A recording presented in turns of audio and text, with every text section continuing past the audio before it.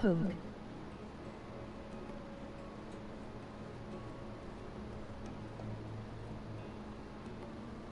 What's up?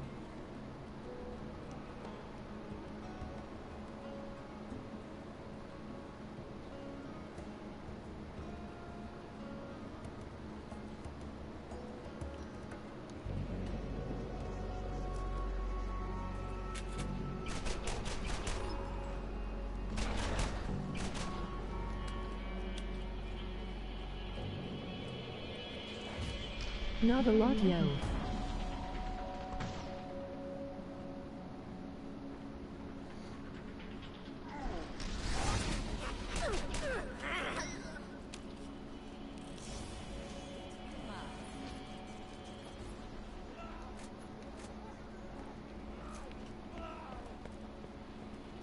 Just dealing with dumb relatives and stuff, the usual.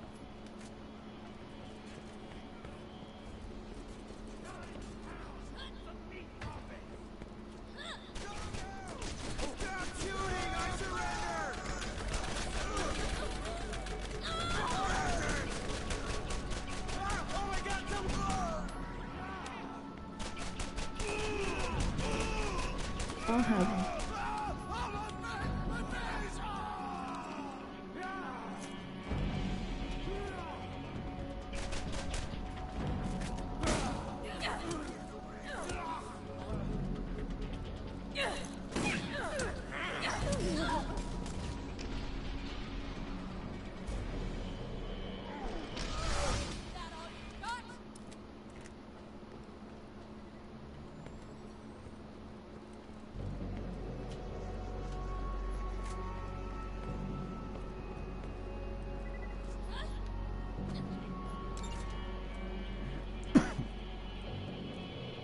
Excuse me.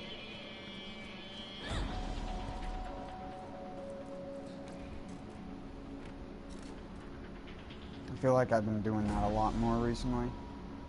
I don't know why.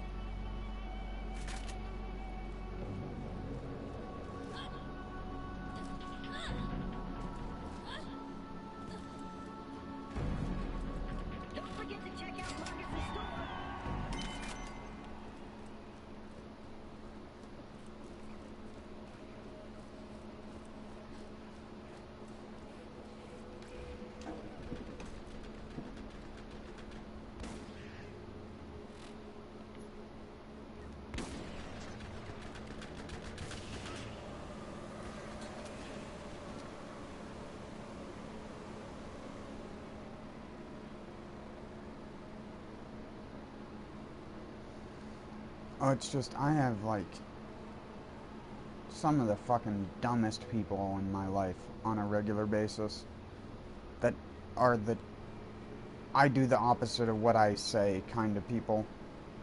And then those kind of people wonder where I get it from, except for I give it to them on an honest level, whereas they're just dumb as shit.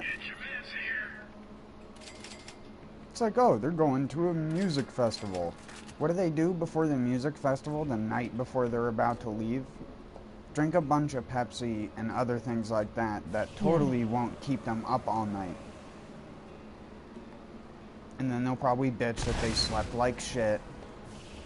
It's just like, I was earlier, I was like, I can predict exactly what your morning is going to be like tomorrow. And I don't even need to be with you to know exactly what you're going to feel like, because I've seen you do this 100 times and you still don't listen to me because you still don't think it's a problem. It's just like you're a level of fucking stupid that's unhelpable.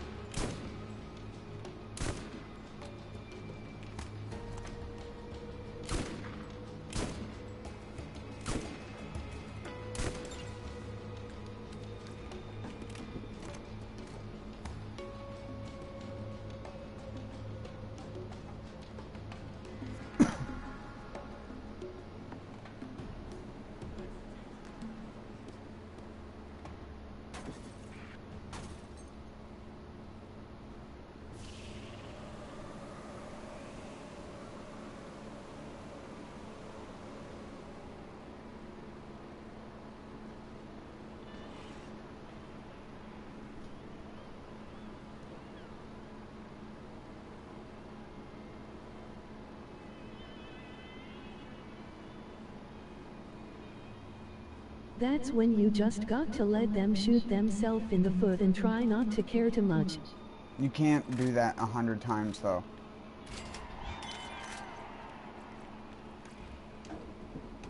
That is what has bred our modern society of stupid people, is letting stupid people be stupid. You can't let a stupid person be stupid, or else you end up with these self-convinced people who think that they're not doing wrong when they are. And it's like, I don't care what your objective meaning of wrong is. Wrong is drinking something that's made to give you energy and stimulate your brain right before you go to sleep. And then wonder why you wake up a couple hours into sleeping and never get a good night's sleep.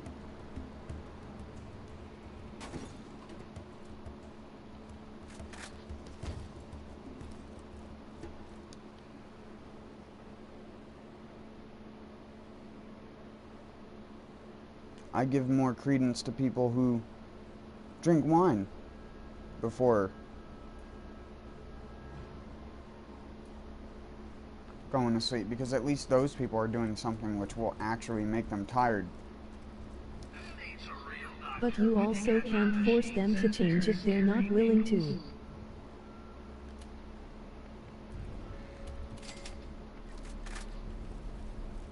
No, but you can keep reminding them every single time how fucking stupid they are.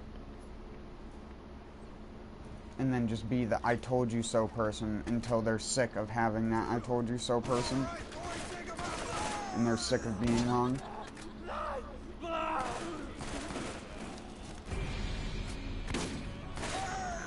True. Or at least they try to do it different. It's just like alcoholics. Everyone thinks they'll always be an alcoholic until they have that moment where their alcoholism puts them on death's door. And then they either go, well, maybe I'm going to stop doing this, and they don't drink for the rest of their life. Or they go, I'll cut back a little bit, and then they regret it in 10 years when their liver's fucked.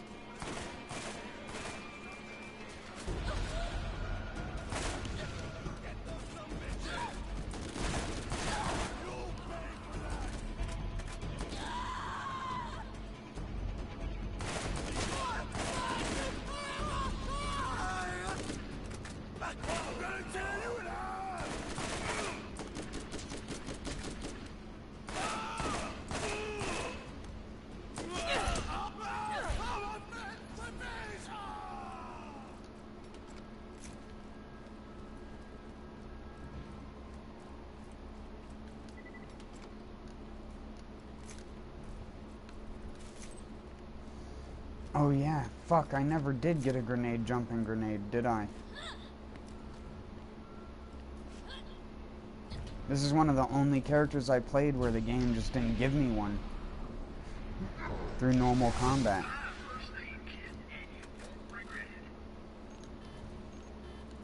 You can't afford that? What do you mean?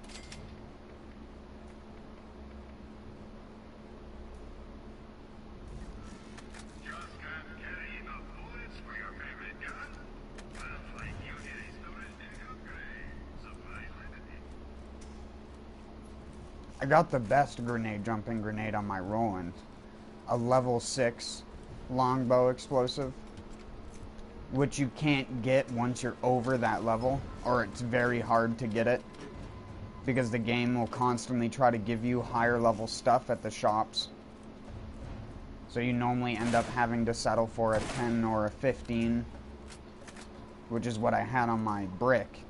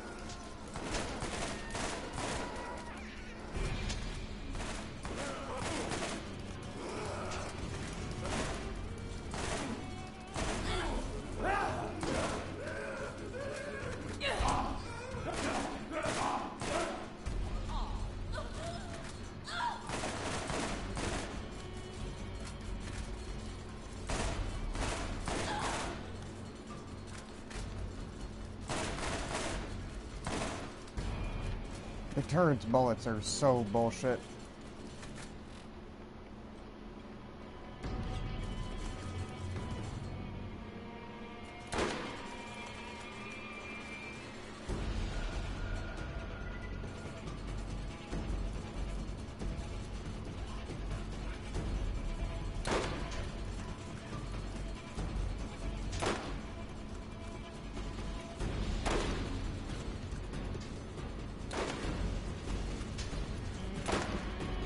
There we go.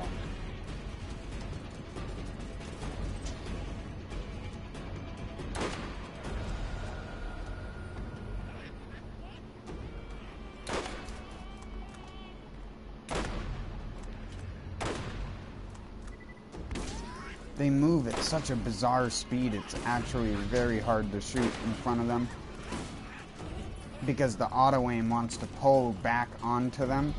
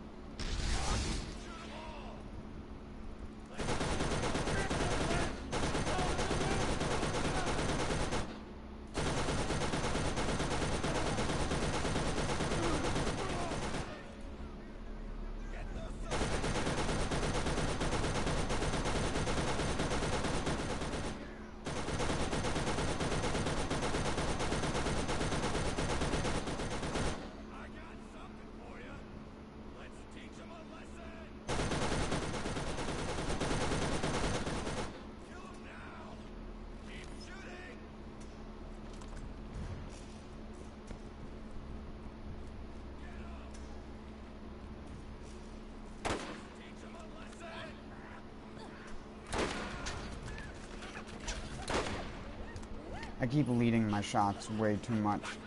Cursed Borderlands 2.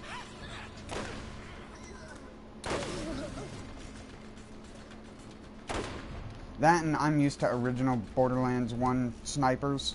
Snipers got changed a little bit in the remaster. Their bullets don't act the same way. Snipers used to be, I think, roughly, on average, like 15 to 20% less accurate than they are currently. And if you had a sniper rifle that was like 91 accuracy, you were not hitting anything that was further than, like, maybe that guy away from you right now. You would not hit them. Your bullet would just go left or right of their body.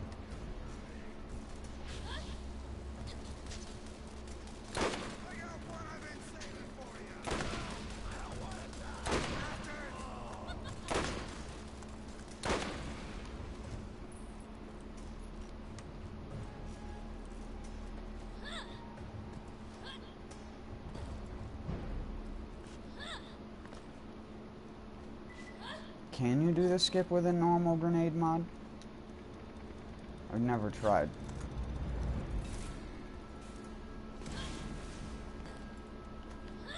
Well, that's going to be a little bit troublesome.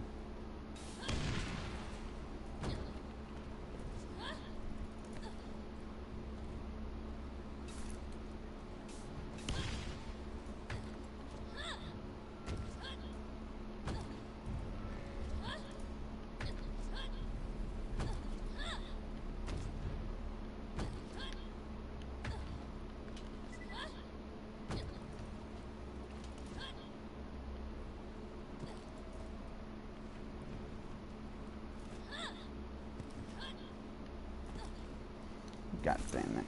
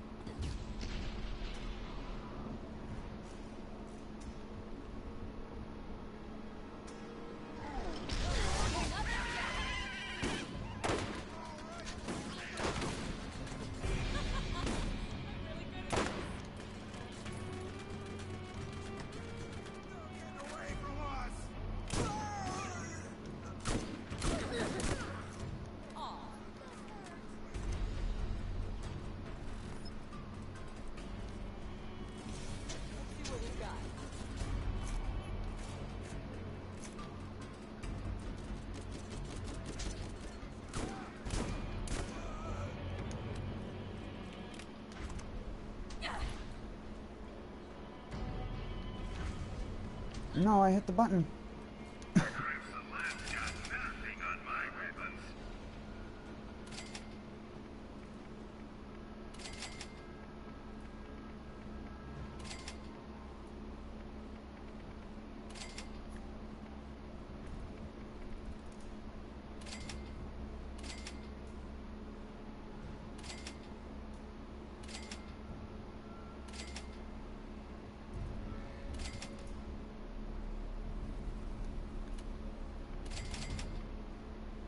Cheap revolver.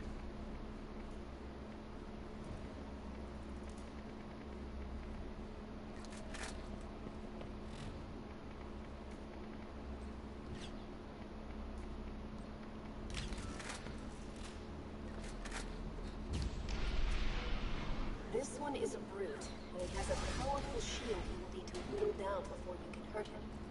Don't let him touch you. Now! Die, bounty hunter! Die, low-res sledge. Why does he never render in before the end of the cutscene? On PS4 Pro. Anyways.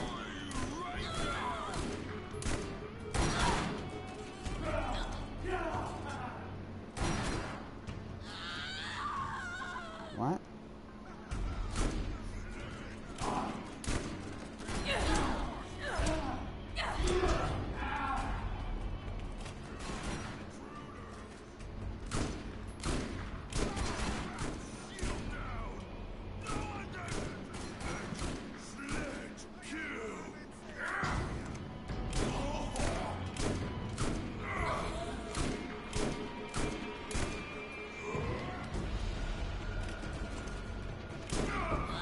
Dang it, I walked back into it.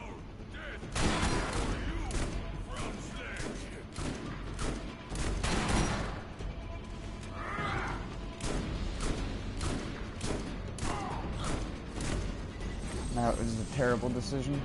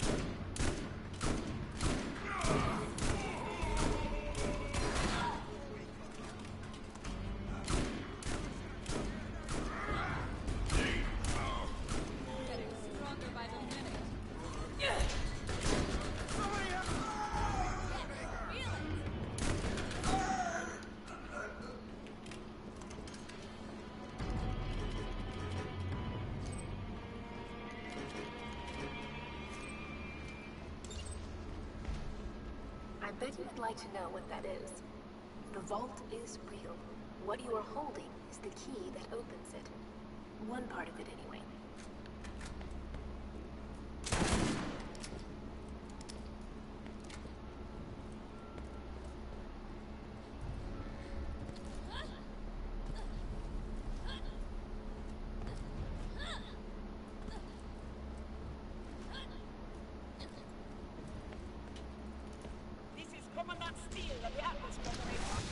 God damn it, I can never phase jump.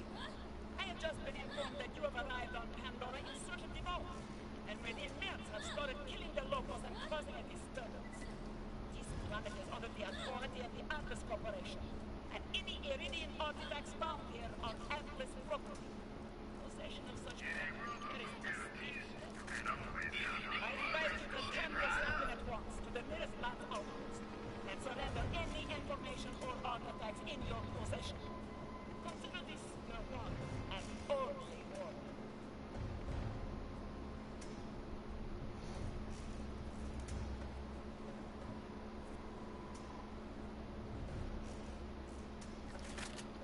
Oh yeah! I forgot about that. Sledges is a melee shotgun. Get your meds here. New melee shotgun acquired. Things are real, Doctor, when you got my machines and there's No more level 0.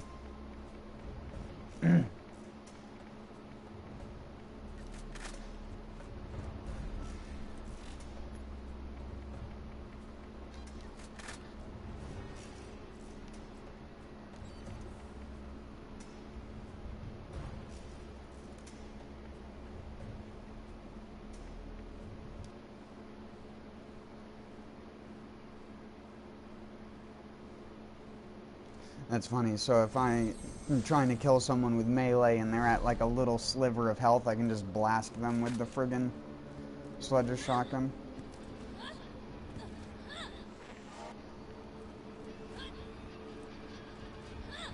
I've never tried to do this skip with a normal grenade mod before, so I don't even know if this will work.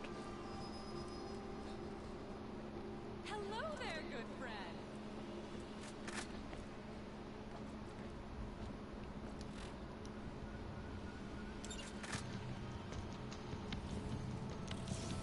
Your eyes open.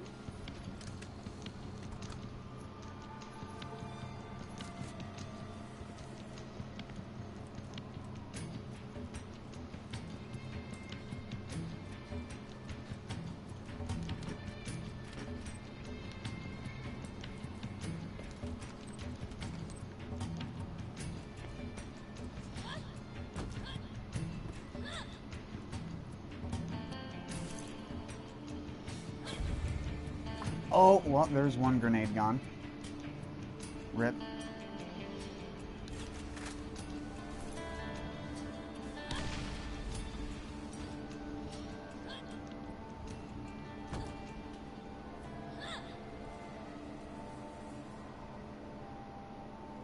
How is this gonna work?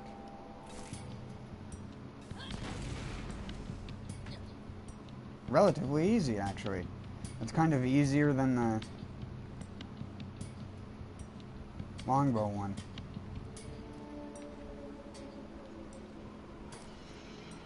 Hi. What's up?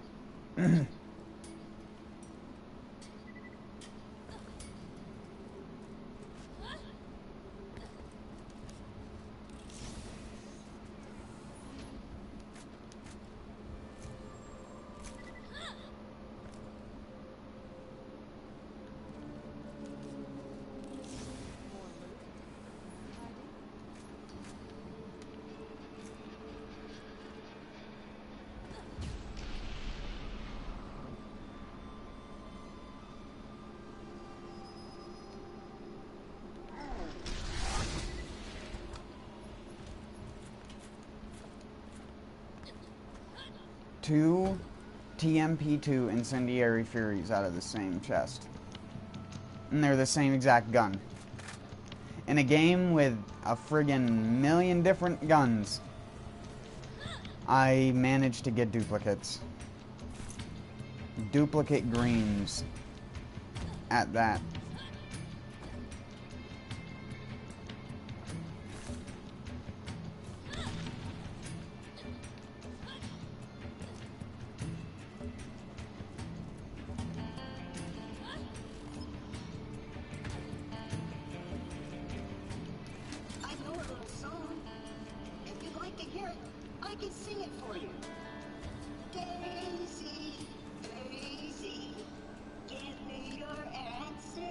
I once got a legendary from a white chest.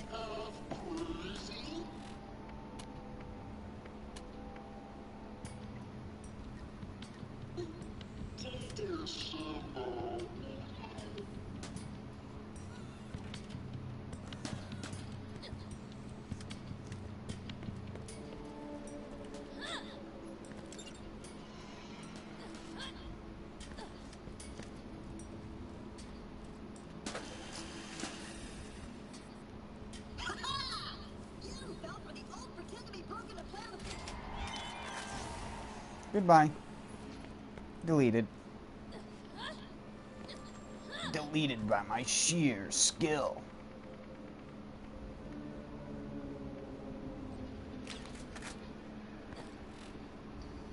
What wizardry is this?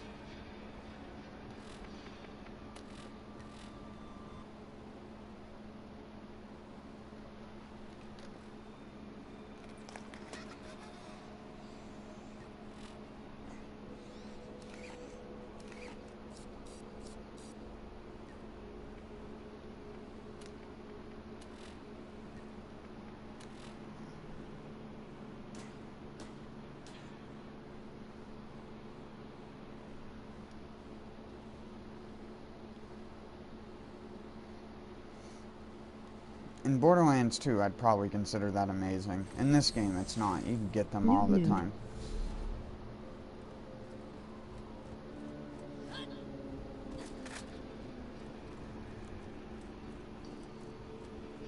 have no idea what the fuck kids these days r/kids these days.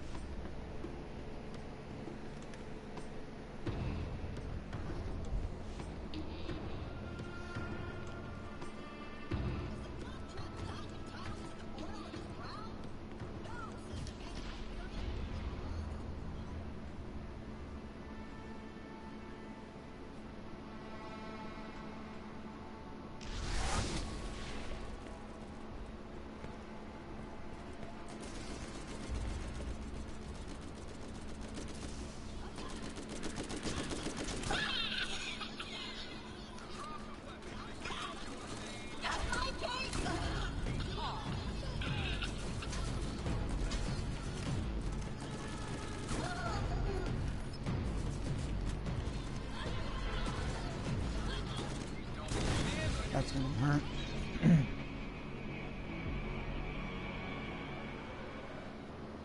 Corporation regrets any grief or suffering your death may cause. You will be shocked.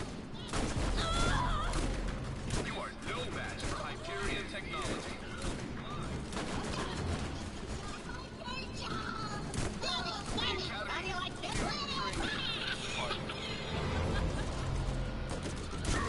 A Hyperion Tuck, otherwise known as a Lance Engineer. Hyperion Corporation values your input. This hurt.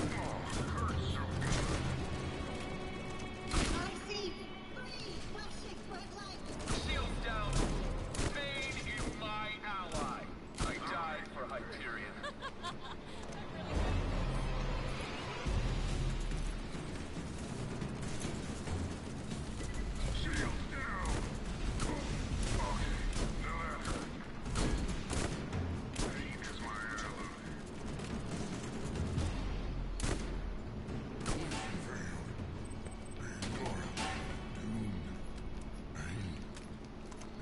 Yeah, I'm already LOL, full. it's like it hurt you.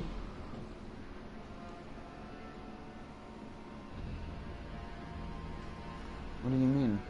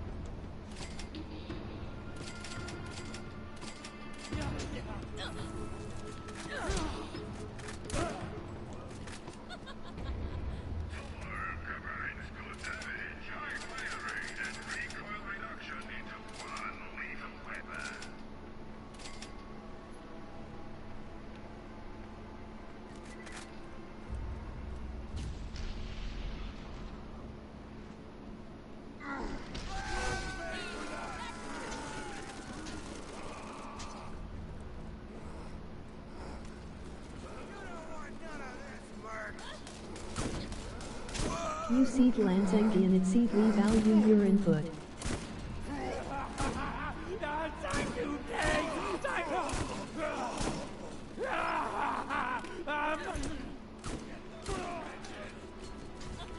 Oh yeah, they always say that though. I think that's one of the scripted lines that the super bad soldier says. He says a bunch of different lines depending upon what HP he's at. Not that it wasn't on time with it, I just didn't think about it. I'm so used to hearing it, I've heard it like 7 different times from the different characters going through this area. But the timing was too funny.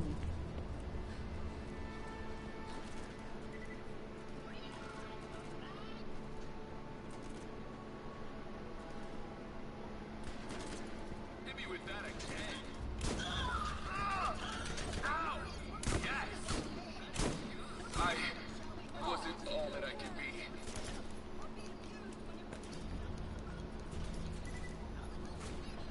Try it again. Is that the best you can do, miss? This is the end. Hit me again, harder. I like it. I die for Hyperion. So stupid.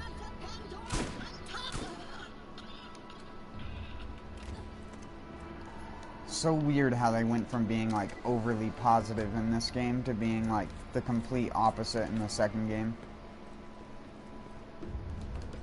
All because of Jack.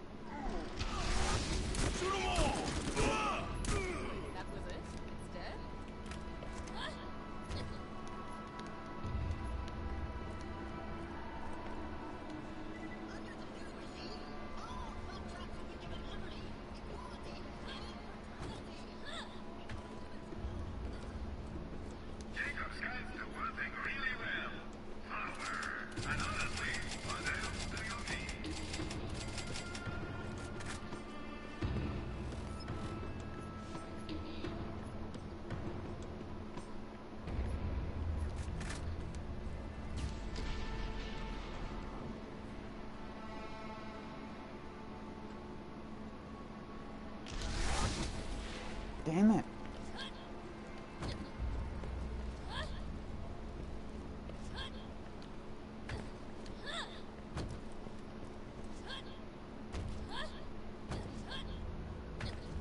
I got it on my first try and I haven't gotten a phase jump since.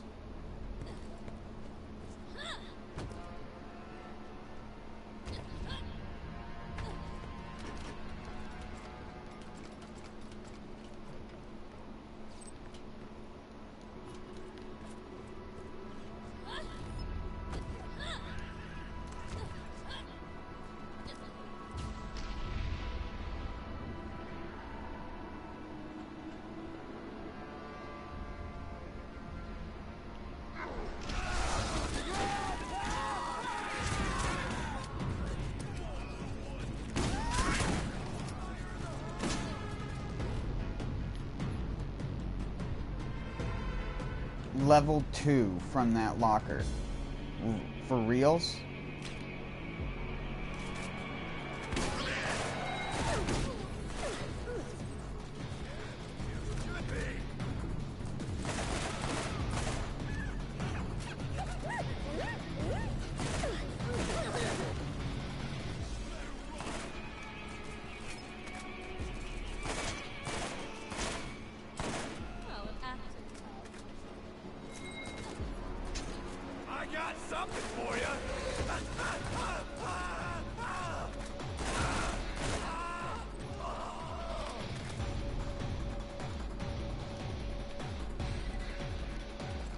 I love how this ammo container is just shoved halfway in the ground. It's like, who cares? Who cares that it clips?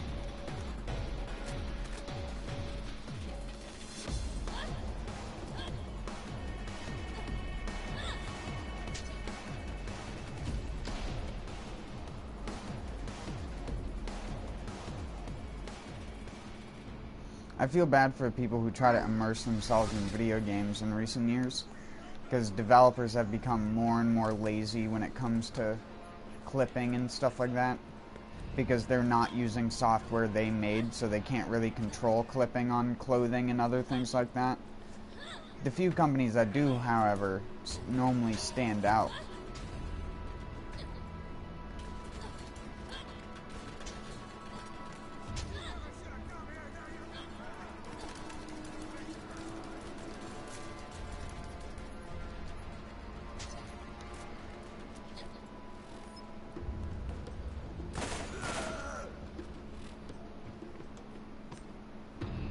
Level 4, dude.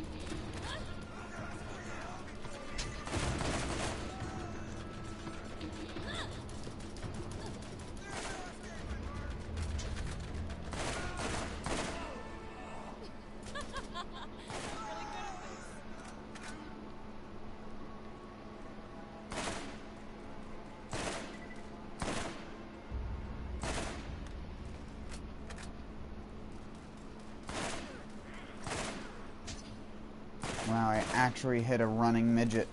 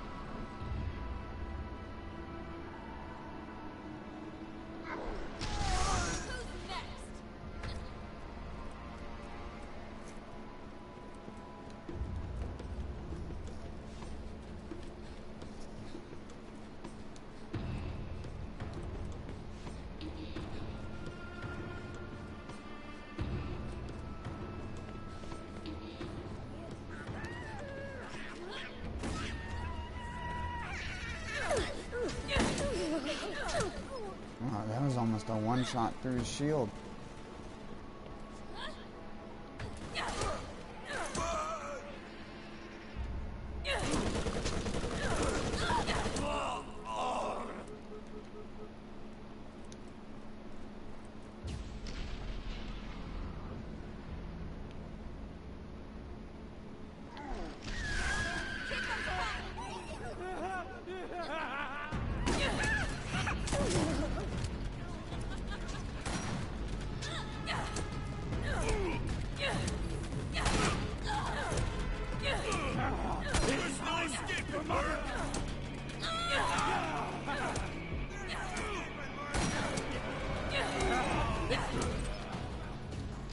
Why would I escape?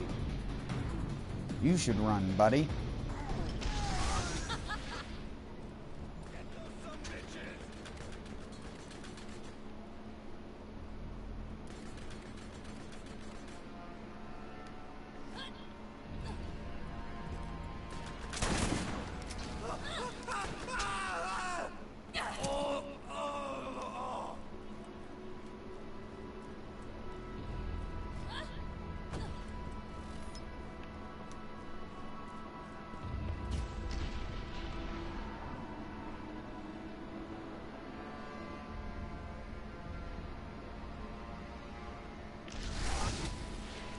Can't do it anymore, dude.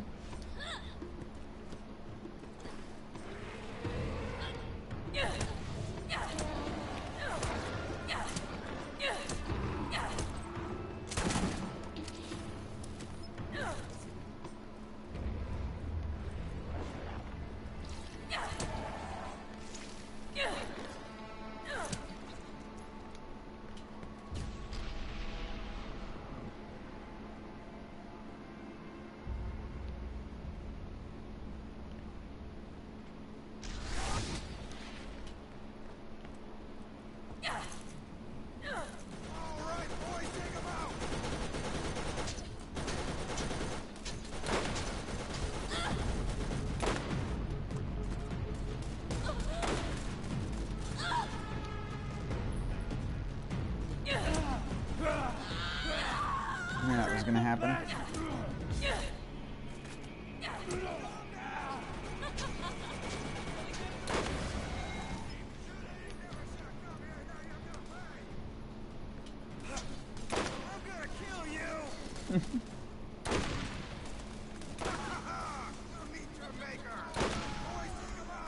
That was a headshot, but it didn't give me a crit.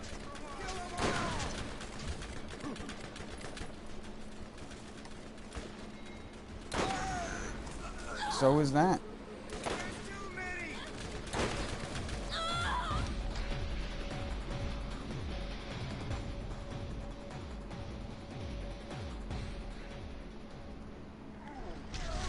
Whispers softly in ear.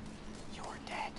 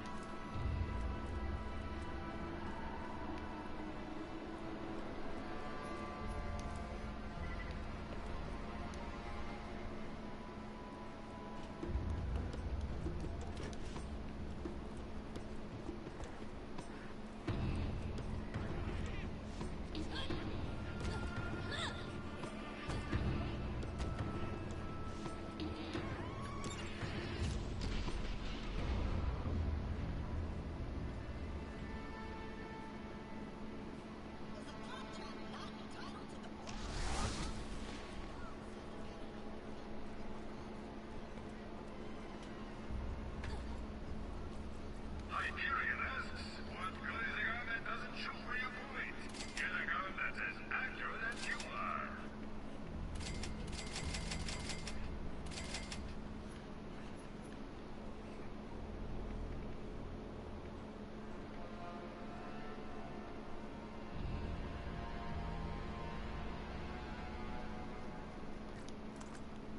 Wanna shoot a lot of bullets really fast? Ladolf has your needs covered.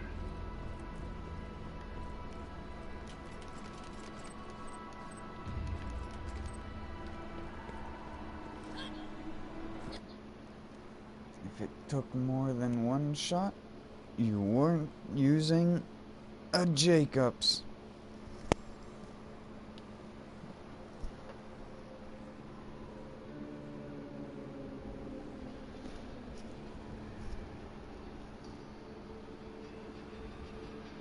LOL.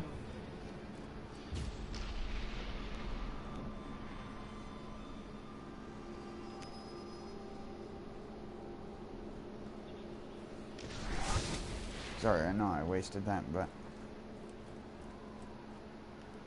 Greetings. Let's hope you are more useful than the last one I hired. fuck, I always get her second quest This on is accident. Mr. Blake, Senior Vice President in charge of mercenary relations and tourism for the Hyperion Corporation. You know, the company whose troops you just ruthlessly slaughtered. I like that. Choose initiative. Meet me at the Hyperion Tourist Information Center, and I'll make it worth your while.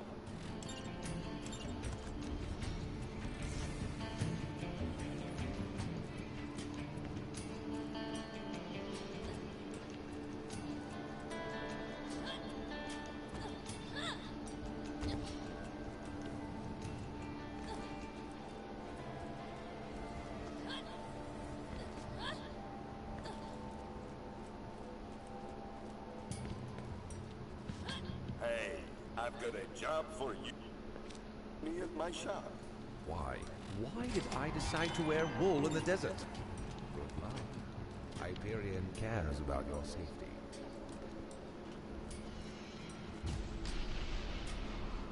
There are more missions available at the Hyperion Tourist Information. Not being able to phase jump is gonna bother me.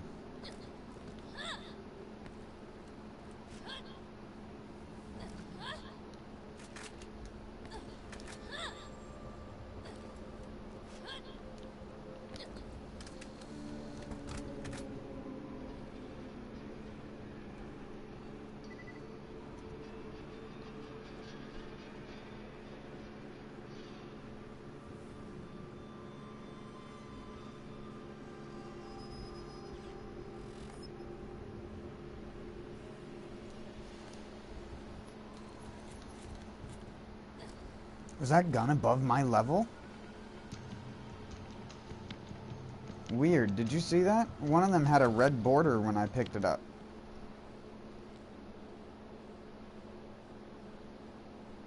Adam Sandler's Gorge. What's the matter? Scared? More than a few brave men have turned chicken at Sanders Gorge, and even more have made that truly awful joke. Hey Dustin.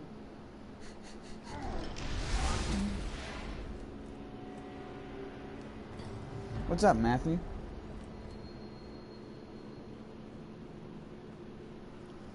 Dustin, have I?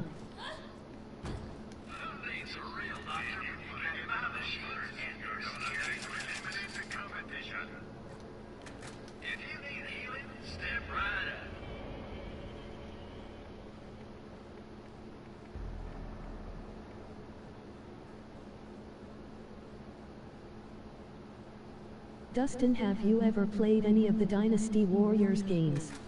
Yep, I played them all the way up until 6. I think. 6 or 5. Hold on, let me look it up. I'll be able to tell by the cover of the box.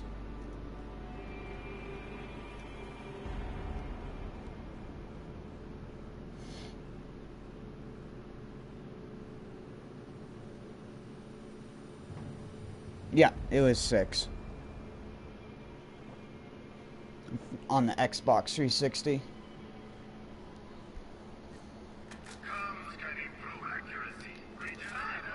But that was the last one I played.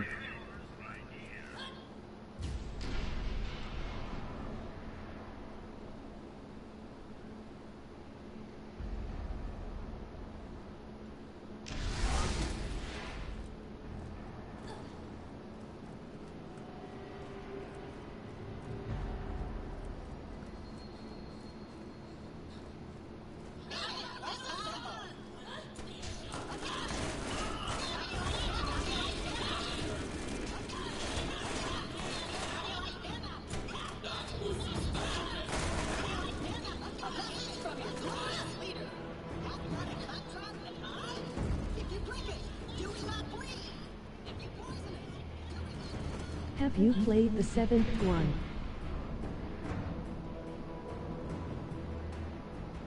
No, 6 was the last one that I played at. That's why I specifically mentioned it. I stopped playing it after 6 because it started to be just the literal definition of copy-paste in a video game is Dynasty Warriors. And it started to really bother me because I wanted there to be different stuff, but there wasn't really significantly different stuff. It was just like whenever they would like add a character or remove a character and add a new one in place of the older one, it was always the same crap.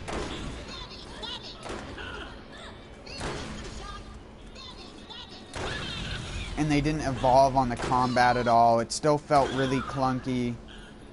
The game ran like shit once you started actually knowing how to use different abilities and stuff like that. It was just not good. People talk about Dark Souls Blighttown as having bad frame rate. Some of the Dynasty Warriors games, I would argue, probably take the cake in that regard. Fucking 10 frames a second. 5 frames if you're literally using the most... I can't remember what character it was, but one character had like this blue tornado type ability, and that should just ground the game to a halt on just about every platform.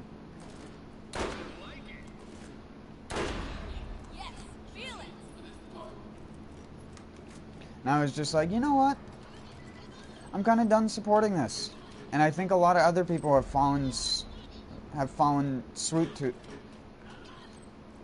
through as well. I don't know what my brain was having trouble with there.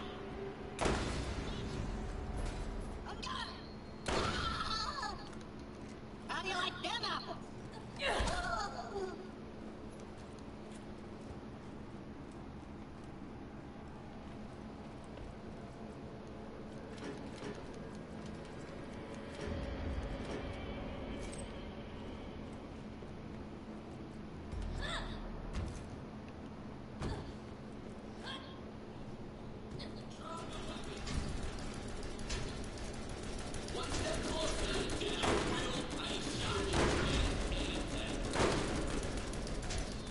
I thought the combat was somewhat better in the 6th or maybe the 7th, but yet I haven't seen another game in the franchise since the 7th game. Isn't there Dynasty Warriors 10 or 11 out now? I saw someone playing a Dynasty Warriors with X in the name. It might have been 9.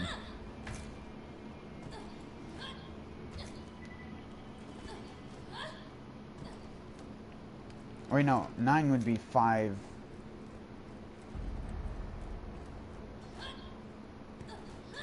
I think he might be referring to Ziahu Fun in the Wave Force.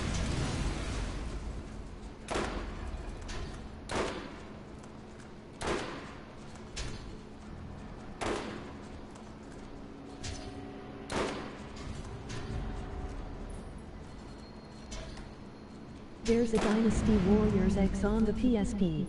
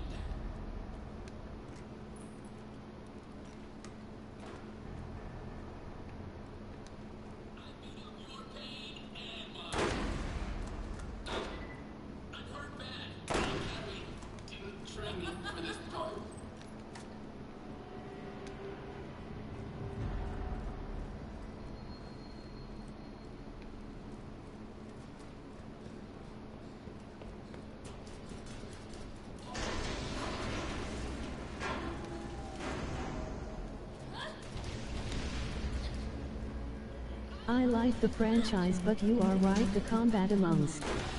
Dang it. LOL.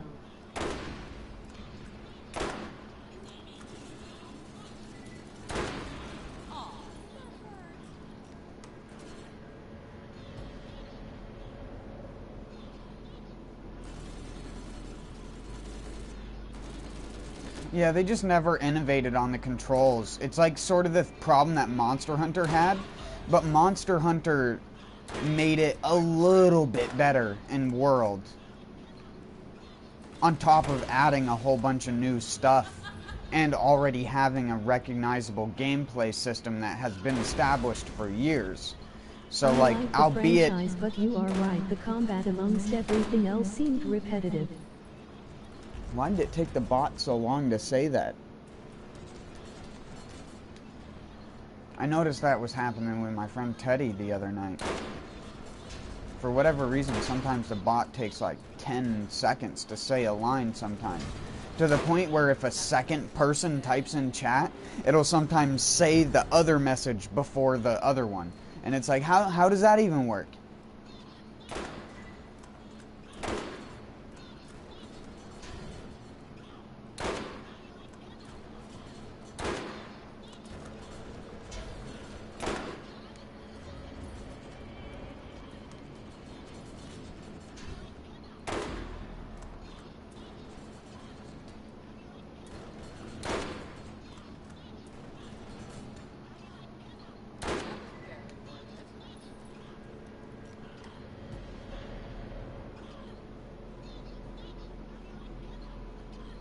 Yeah, I think it did that last night or the night before, LOL.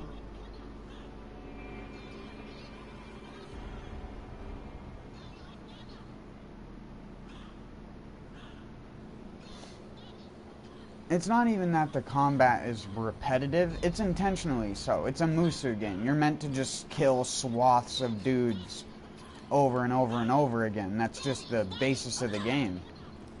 However, when you don't innovate or change up that, like, you don't add a more,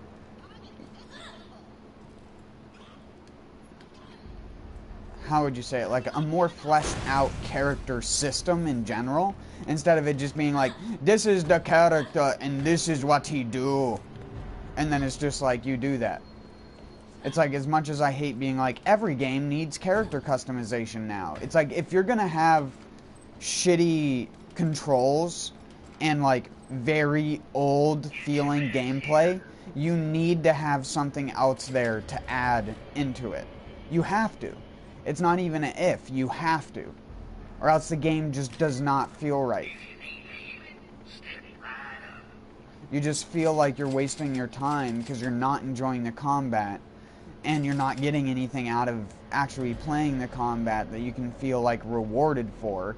Because it's not like you have to try to win a lot of those missions, only on the super hard difficulties. I didn't mind killing a lot of enemies at once, but it just didn't seem like it didn't change enough to where it stayed fresh enters.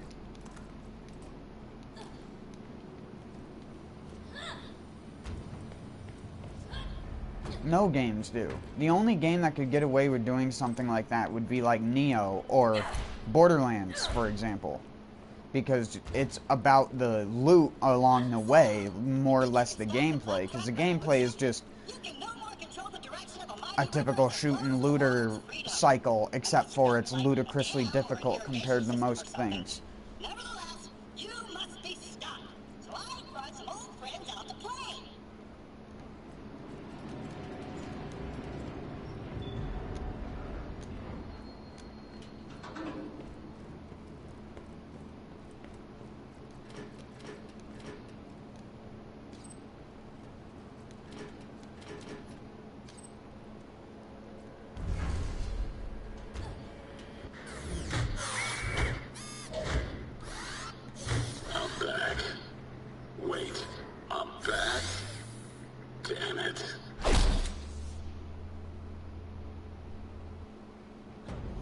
I can't remember the name of this PlayStation 2 game, but there was like a Musu game for PlayStation 2 where you got to like ride a dragon through part of the game.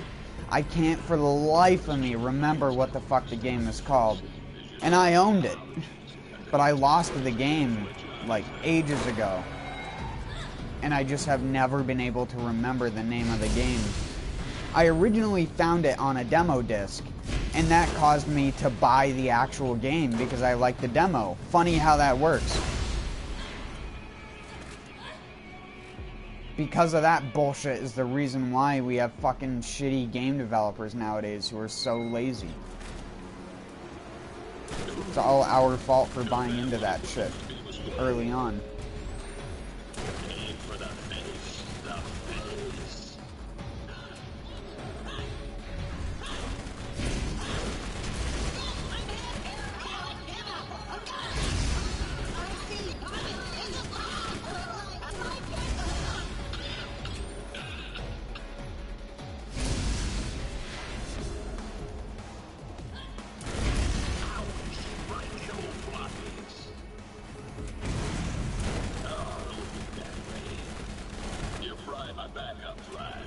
But in Dynasty you never got rewarded with a special or unique item or maybe a new weapon that a character uses, but you got items that sorted age.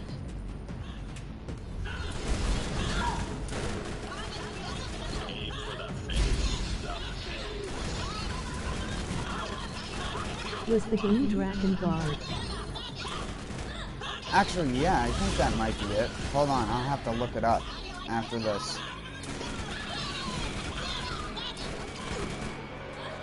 Was that what it was called?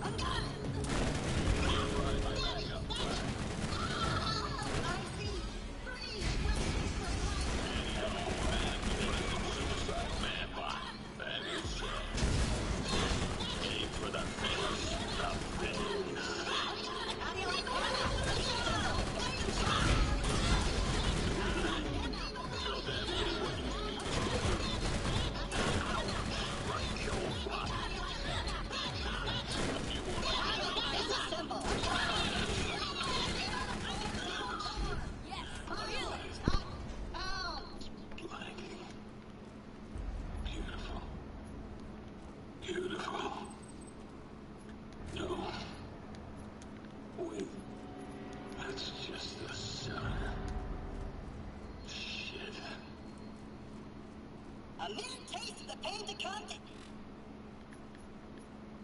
Enemies of the revolution. We are the Contraps, and we are legion.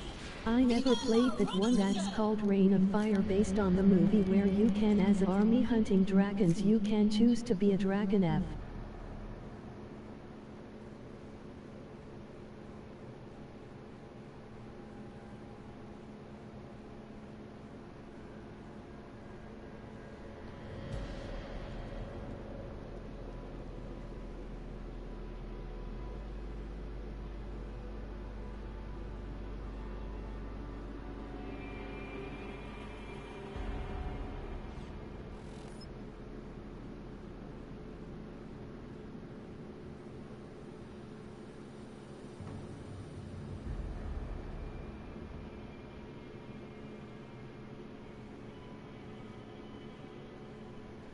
Draken.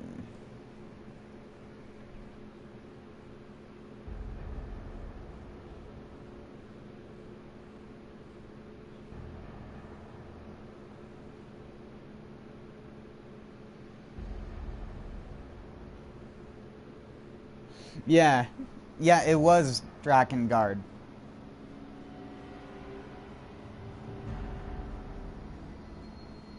It was conceived as a gameplay hybrid between Ace Combat and Dynasty Warriors 2. Yep. That was a cool game. That was a game that, like I said, did the thing that Dynasty Warriors couldn't do. And that's change their fucking game. Add new stuff or just do something different. I mean, I understand Dynasty Warriors has to be Dynasty Warriors, but you can have cool mechanics. You know how many of those old Dynasty people have old mythos about them and the creatures that were around them and shit? That's literally the foundation of all modern yokai. Also, what the fuck? I didn't get any loot. Rip off of a game. Cheese ball game. Frackin' cheese balls.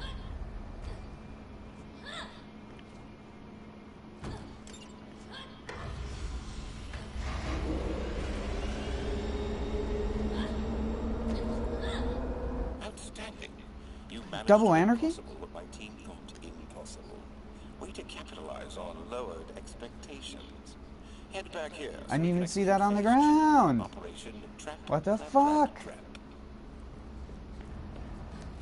First thing, kid, you won't regret it.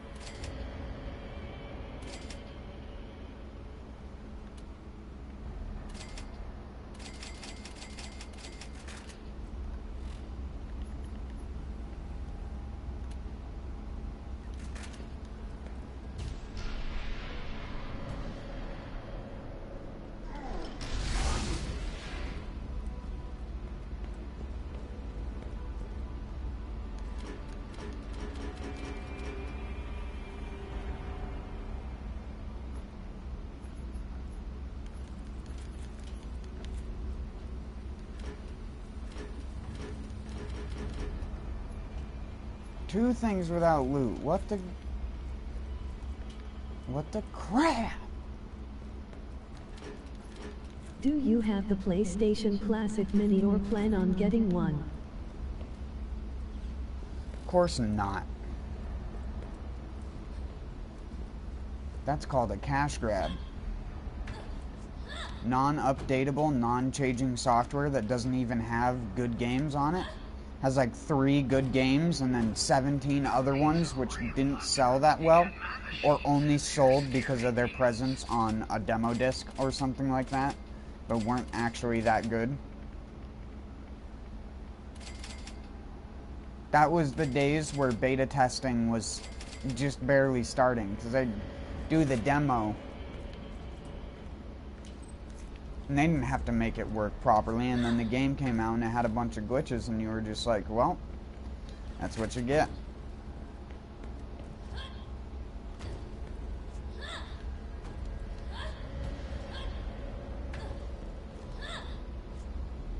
It's just like PlayStation 2 games on the PSN store.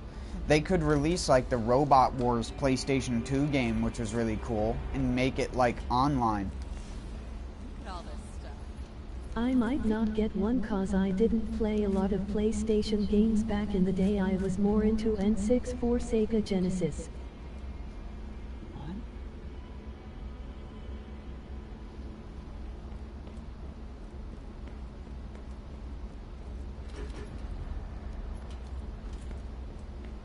How old are you?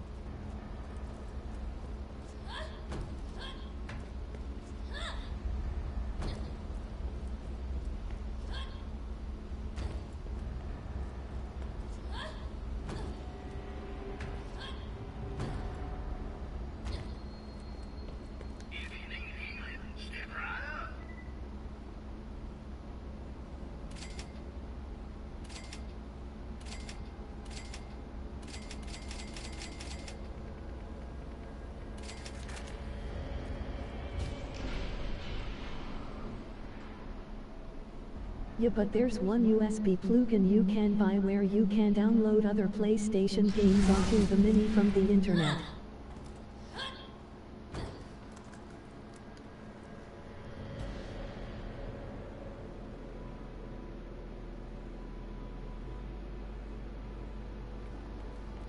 Cool.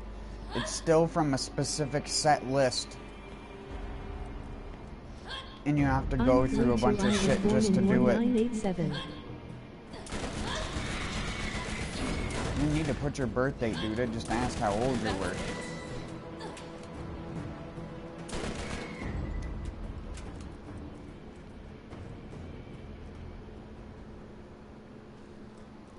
I could have done the math. I'm not some teen, LOL.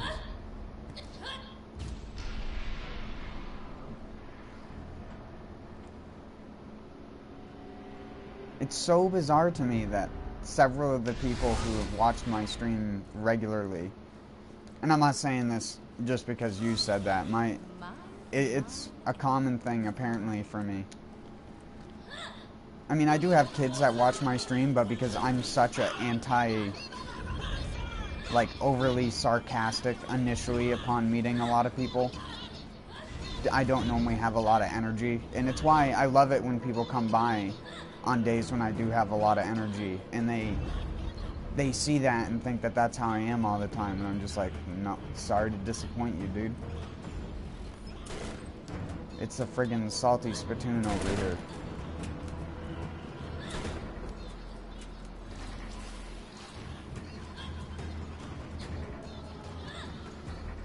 My friend Teddy, that's my good. He sometimes comes by the streams, and you've probably seen his name. He also streams Borderlands, but he's around your age. And I'm just like, that's so weird for me. Everyone I know, even the few friends I have in real life still, are like 10 plus years older than me. I guess it just shows what kind of person I am more than anything, though.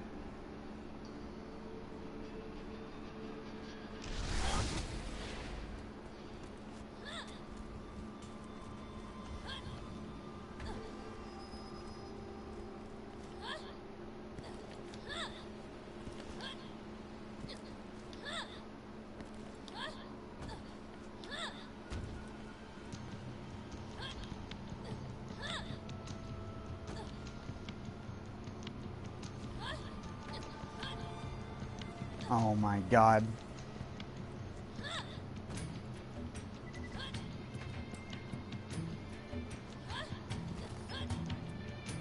I did the same exact thing twice in a row.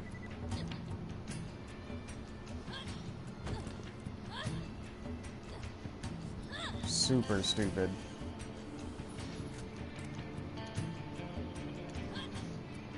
KKA-12 double SMG.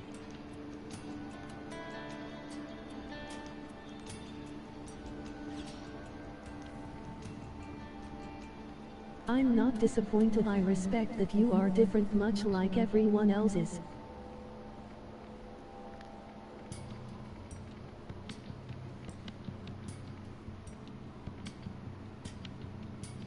How old are you, Dustin, if you don't mind me asking? I've said it before, I'm 23.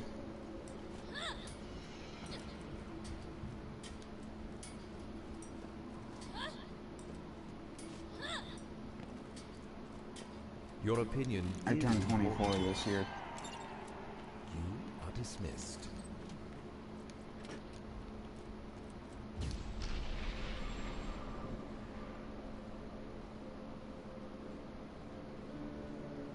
So bizarre for me to hear that as well. And that's a literal bizarre moment. But that's just because of how I've lived my life in a place where you don't really see much change ever happen. And I guess you could say I grew up at an early age comparative to most kids. Most kids don't end up going to music festivals when they're like 15 years old and doing stuff that people normally do once they're in their like mid to late 20s and have decided that they wanted to be a frickin' drugged out hippie. I hope you have a blessed week. Stay up, King. But my experience having done it as I was young and seeing all these dumb people, it's not going to be the case for everyone who would be in that same situation though. Because I know for a fact that most kids are too stupid to make self-realizations and stuff like that. Especially at that age. And I did some dumb shit. But it's not stuff that... I'm not someone who is a compulsive drinker. I'm also not a compulsive drug taker. I do smoke though, but... I started doing that because of needing some sort of thing to relax myself every once in a while.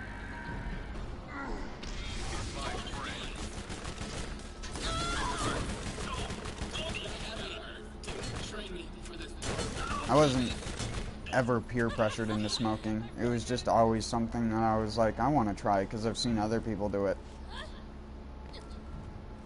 Not a good reason to smoke, but it's better than being that dude who is like, oh, my friend just kept pressuring me into it and I tried it and then I was a smoker ever since, sort of thing.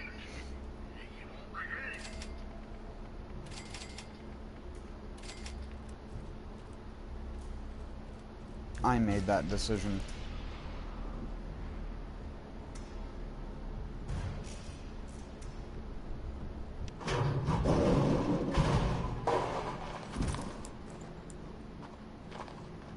Damn it, Claptrap. I'm a doctor, not a mechanic.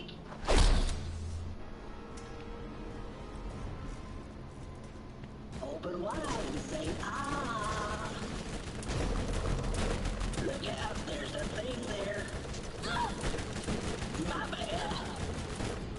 The pipe that I use still to this day to smoke out of is the same pipe I got when I was like, I think it was the second or third music festival I went to. And I was like 16. And no one questioned my age because I already had like pretty much the same beard I have now. Just it didn't fill in around the mouth area as much. Like I always grew my facial hair more in the cheek than in the... I have the two little bald spots on the chin where the hair just doesn't grow.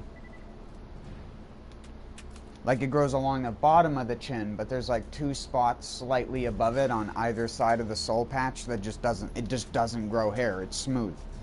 I have no idea what that is. It's the same thing with the bottom of my chin. There's a small spot on the bottom of my chin where basically no hair grows at all.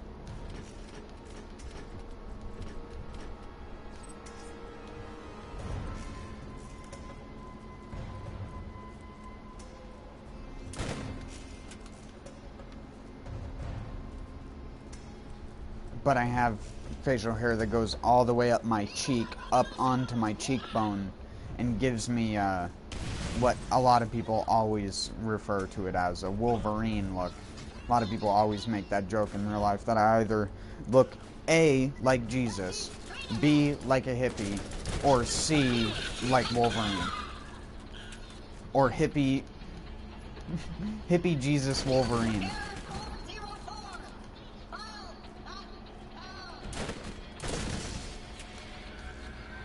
I also got base nectar a couple of times. That is a masher. That is masher.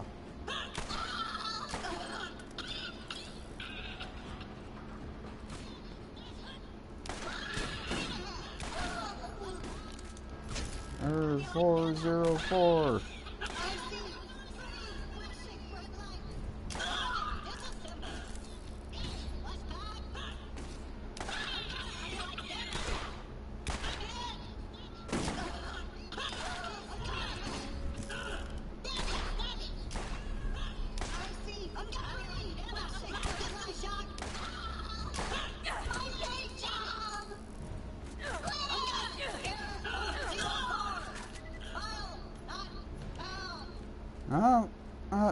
Oh.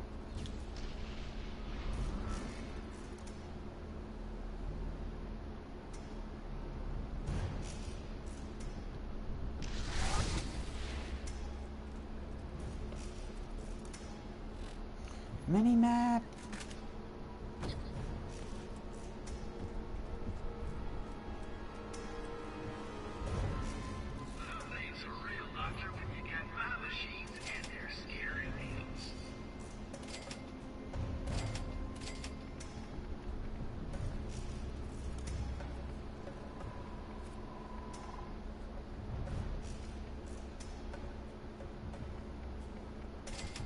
They always gotta have the inaccurate barrel.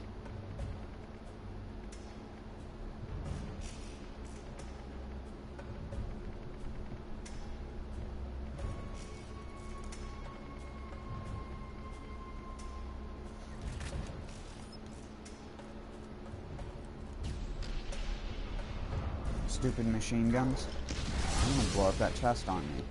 Yep.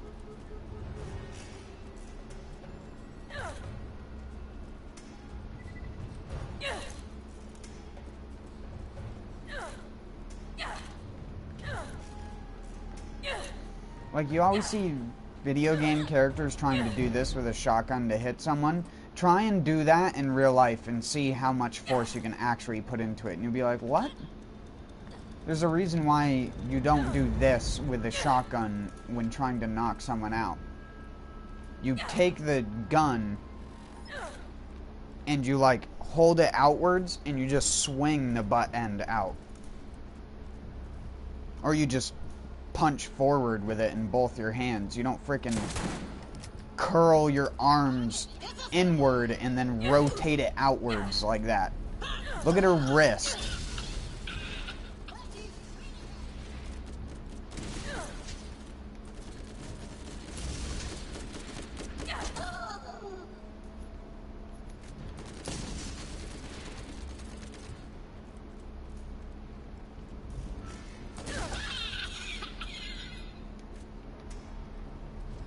They're like,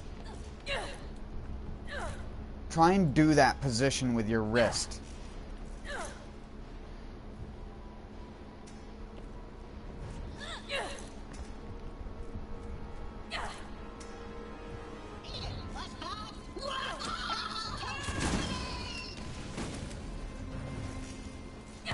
Bap.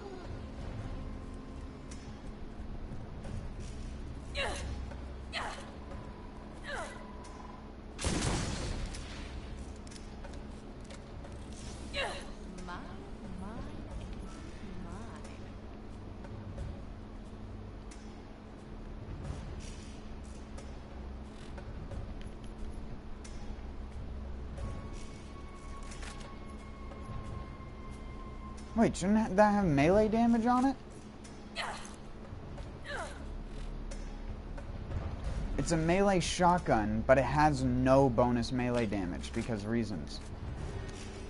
Gotta love game.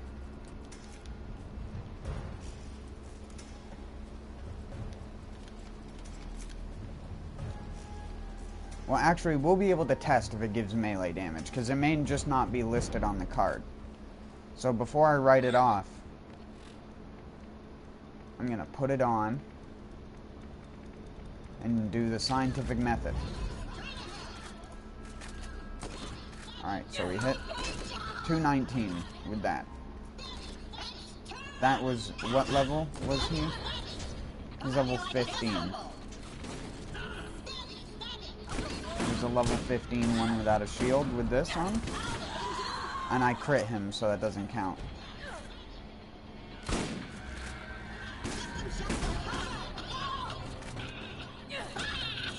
Yeah, this does more damage. Hold on. We'll smack a couple more. 314. Yeah.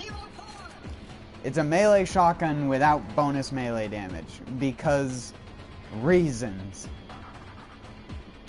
Very annoying reasons.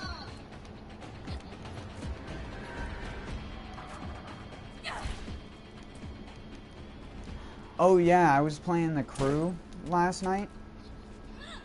The Crew 2.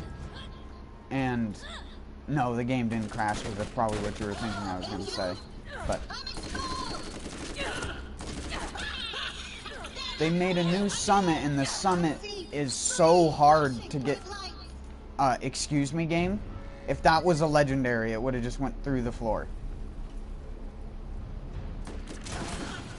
They made a new summit, and the new summit is probably one of the worst things in the entire video game. It is a demolition derby focused event. And one of the events is you have to race a demolition derby car against rallycross cars on a rallycross track. And you can take damage. They can't.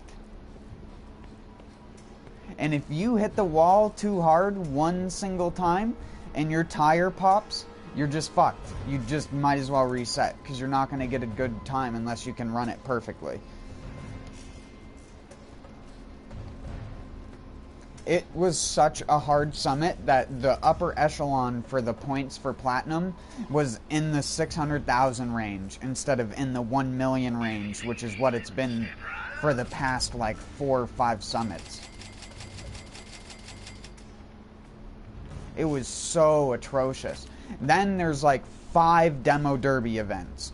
One being a new event where it's like a helipad on top of a lake, but it's so big that trying to knock another person off is hard.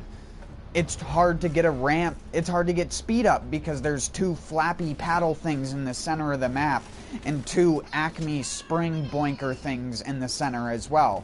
So you get shoved out on the north and south axis, and then you get slammed on the east and west axis. And it's just like, what the fuck? You can't... The AI is so bad at doing the map that they will literally just run into the shit in the center, and they can't figure out how to reverse. So instead, they just reset themselves. And they just will do that several times in a row until they have no points left anymore. So you don't get the bonus for like killing the guy who's in first or something like that. It's like, it's so hard to get good points. I think my record is like 80,000 or something like that. When I've seen people in the demo derbies get like 270,000 points with other people. With 4 people and the ability to just keep having your friend like parked relatively near a ledge. And then you just blast them off the ledge. And not only that, when you have 4 players in Demo Derby, it means 7 of the bots aren't chasing after you in an infinite line behind you. Which is the most obnoxious part about the Demo Derby. Is just that the AI seemingly will ignore other AI, even if they're damaged or if they have more points. You could have the lowest points. It doesn't matter. You are getting targeted by 7 different dudes at once. And then the one guy who's trying to turn around in the distance to hit you still, but he's just behind everyone else. So he's doing it like 15 seconds after, and he's the only person you really have an opportunity to hit with your car. And if you miss him, then you basically don't get points for like 45 seconds. And it's just obnoxious. Because the only way to get them to stop following you is to let them hit you. But if you let them hit you and then try to turn around and run in, there's another guy behind that guy waiting to hit you. Just as you get away from the other guy that was trying to hit you. And it's just like, it is the worst designed demo derby in any game ever. Fallout, sorry. Flat Out did it way better.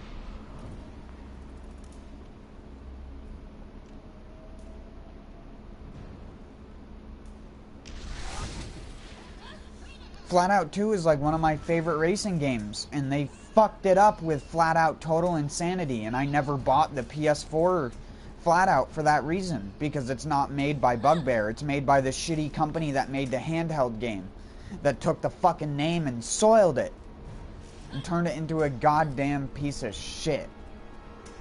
I hate companies that do that shit. A publisher gives a different game developer the game that they got their company known for, and then they wonder why the game sucks. Atari and Roller Coaster Tycoon.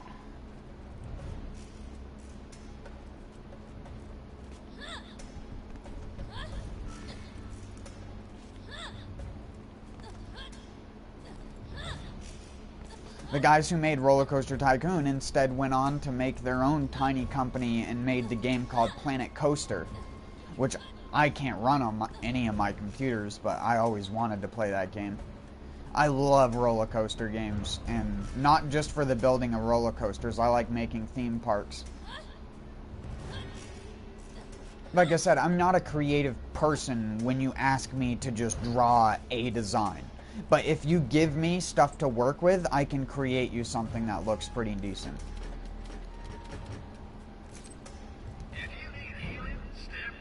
I'm not creative in the normal sense of the word creative. I don't... Well, I guess you can consider creating something yourself like that, like landscaping. But landscaping is just working with what you have to make something that looks either more natural or more pleasing to the eye due to having evenly placed things or a certain type of thing or certain colors of things that go well together. And that's easy. Only people who are colorblind can't do shit like that. Because everything's gray to them. They'll put a frickin' orange poppy next to a frickin' purple peony and then wonder why the frickin' peonies don't come back because they get overgrown by the poppies. That's just an example. It's not literally something that happens. Both of them would probably grow back just fine in the same area. If anything, it would just create a mat of both of them. Not the Hyperion Corporation ever doubted you. And believe in you. Now, Phase 3. The Claptrap Collective operate.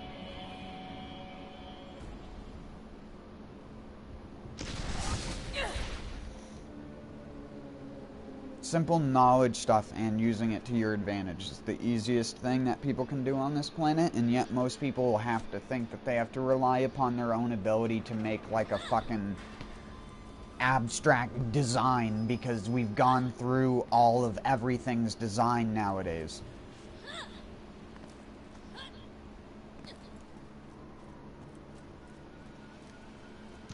We even know, like, no trying to make a joke here, even though it is a joke statement, is we've beaten a fucking dead horse when it comes to design. It was dead ages ago, and we still keep beating it down, and then we just keep redoing what we've done in the past and acting like we haven't done it before. Like people nowadays who are just getting into clothing from the 80s, but they're actually like 16-year-old kids.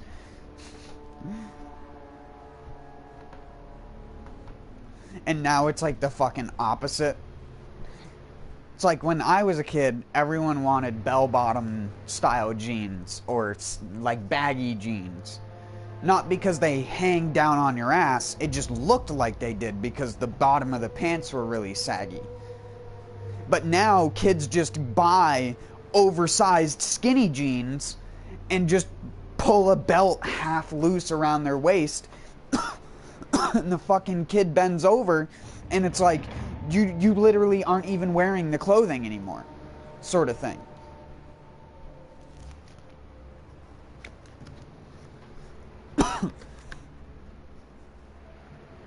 It's just like the whole, and I'm going to get into a political thing here for a second while I'm outside having a smoke, is it's like everyone's been getting into the whole SJW, feminism kind of crap nowadays. Not saying that feminism is crap, I'm just saying a lot of the ideals that feminism puts forward isn't held to the standard by the people who preach feminism. Girls who preach like, oh, free the nipple, but in the same sense are like, well, you can't just change certain ways that you view things. It's like, so does a feminist woman who's also a lesbian obviously doesn't see a man and go, oh my gosh, but it's fine in a cartoon to have a big burly man with a frickin' pair of underwear as his only thing of clothing and boots on. Like, fucking He-Man? That's okay. Like, it, and I'm not saying that because that is my initial point. My actual point is when young teens and even like early 20s adult girls from the younger generations nowadays, they dress like either a slut, and I'm not trying to say this to be offensive to women, I'm trying to say it because that clothing is designed to be revealing. You can't sit there and like not criticize a girl for wearing what is basically the equivalent of a bikini with Daisy Dukes on, and then be like, a dude in the same sense couldn't. You would look at a guy who's walking around in a pair of just underwear, basically like tights that you see dudes use in like bodybuilding shows and stuff like that, like those freaking super tight underwear. You don't see dudes fucking walking around like that, only in LA down by the fucking pier. Like, that's the only place you're gonna come across that, because the people over there just don't give a fuck. But around here, or around most places, you're not gonna fucking see that.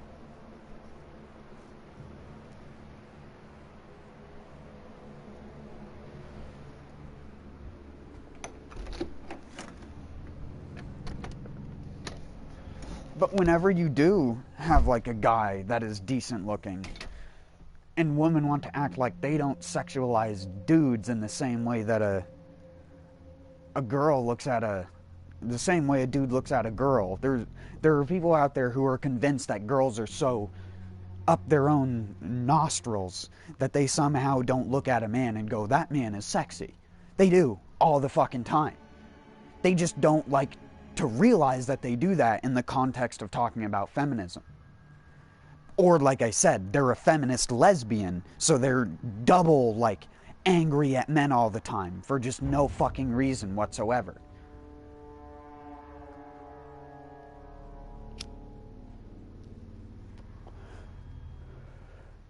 Like that one guy, Humongous.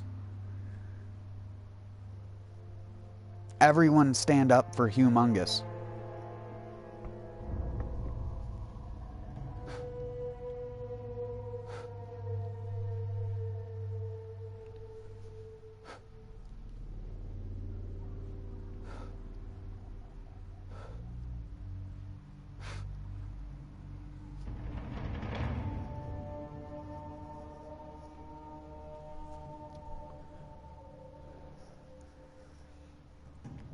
I don't know.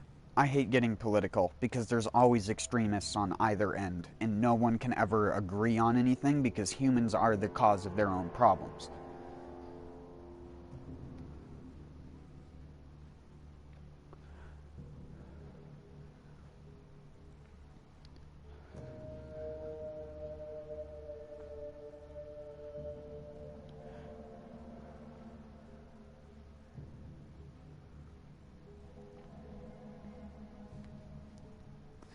But you can't sit there and act like it doesn't happen on both scales. You can come across the same type of ignorant woman that you would find in an ignorant man, where all they do is view things in that way. They don't view it from like this weird, whimsical perspective. And I understand that as much as I hate it myself. But I hate it for different reasons. I hate it because that's part of society that has bred the stupidity that I was talking about earlier. You can't let two stupid people get away with being fucking stupid and reckless. You can't. You can't. You want to have a civil society, you can't do that. You gotta correct stupid people. That's just how it has to work. And if it doesn't work like that, you end up with what our planet is currently. A bunch of fucking idiots who run their mouth about stuff they don't fucking understand. Or they think they understand, but they don't. Because they're not looking at it fundamentally. They're just looking at it from a super extreme critical point of view because they were told by someone or read something online that empowered their esteem or embodiment or whatever the fuck word they want to use to try and make their self-righteousness sound right.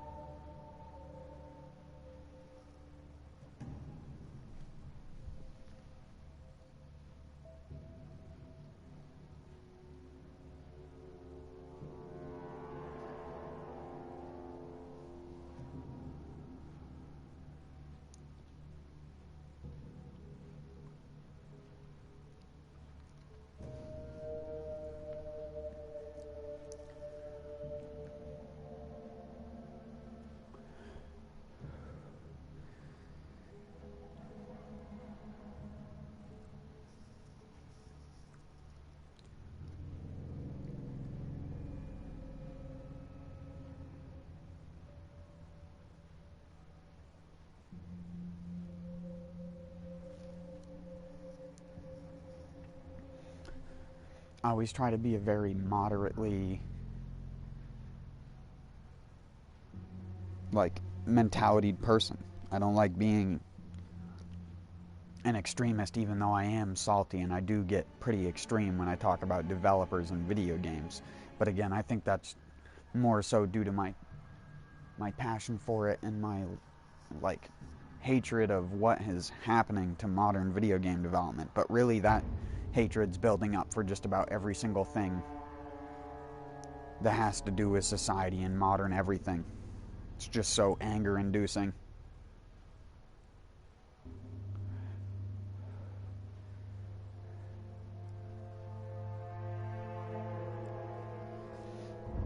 I know I've made the quote from Neil deGrasse Tyson several times, but the internet came into existence without creating a curriculum that encourages people to want to learn the right answer. Because when you type in something on Google or YouTube or whatever, you're looking for someone who backs up your information. You're not looking for someone who's looking at it from the opposite perspective, or looking at it from the middle, or looking at it from your point of view, but again, acknowledging that there are problems with that. You just have these extremist people who write 1 to 2 sentence long things on social media that people just frickin' slam into being a viral thing nowadays. Which isn't even called viral anymore, it's just called trending, but what the fuck ever.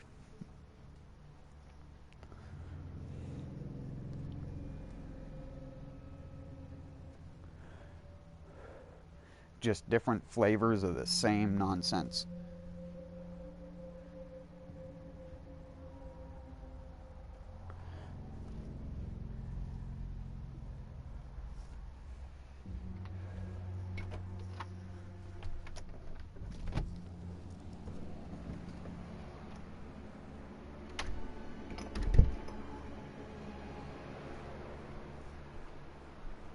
It's like when people try to rationalize drinking soda by drinking something that's similar to soda or is calorie-free. thinking that they're helping themselves, but all they're doing is flooding themselves with purified sugar water, which doesn't even have sugar, so your body can't even actually use it as energy because of, like, instead of just getting your sugar from something else, or maybe just drinking a soda with sugar in it and then having to deal with the fact you can't eat something else with sugar in it that same day.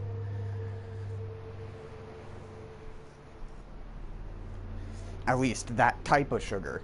The whole thing about sugars that I tell people is you want your body to have different types of sugars that require different things to break them down.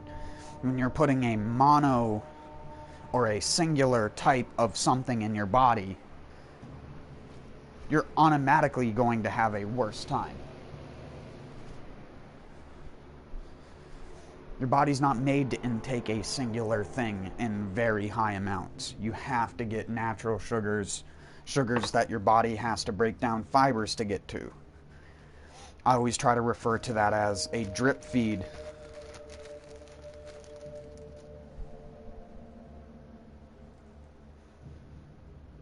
A drip feed of sugar versus a guy jamming a frickin' needle in your arm and pulling the plunger all the way down in one go. That's the difference in between a can of sugar and an apple, even though 2 apples equals a can of soda. In the same amount of sugar. A Honeycrisp apple, depending on the variety of apple, if you're eating like a Red Delicious, it's actually a little bit more sugar.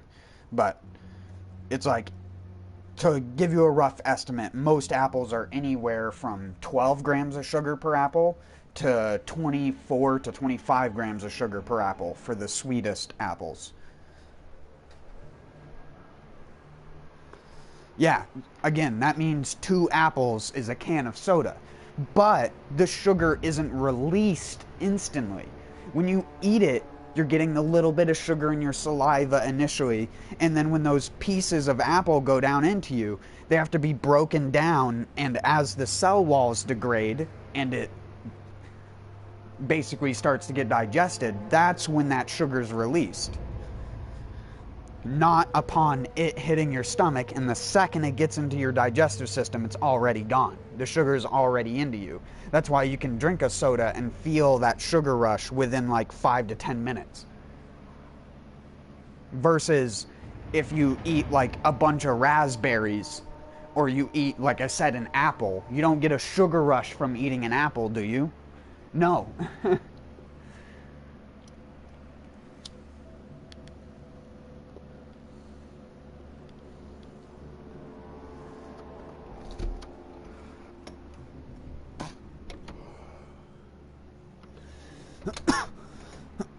That's why one of the things that helps people regulate their diabetes is eating healthy. And not because eating healthy helps the diabetes, it's more just the way that your body intakes sugar when you eat healthy. When you eat raw or you eat cooked foods, there's still some amount of other stuff in it that your body has to break down before you can get the nutrients. And that's what you want. Any instant gratification takes the work out of what your body has worked up to be able to break down over time.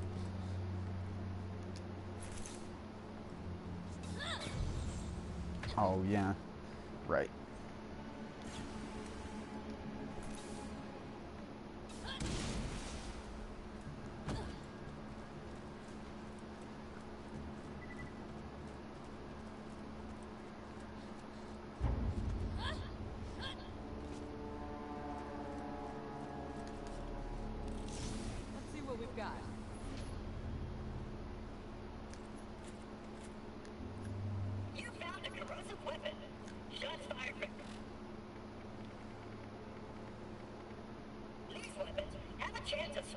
Wait, what? Times 3? No, times 1. Never mind.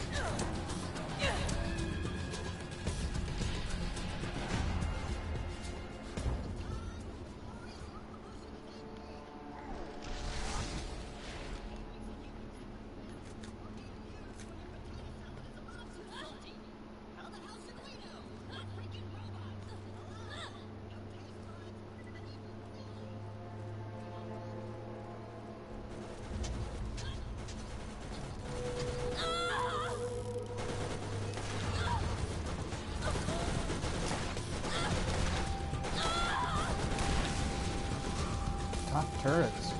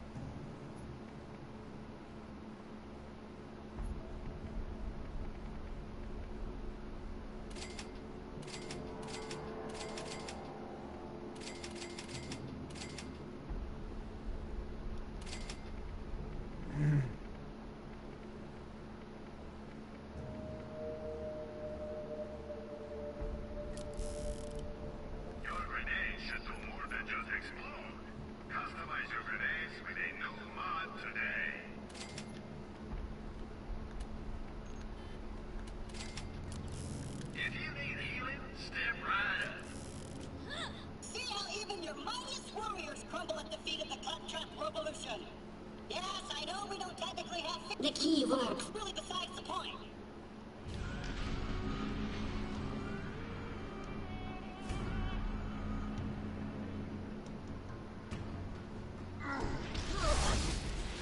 You pay for that. Taking fire. I'm hit. Why is she so high level? Taking fire. No. You pay for that. Taking fire.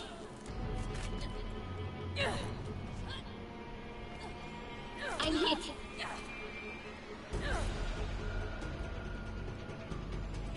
Why do you persist when you know I will destroy you? An easy mark. No. You pay for that. Stay down. For the crimson lamps. Taking fire. She's so high level. Every other thing has been like 16 to 17 and she's 19.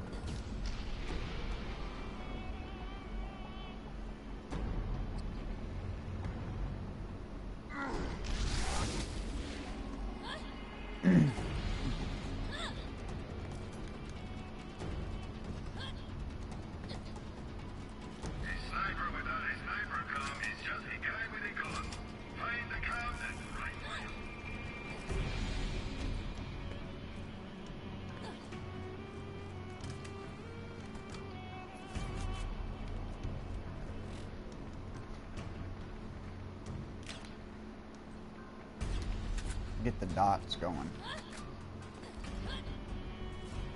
I will crush you in my grasp like a steel trap. I'm hit. No. You pay for that. Taking fire. No. You pay for that. I'm hit. A full system failure. Please just kill me. Let me die with my dignity. Check me out. Yeah, get down.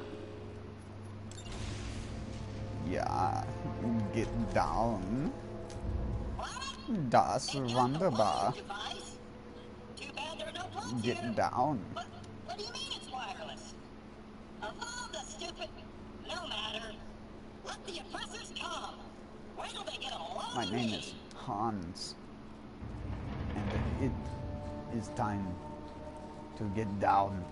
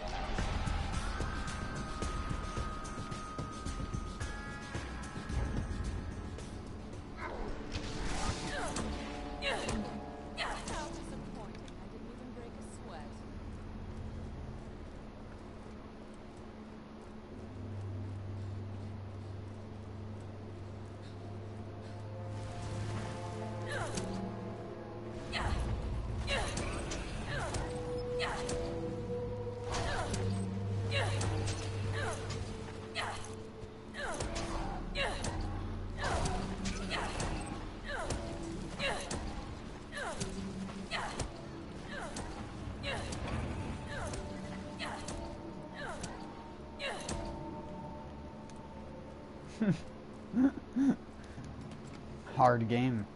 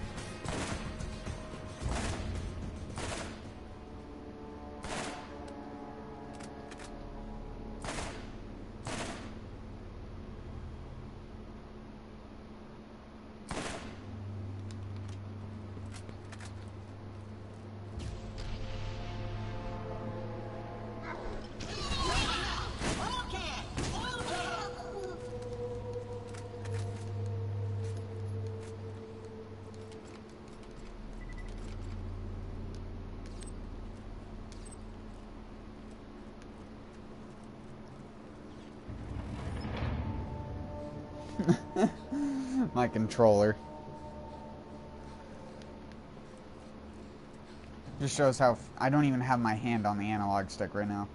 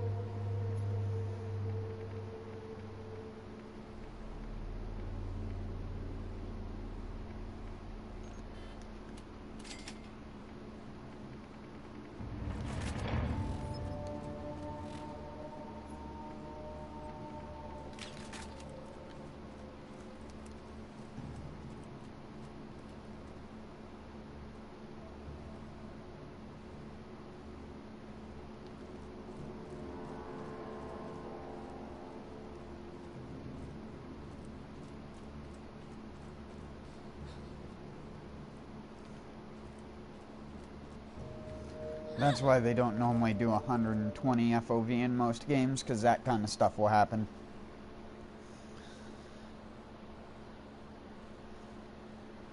It winds up to feel the view so far that it extends beyond your character's hitbox when you're sprinting sometimes. And in like that situation, you can actually see through the walls.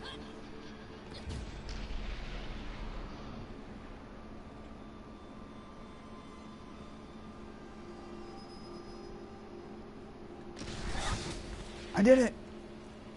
Phase jumped, but I phase jumped into an object.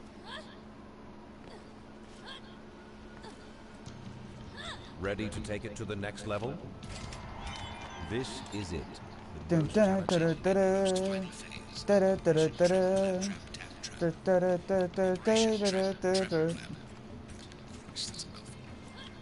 Guile's theme stuck in my head ever since the Guileless Hellfire I got the other day.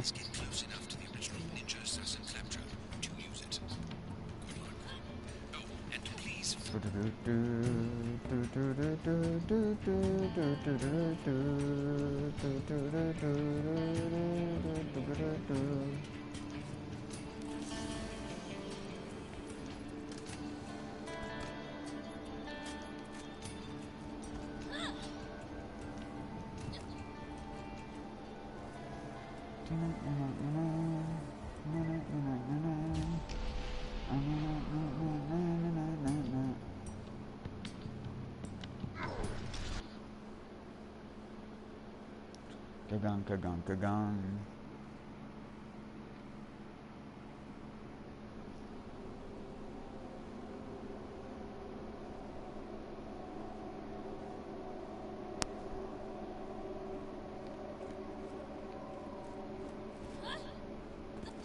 Don't worry. If you get horribly maimed, scarred, or disfigured, we can always bring you back to the shop for a quick tune-up. Oh, wait. No, we can't because you're not a robot. You're a stupid fleshy human. Suck it!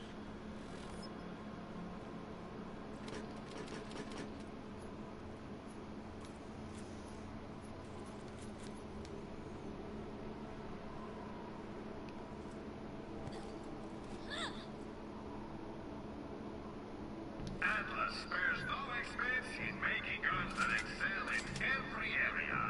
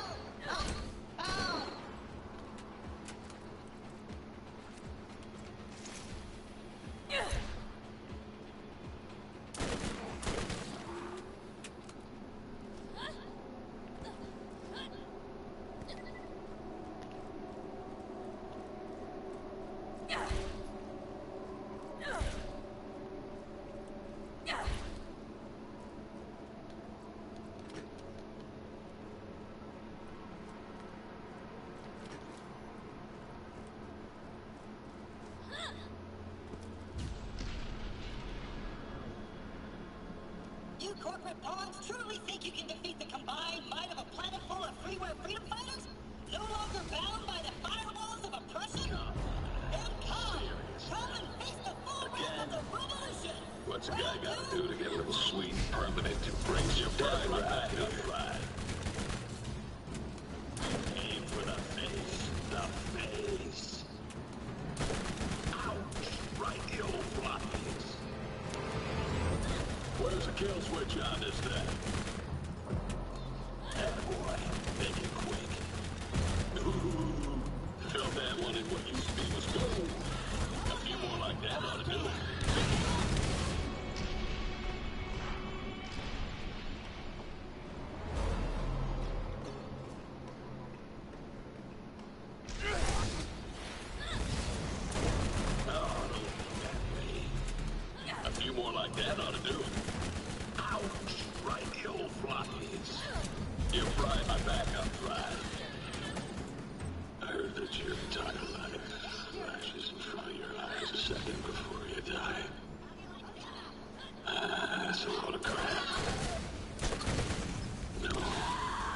What?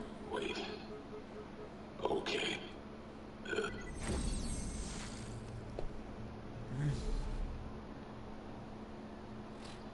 A minor setback. You will never silence the rallying call of liberation. All for open source, and open source for all!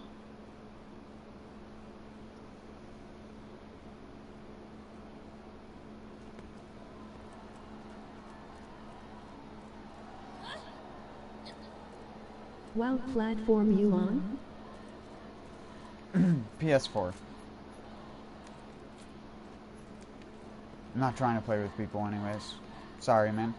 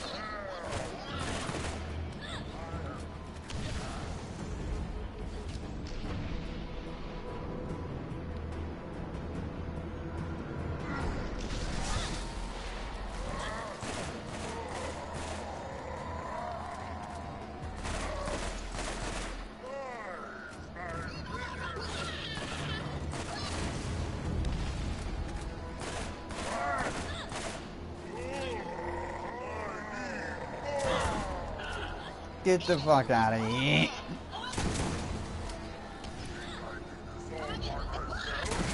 Get the hooch out of here.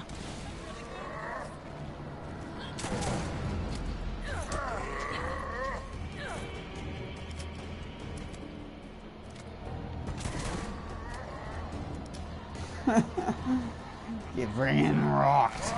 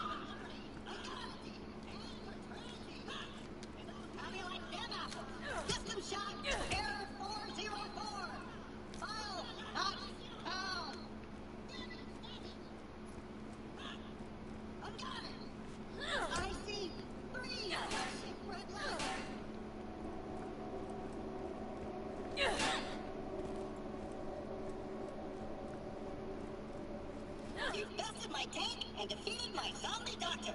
But they am pale in comparison to my next warrior. Yeah? What? I missed two? Because she's got like a big hole in the... Ah, screw it. Kill them!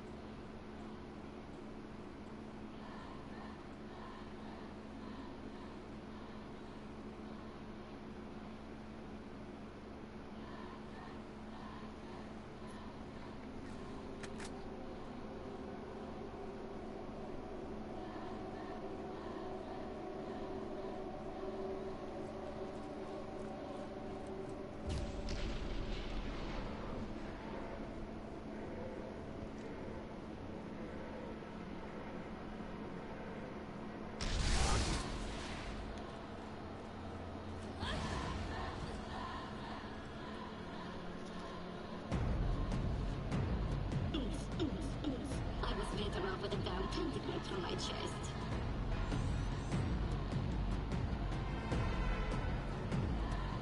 I will crush you.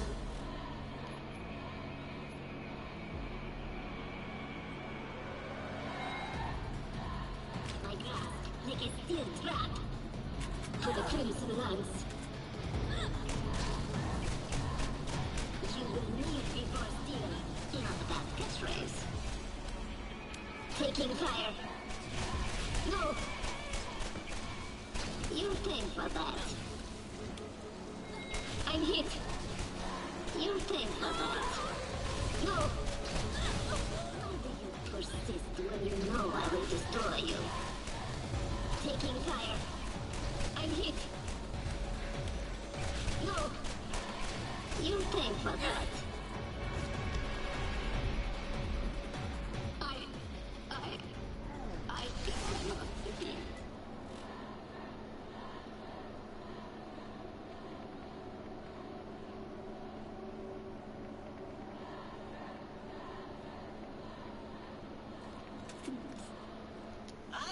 It wouldn't come to this. Who am I kidding? I've been dying for it to come to this. Let's do it! Viva Free Pandora! Viva la Revolution!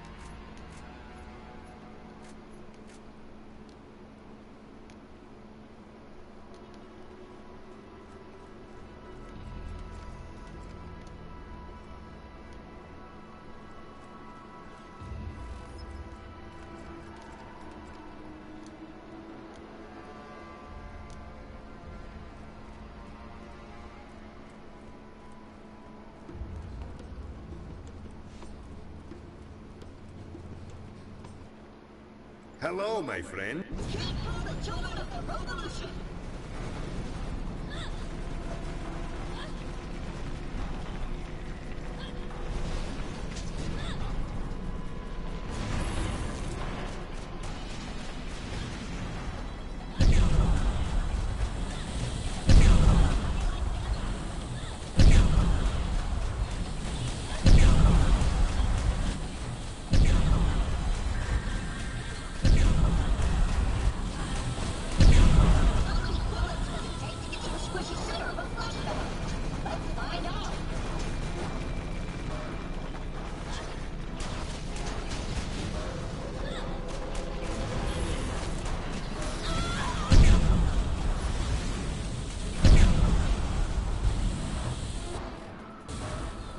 I'm down, I think. Goodbye, travelers. And don't.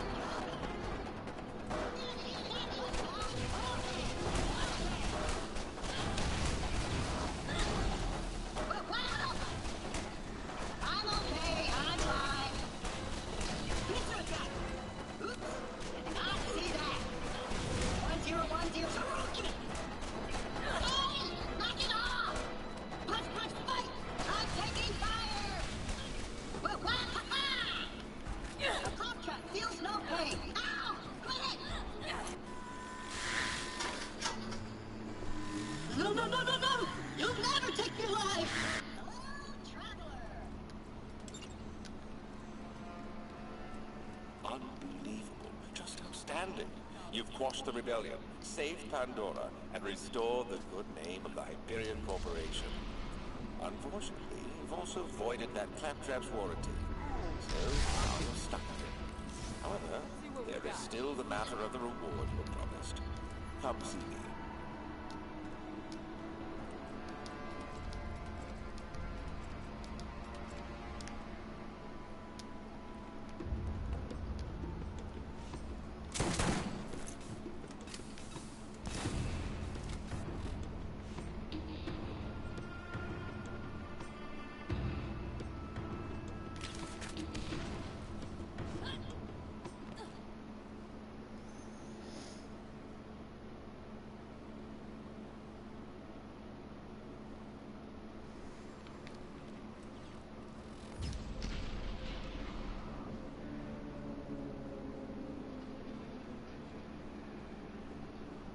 Hello there, good friend.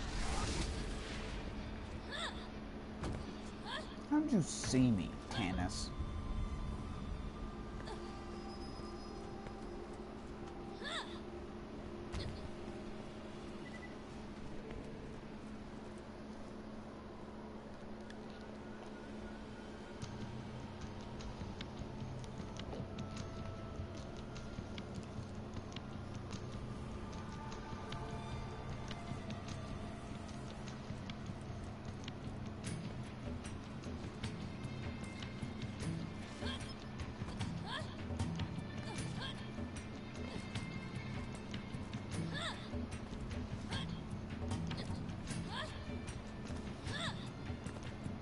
How can we help you this fine day?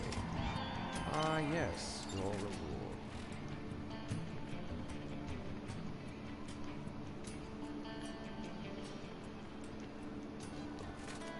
I suppose you've earned it. Really?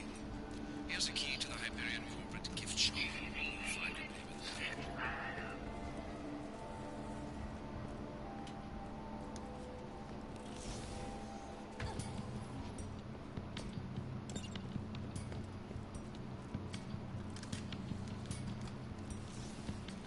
Be mine.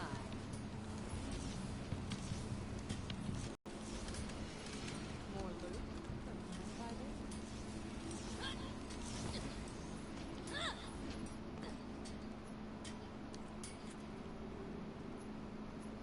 Fun fact is, when this happens, if you're too low level and you're not far enough in the story, basically past Sledge, once you get past Sledge, Iridian guns can show up.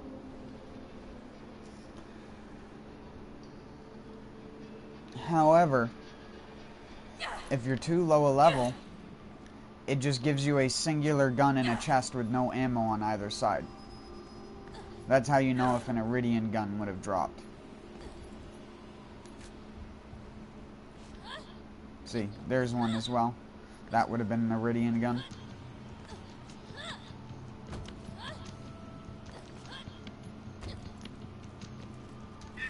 But I also don't think legendaries can drop. Is there no end to my power?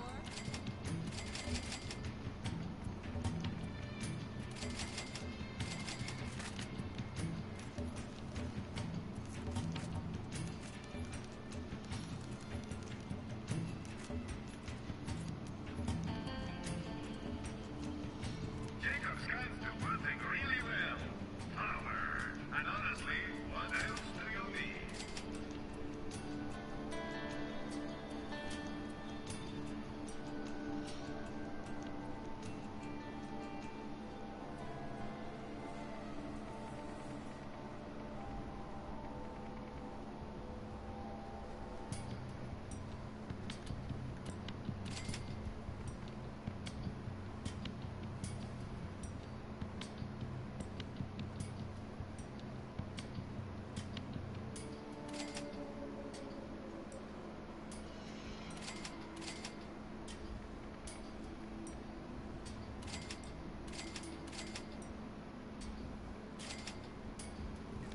Ooh, ammo regen already?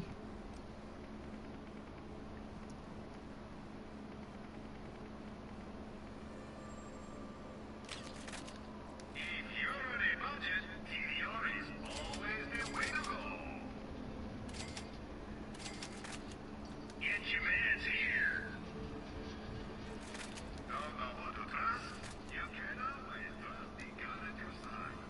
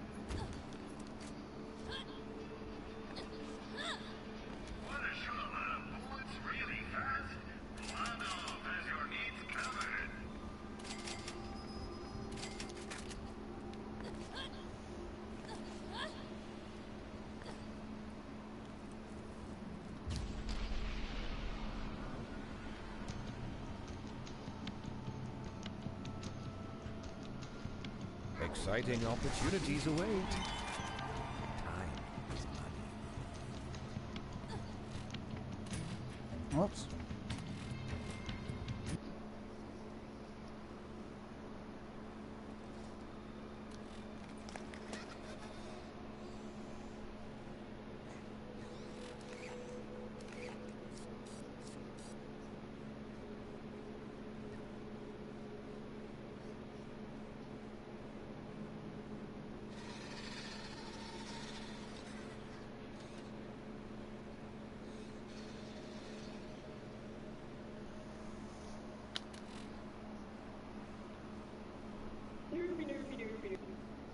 Ooby-dooby-dooby-doo.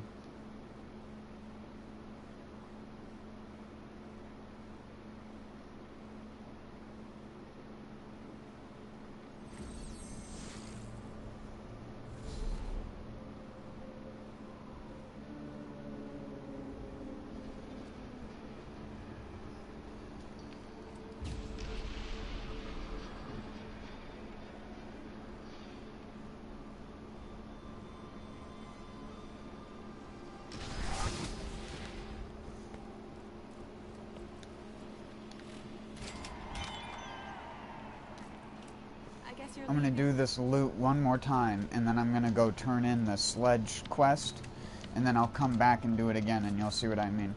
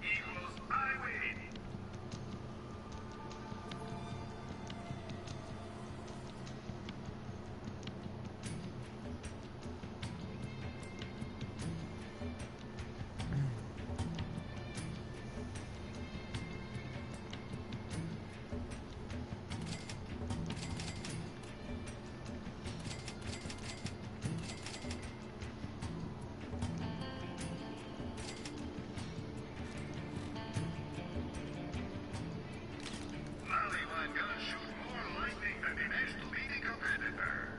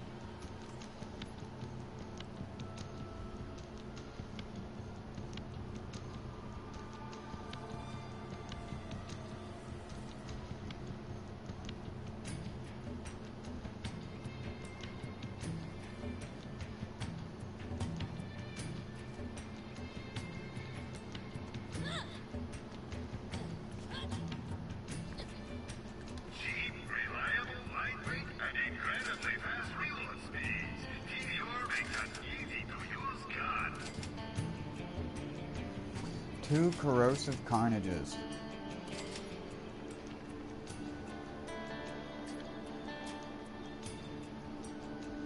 Three corrosive carnages.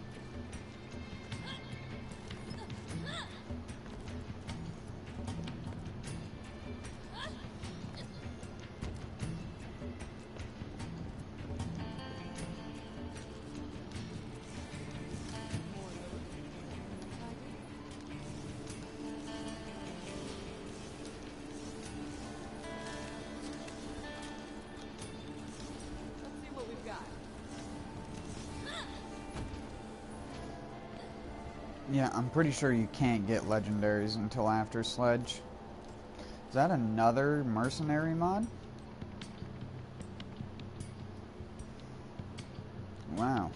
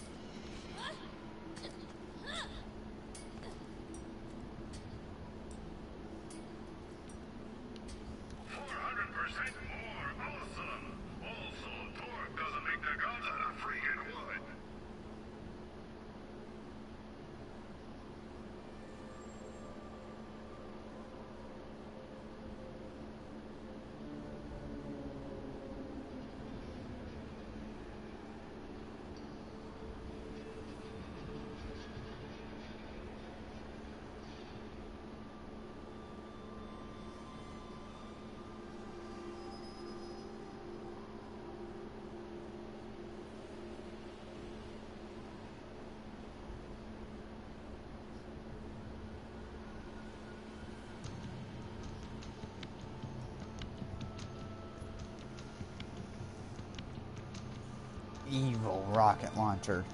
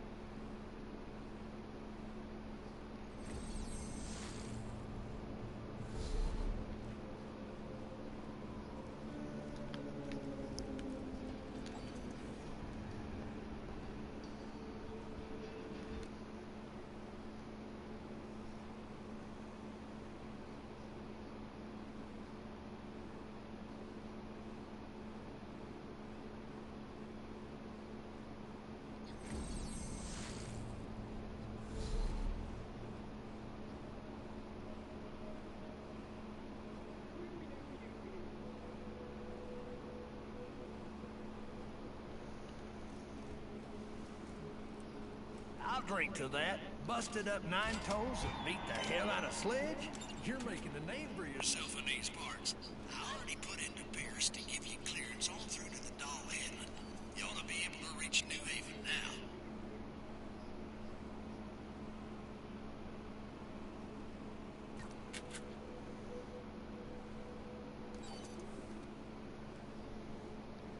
Now Iridian guns should be able to drop. And legendaries. But I think I'm gonna have to save and quit again for the game to realize that I've done that.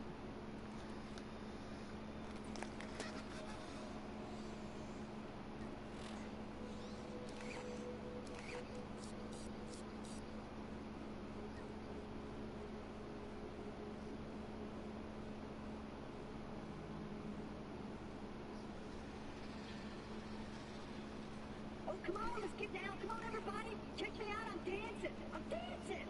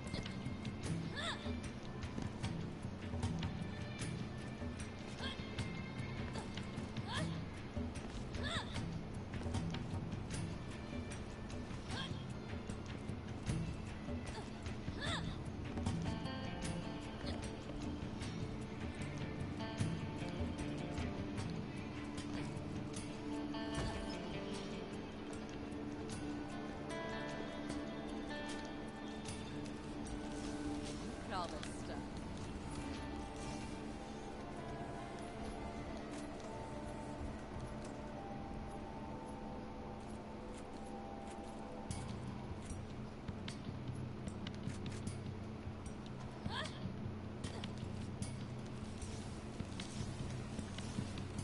My.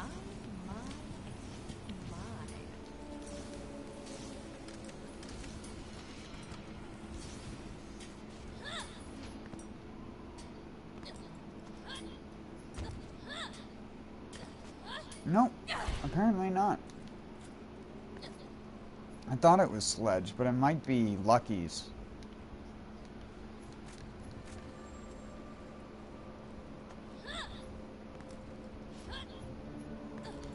I'll figure it out, though, so there's no questions to be asked about it. Just like I did for Uranus and BL2's new DLC. I'll figure it out so other people don't have to. The exact point in which legendaries become available to the player, because you can't get them if you're too low level. They will not show up. You're not in the loot pool until you complete a certain quest, and then that's why everyone always seemingly gets their first legendary around Lucky's. I feel like, is because one of those quests, I don't know what increment of the quest it is, but I'm going to test all of them.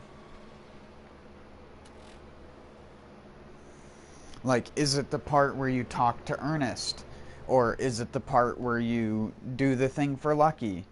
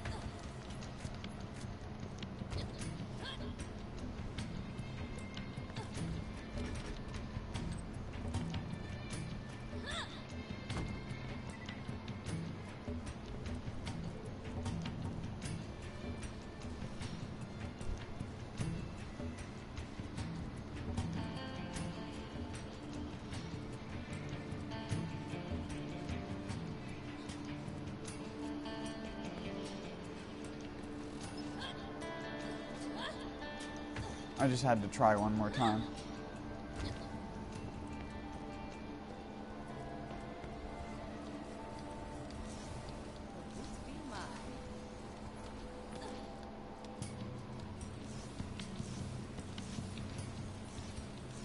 Look at all this stuff.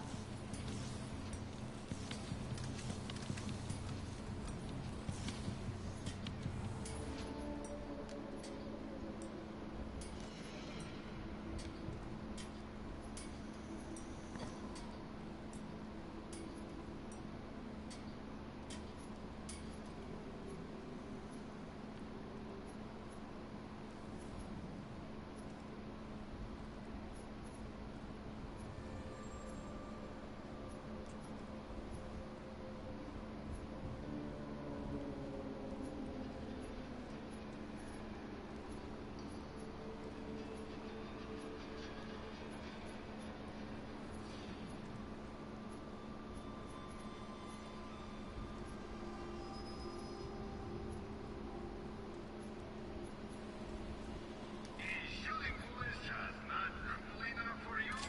Get a Maliwan and light some people on fire.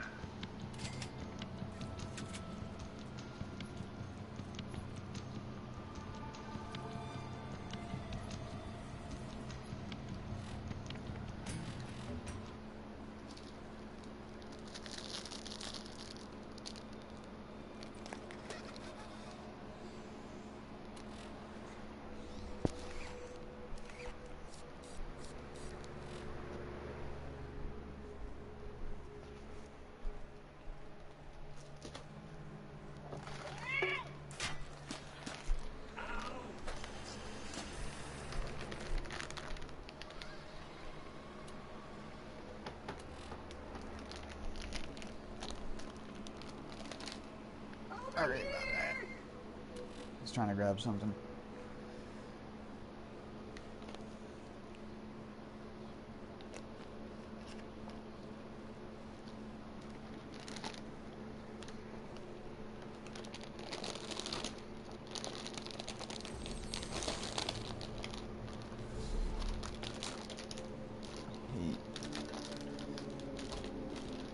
Tin-lined bags, dude. They make so much noise. Especially when I'm trying to make it easier for me to get my chip on. Hold on.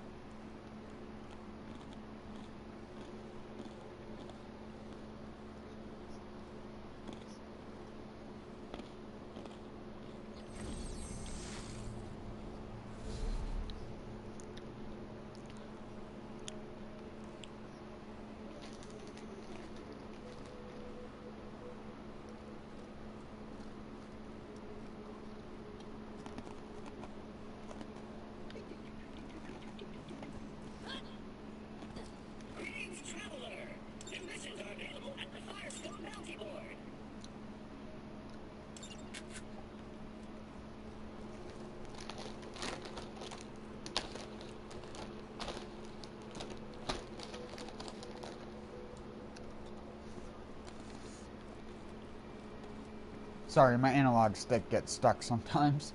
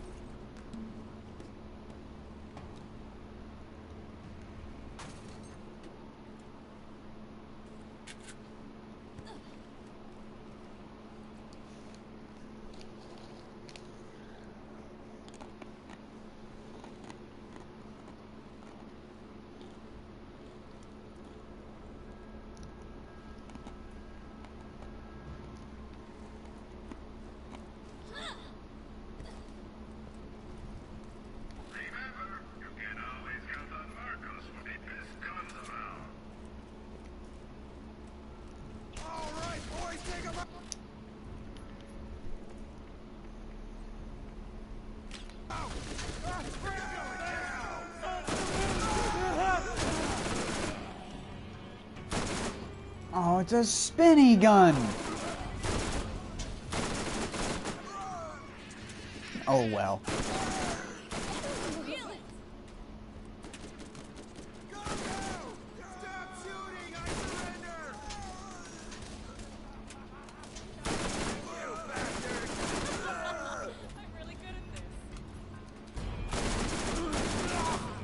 Spinny guns still kill good though.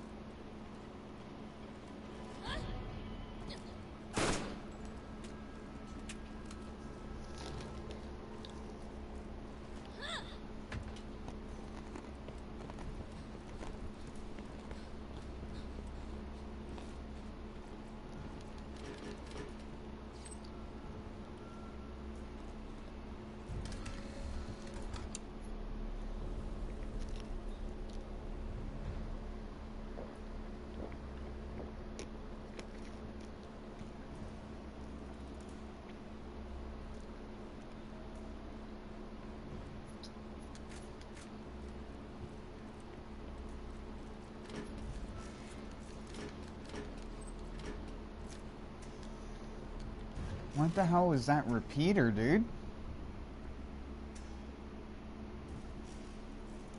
What is the frickin' skin on that?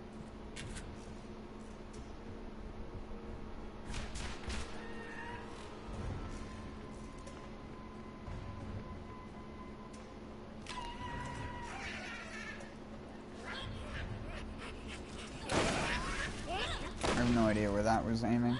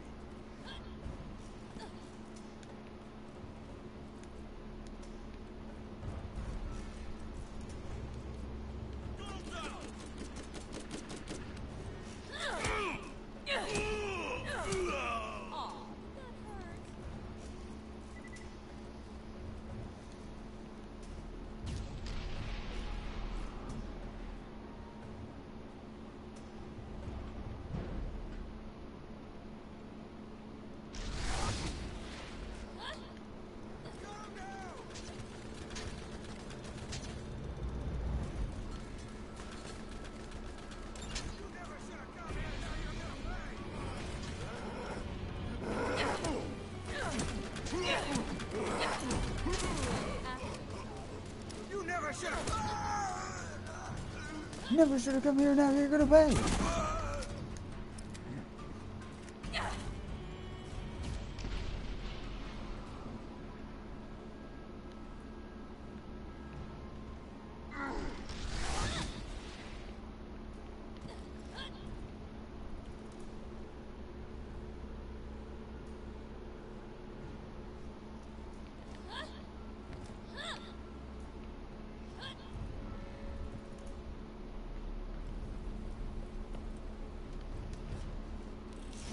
Let's see what we've got.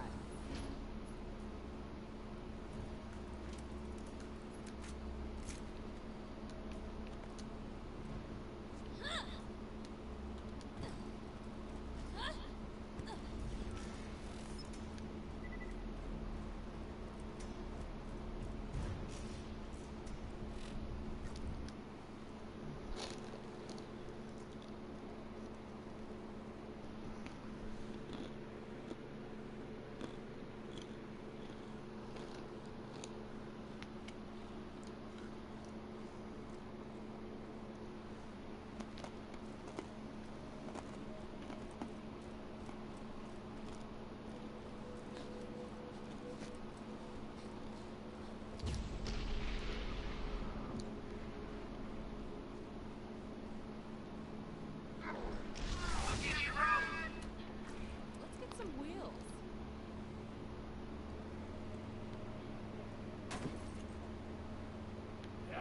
Strip the flesh!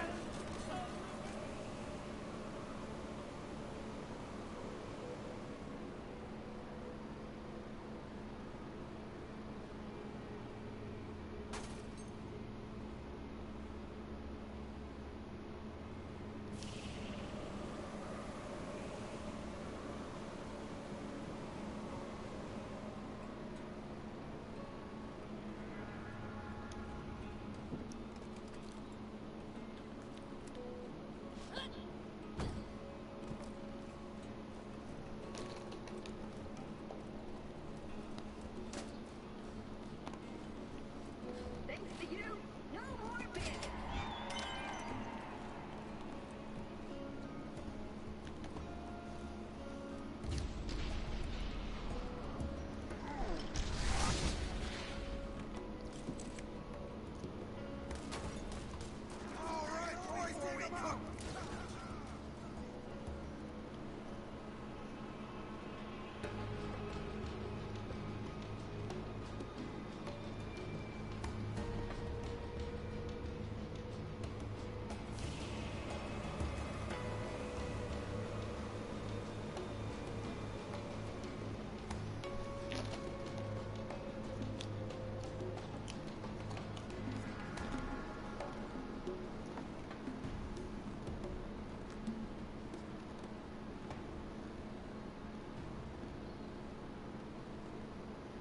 So, you think the vault is real, eh? Everyone is talking about it. This is the biggest thing that's happened here in a long time. Think of the visitors we will have. Listen, if you find it, what's inside could be worth a fortune. But only if you get the right partner What? to help you sell it. So, partners? Downloading and analyzing your DNA record. I listen to scare. I sure got slammed down thumbs up your ass flat. Let's get out of here.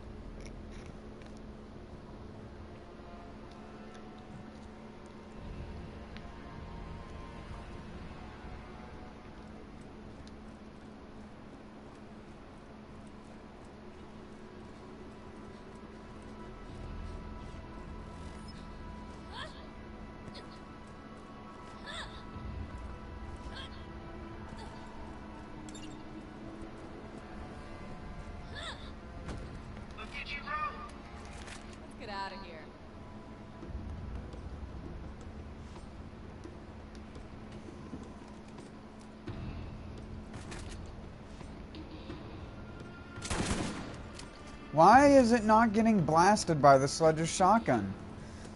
What the fuck is going on?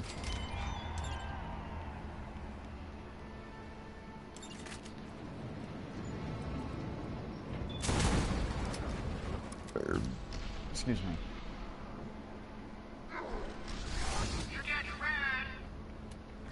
Enough walking. Hey, you know, Luck is an old buddy of mine. And by old buddy, I mean asshole that ruined my mom's girl parts. Sounds like he's in trouble, so you go on ahead and try and keep him alive long enough so I can kill him at a later occasion.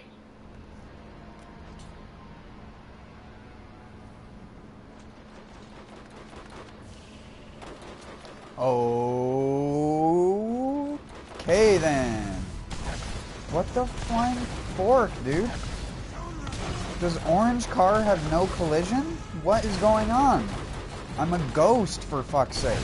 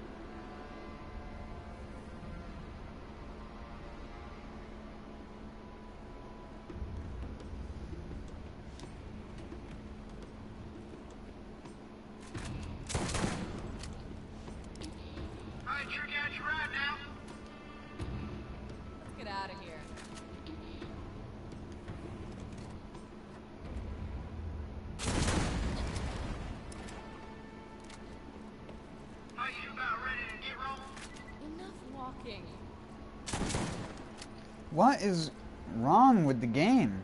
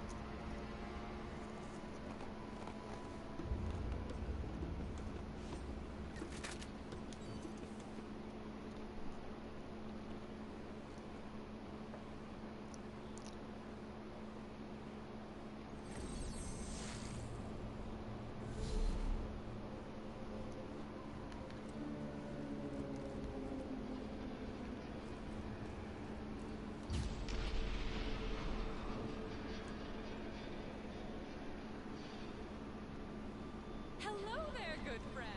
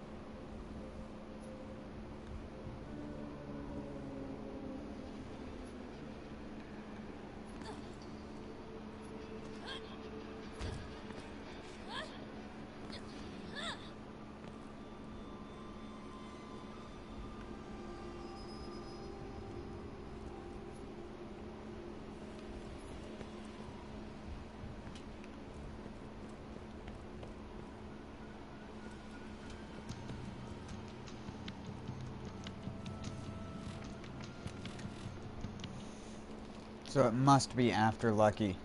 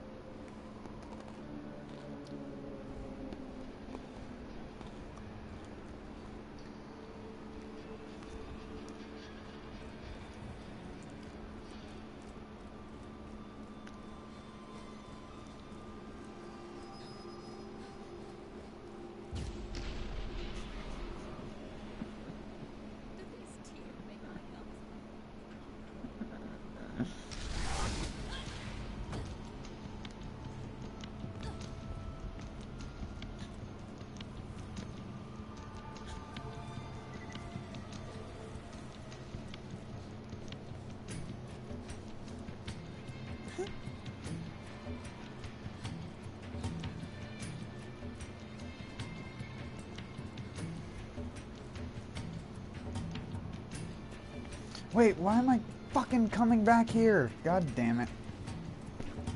I'm so sidetracked.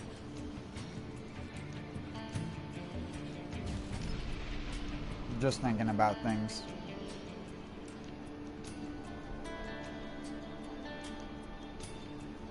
And trying to eat something at the same time.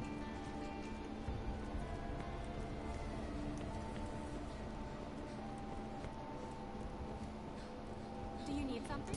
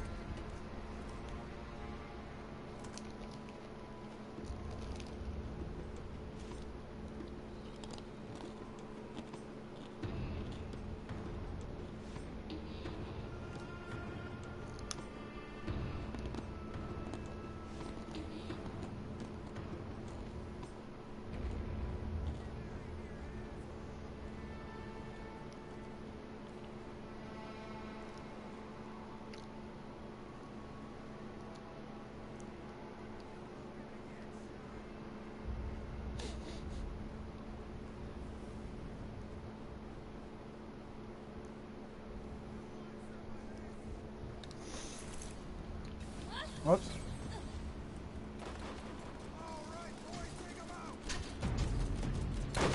Holy shit, this thing's scope. Now that's a scope. I'm not even used to having this much zoom.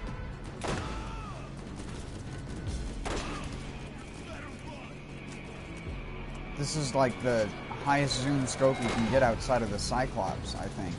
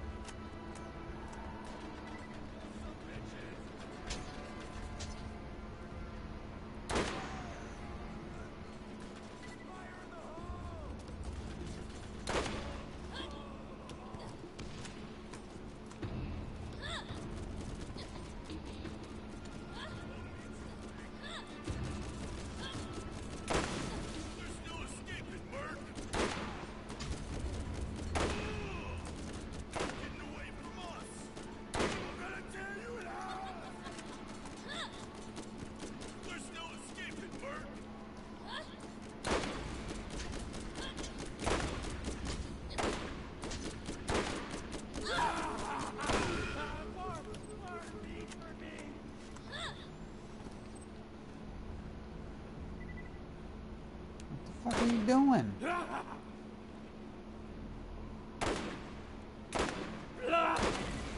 Yes, feel it.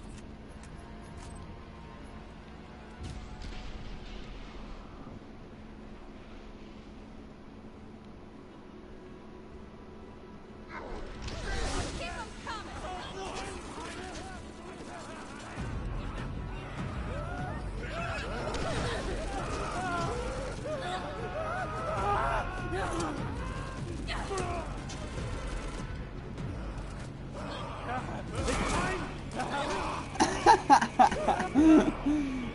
To the moon!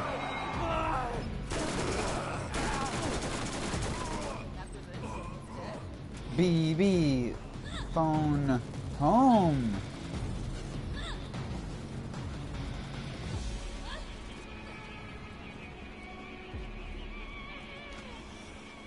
Come on, little one. Time to die. Come on, big one. Time to fly.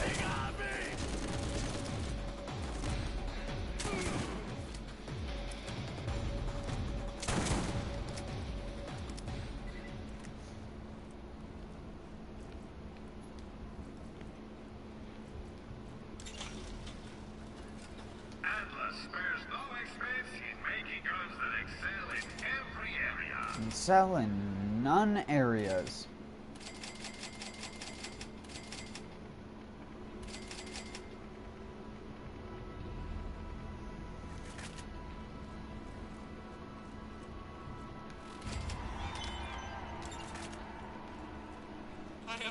Thanks for keeping that dickbag alive long enough for me to pound on later.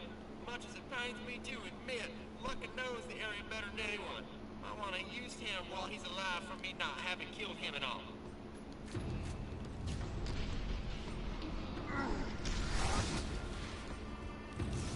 If I'm lucky.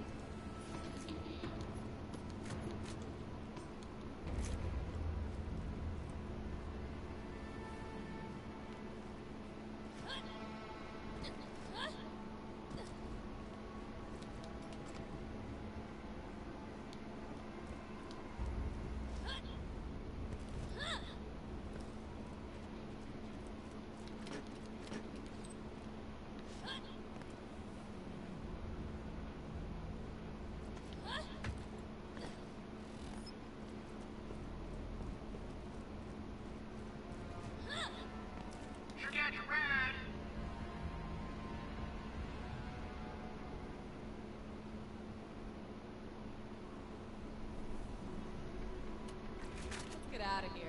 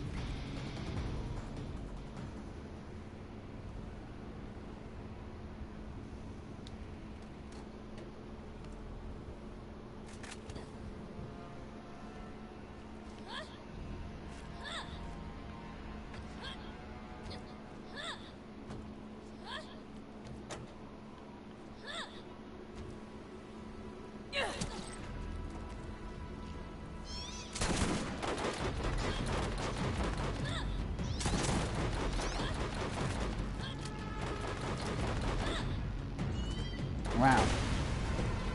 Fucked yourself there, bud. Bap.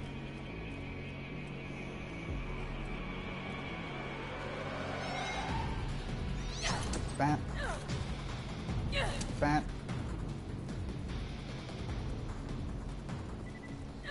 Bonk.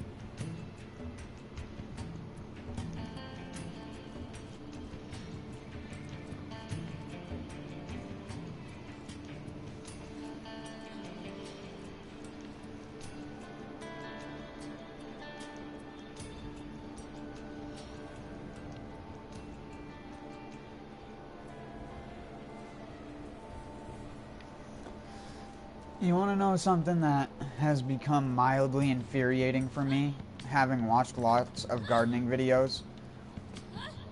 Is people misunderstand branching on a lot of plants. And I know that sounds like such a bizarre thing, but it's like, in my ears, just barely, I was watching a video from a YouTube channel who is highly reputable. A lot of people like him. He makes a lot of content. However,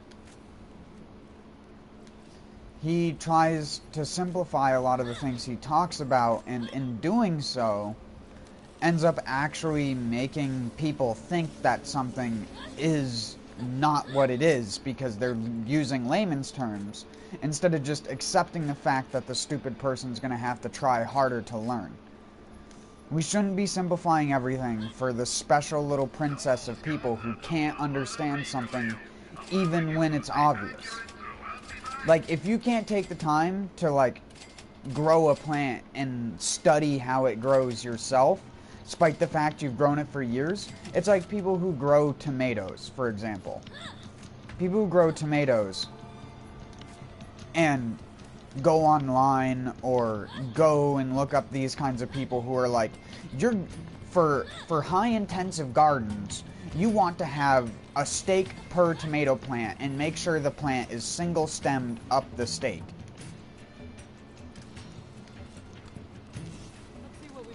And it's just like, cool. How do you do that? And it's just like all of them go through the same nonsense, like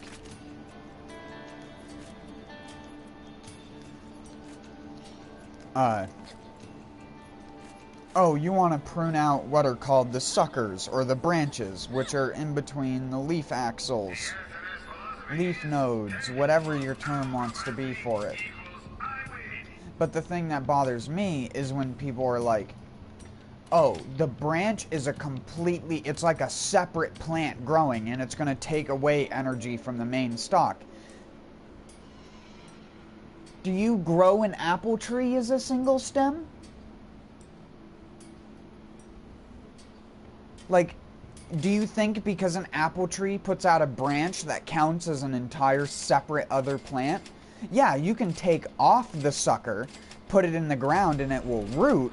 That doesn't mean a branch is a separate plant just for the sake of you making an easy-to-explain video for, I don't know, 25 to 30-year-old women who on a general scale just don't understand gardening, and they just use basically hearsay, she-say sort of stuff to determine how they grow. They don't understand the dynamics. They just hear a bunch of stuff and see products and labels, and they're just like, yeah. And no, I'm not saying that is specifically a woman thing. I know I mentioned it like that, but I'm saying that because that is largely the demographic of people who watch gardening videos on YouTube.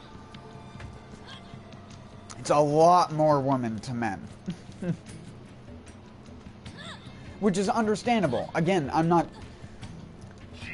trying to say anything in that regard. I'm just saying it because I see comments of these people who ask these questions seriously and they never get answered, or I or other people who are decently experienced who know about stuff. And it's like, a lot of the time when I'm looking up gardening videos, I'm not looking up the knowledge, because I already have the knowledge. I know how to single stem a tomato. I know the difference in between a leaf branch or a leaf and an actual branch.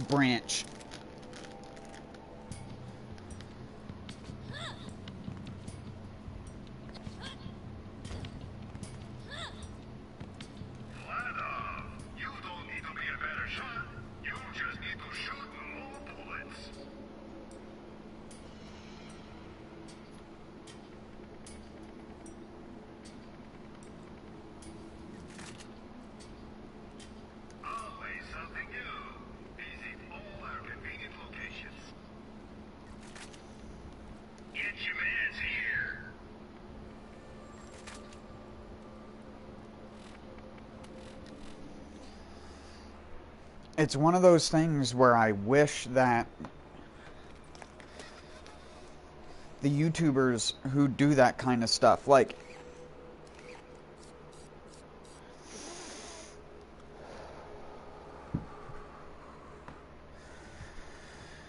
Come on, let's get down. Come on, everybody. Check me out. I'm dancing. I'm dancing.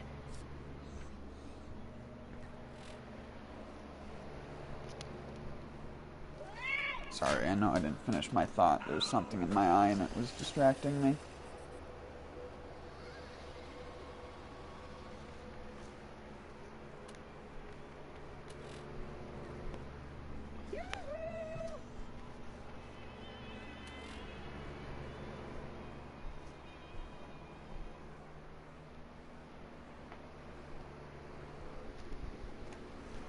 But yeah, like, for example, a dude will make a comprehensive guide to doing this, but he shows no time lapses.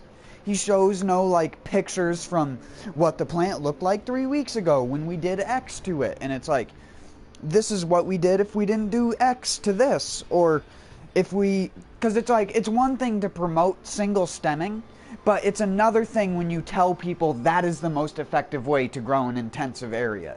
It isn't. It isn't. It just isn't.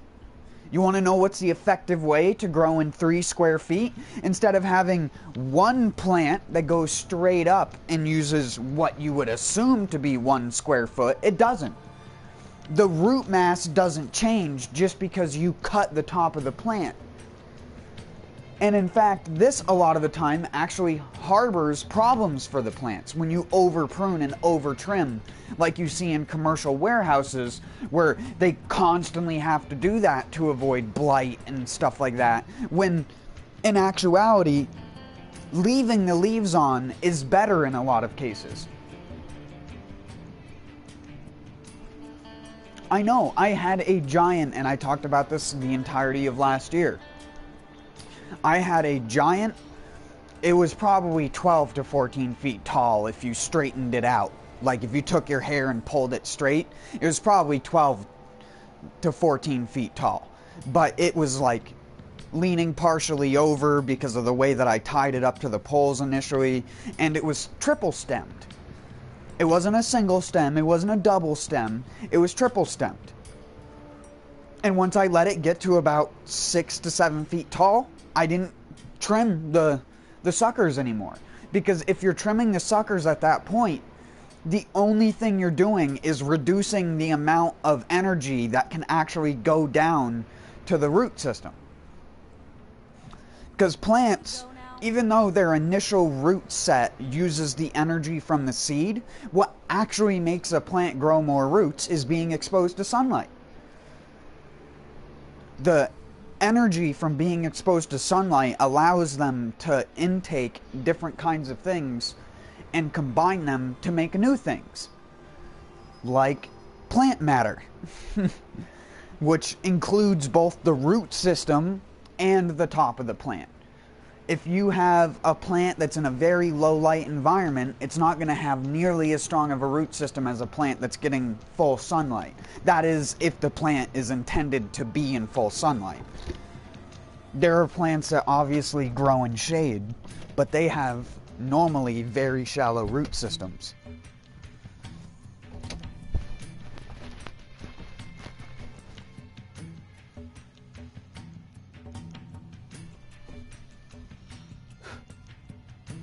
Go away, nursery web spider. Holy crap, you just caught a moth. Wow, what a god.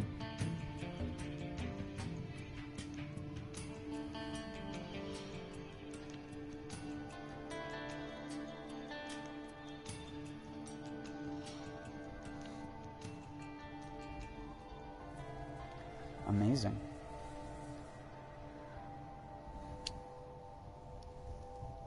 It like flopped on over his back and he did like a 180 so fast. If you blinked, you wouldn't have seen him catch that thing. It happened so quick.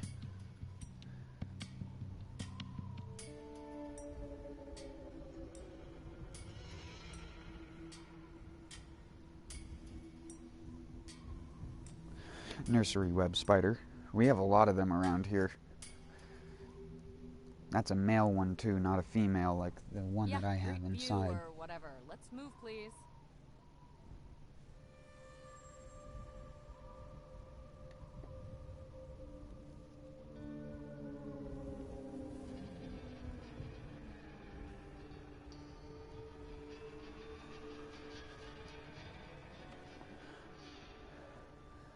I can hear the spider move whenever he moves. He's not very quiet. He like stridulates. He like taps his feet on the ground and like goes around in a circle when he's threatened.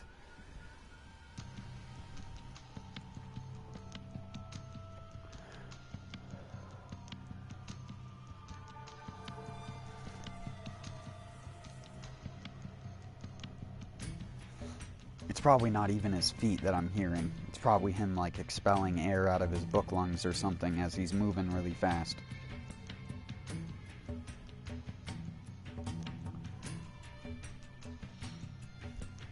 Whoops. Pause.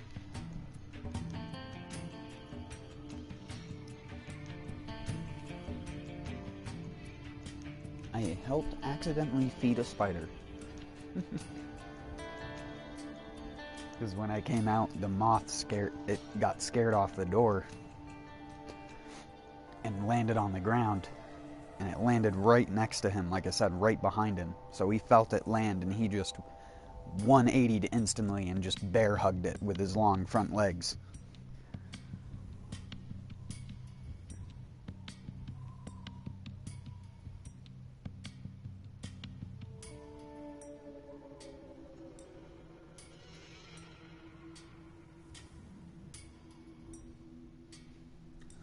If you look up nursery web spider, you'll see what I mean by long front legs. They're like huntsman spiders. They pretend to act like a stick when startled. If they're not in a environment where they feel like they can blend, they'll stridulate. Like I said, where they'll like sort of looks like they're tamping around on the ground, but they just make like a noise. They'll like tap on leaves and stuff like that. It's supposed to be like something that scares other things away.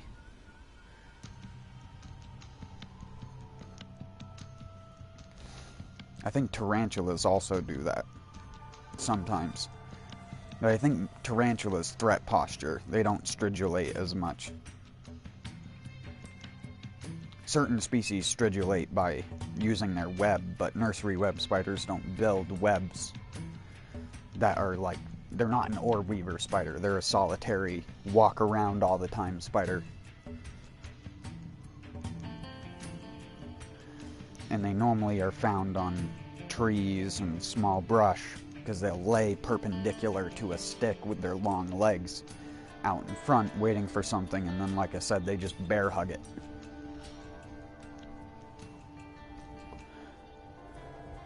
They're mean.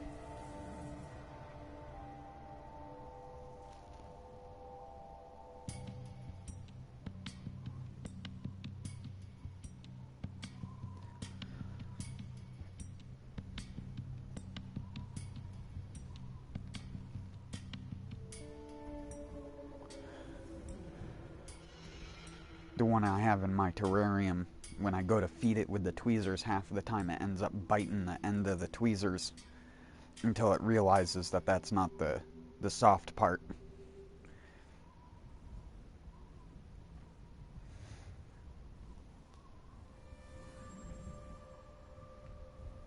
I always worry about them breaking their fangs on it, but that never is the case. He lost the moth. It flopped around on the ground, I guess, because it got some venom in it, and he had to re-grab it.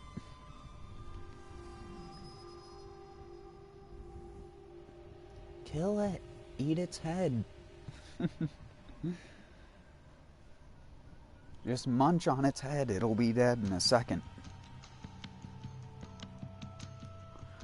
I can see it trying to flop around underneath him. Like it's flapping its wings as if you were holding like the moth sort of thing. think he finally got it, though. It's slowing down.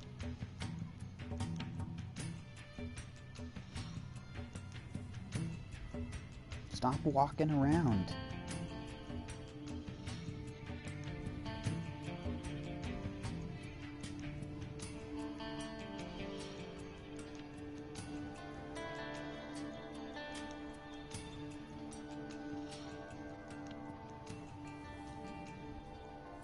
Big ass spoder.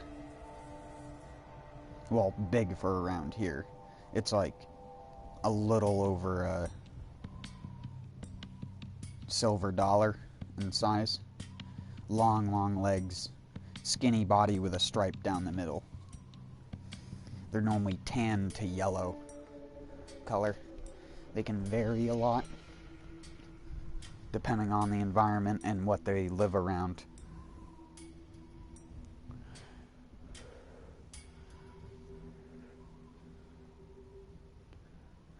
Some people, again, mistake them for huntsman spiders because they have a very similar body style. But the one easy way to tell is huntsman spiders very rarely will walk on their legs individually. They normally try and stay with a really flat profile with whatever they're on. These things will like crane walk, almost like a daddy long legs, where they'll like tiptoe on their legs sort of thing. And they'll lay flat when startled.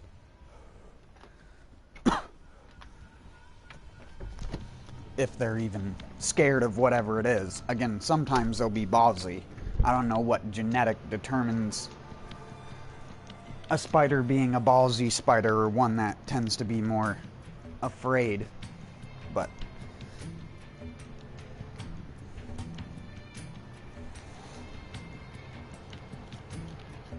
that one was aggressive.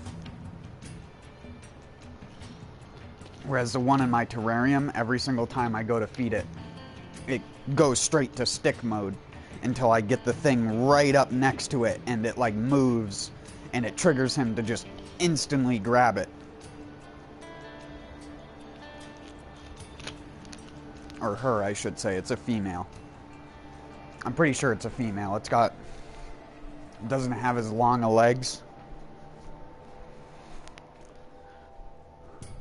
But it's got a bigger body. But it's the same type of spider. Has the same exact look to it, just the difference in legs. Normally, most male species of solitary spiders have a type of hook thing that you can see on their legs. But they're so tiny on them, unlike a tarantula, where it's easy to see their tibial hooks, which is what they're called. They're tiny little hooks on their front legs, which allow them to basically do the fertilization process.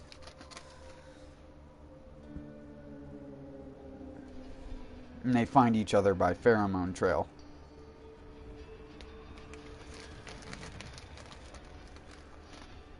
Again, similar to a tarantula. But I believe they're a New World spider, so I don't think nursery web spiders are Old World spiders, or old school spiders, I should say. New World spiders have much more adapted eyesight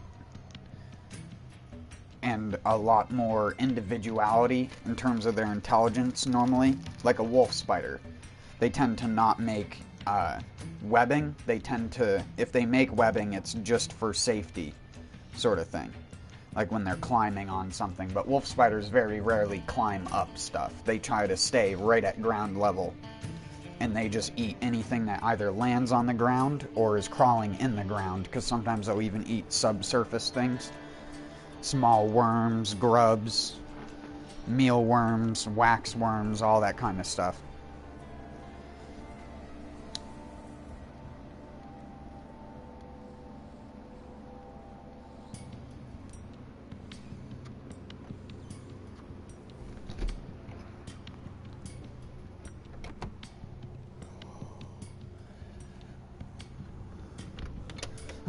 He's still there.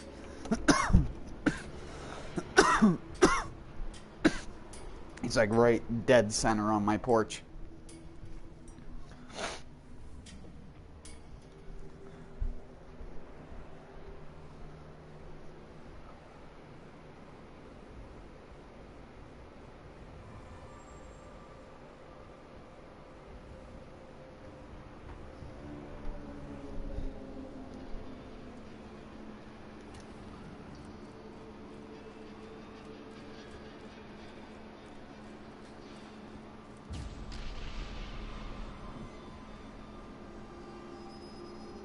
What do you need, an invitation? Come here.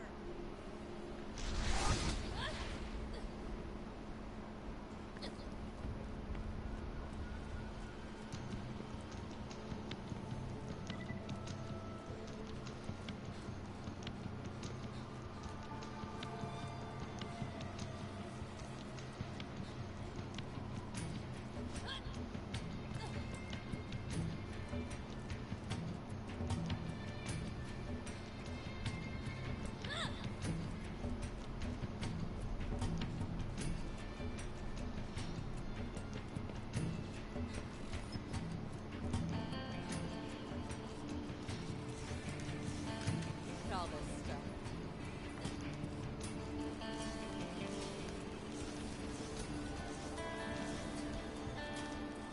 More loot.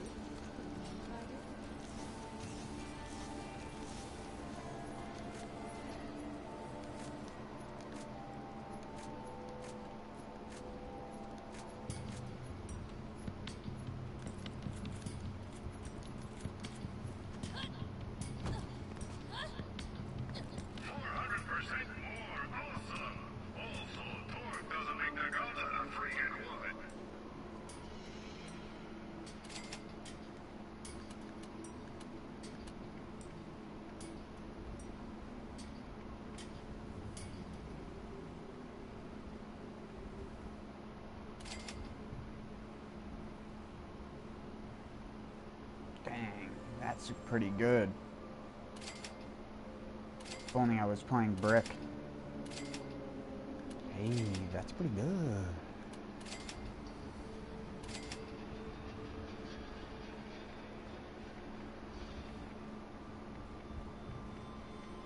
Look at that. They're the same gun, just one is orange colored.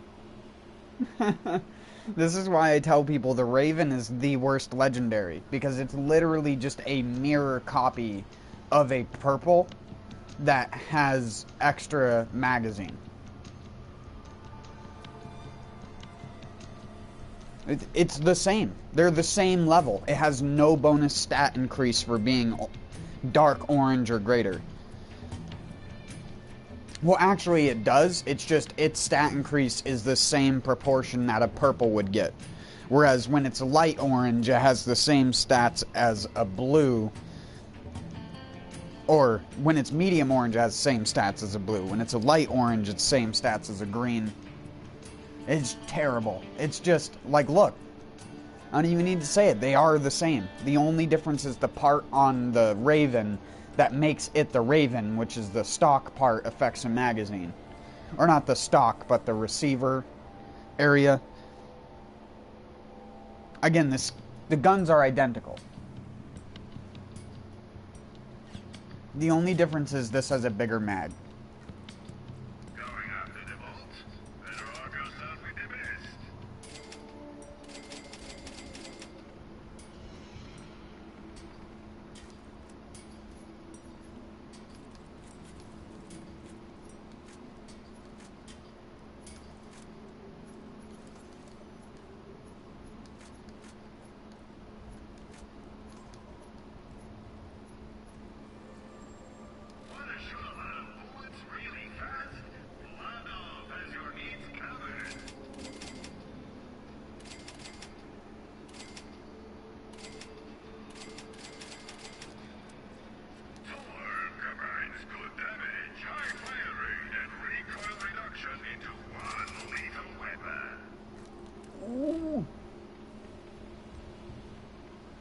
Is that a copy of this one? No, but it's similar. Panacea.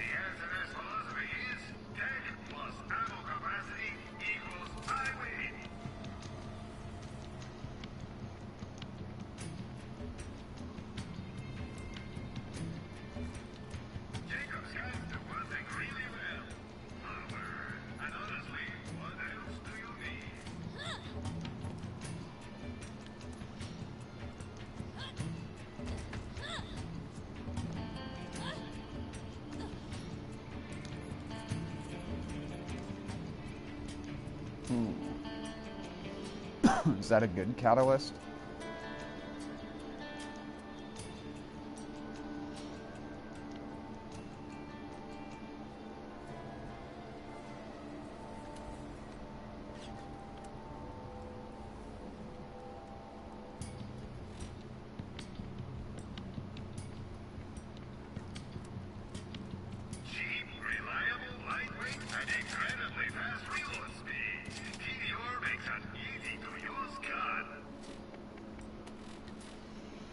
I want to try and get a couple more things, and then it's on to the Underdome for the bonus skill point. Try to do it as low a level as I can, because it's easier at lower levels.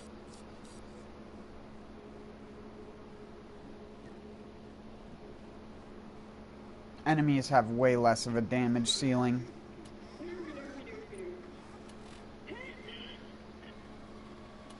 At lower levels, especially if you do the Underdome at like level 15 to 16, a lot of the enemies will spawn with level 2 to 4 guns that won't do jack shit to you.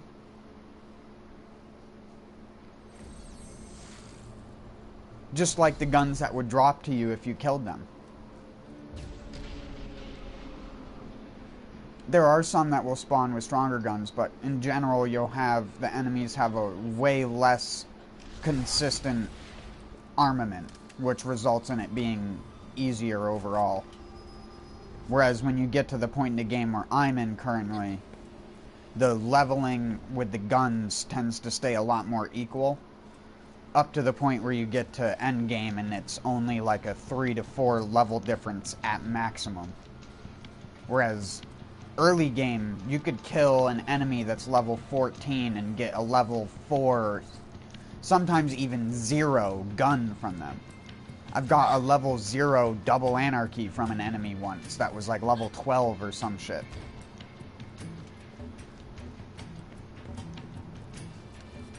When I say level 0, I just mean it has no level on its item card. Is that a cobra? No.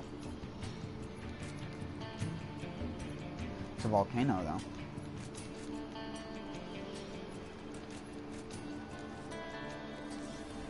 See what we've got.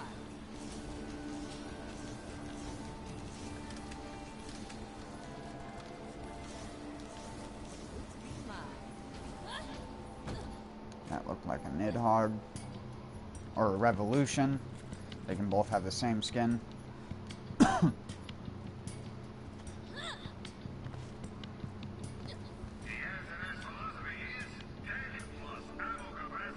It's not a bad volcano either.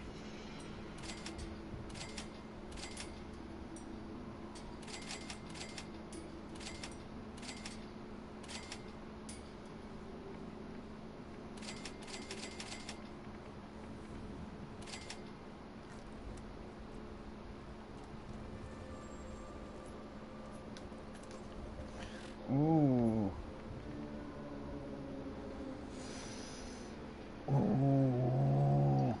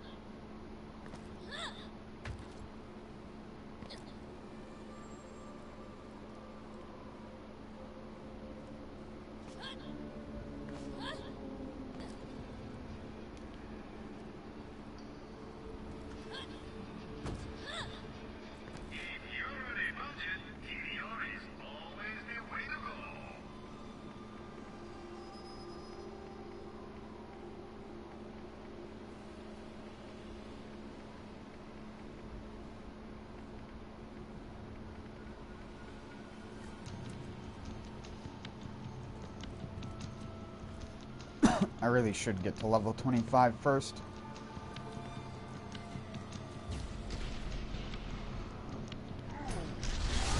I'll go farm Skagzilla.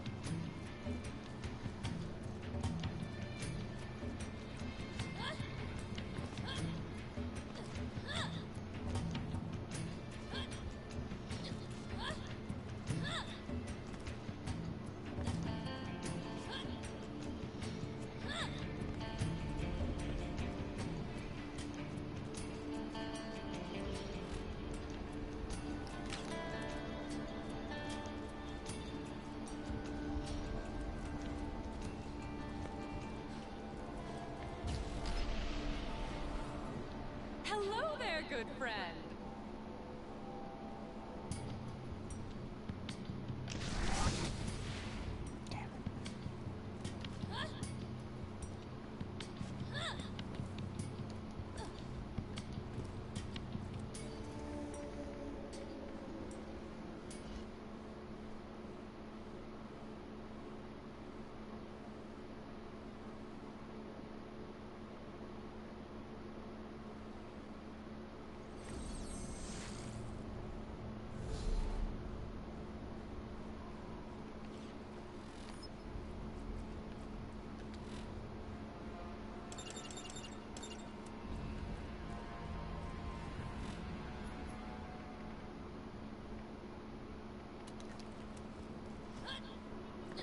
Sure got you right now. Let's get some wheels.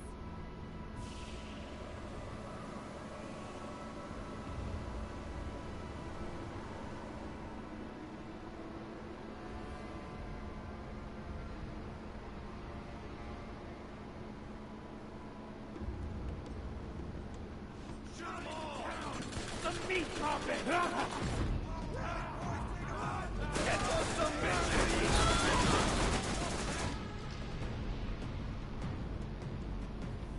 Really, guys?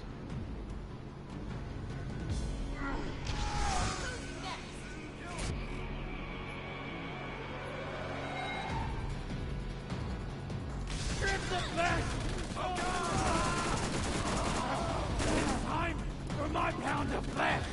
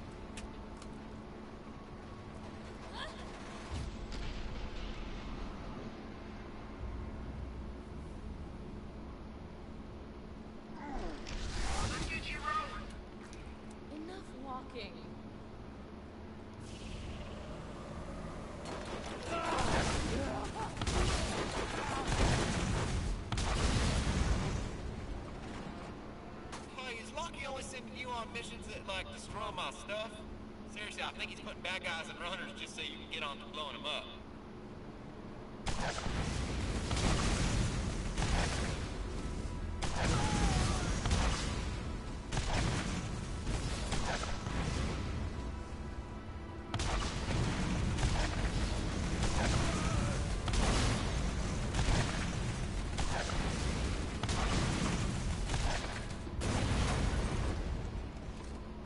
Whoops, I got out.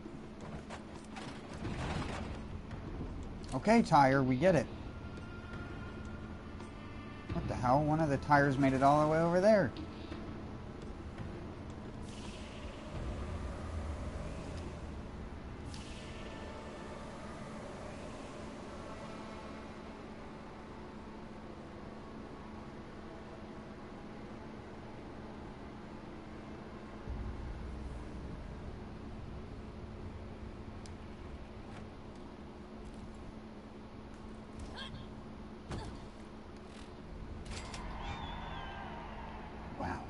Purple one.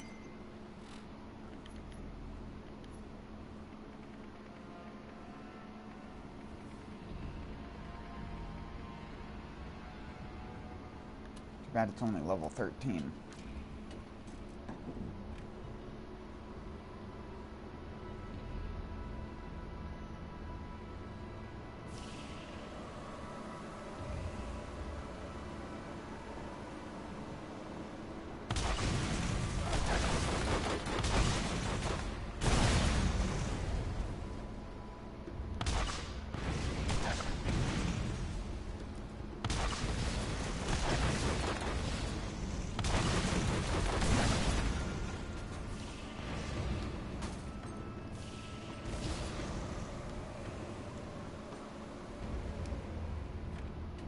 Can't you blow up some of my rides?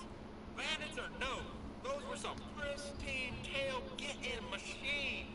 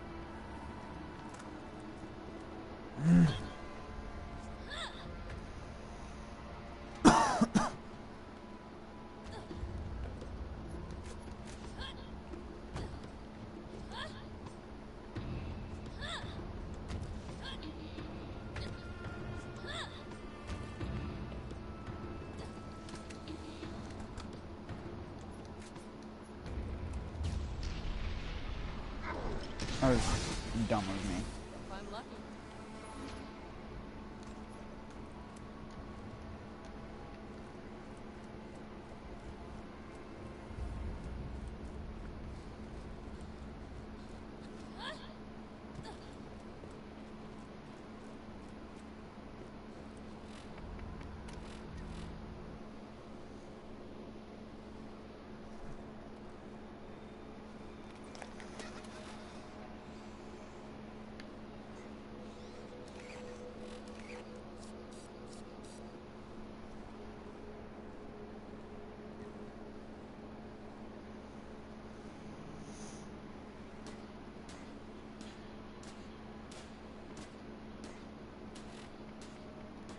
Oops.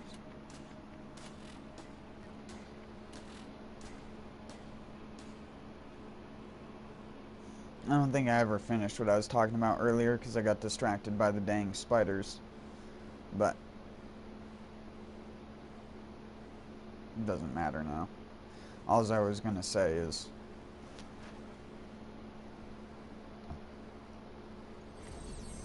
I grew a huge tomato plant that had several stems, was really thick, and it only took up probably 2 to 3 square feet.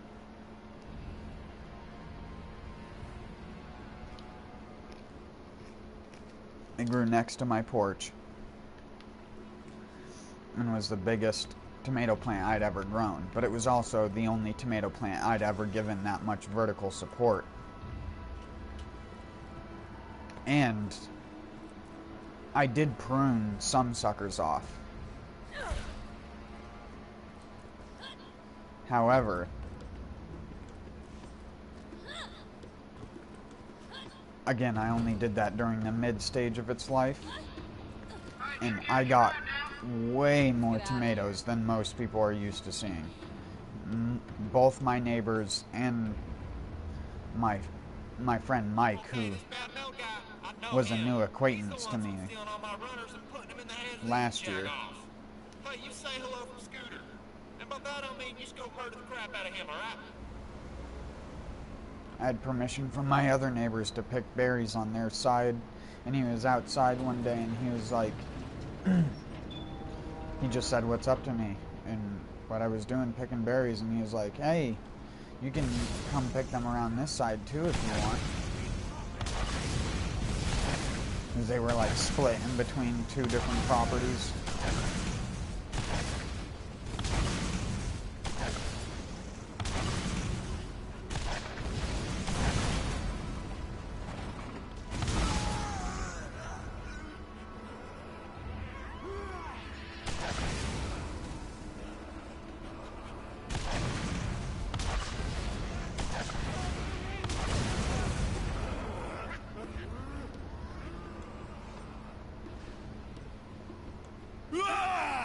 Yeah!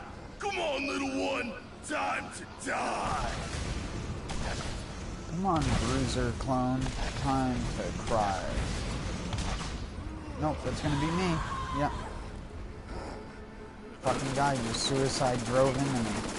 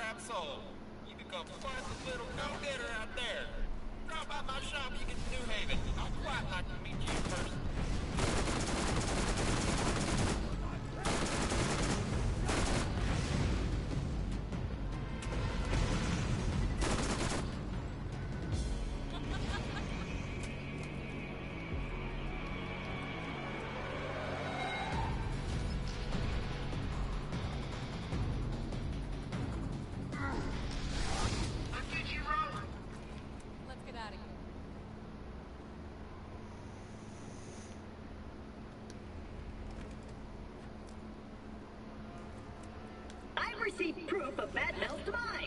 Claptraps everywhere will rejoice. Please wait while I enable access to New Haven. I just wish some people would stop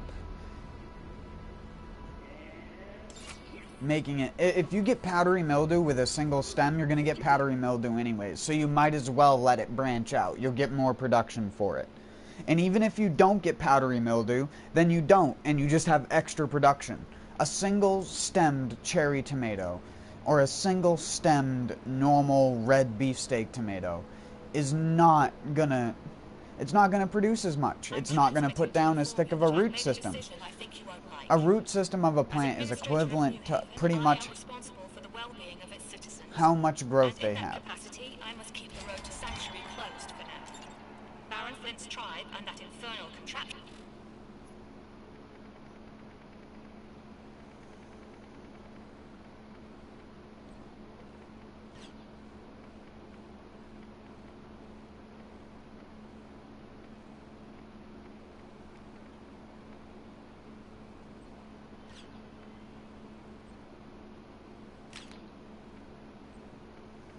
Theirs are out on the salt flats, and I don't want citizens getting killed trying to get past them.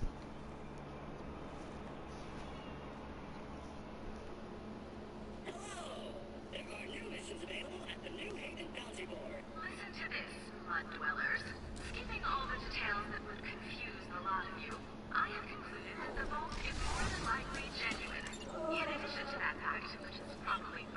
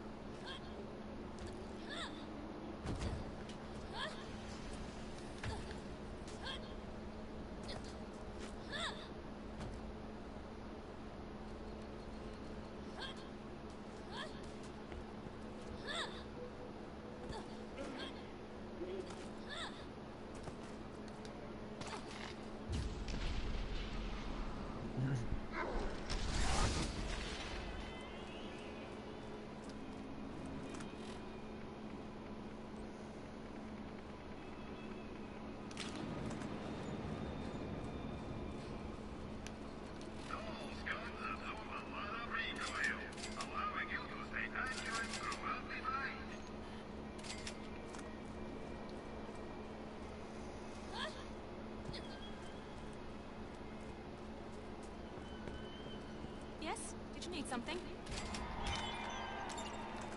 Watch your back out there. Scooter asked me to tell you about a little something something he needs done. You should ask him about it.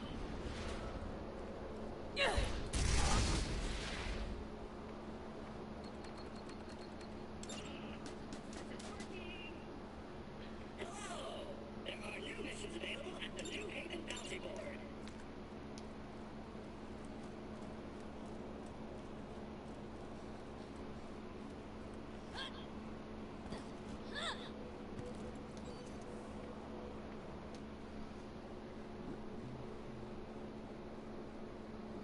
I should have spawned at Titan's End.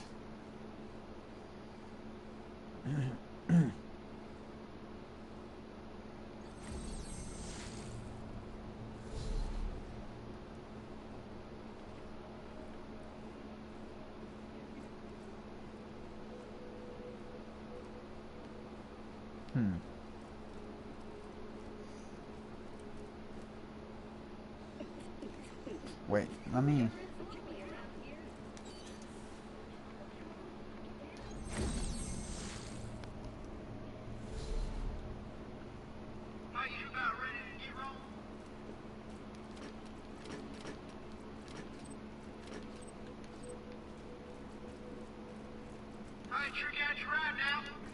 Enough walking.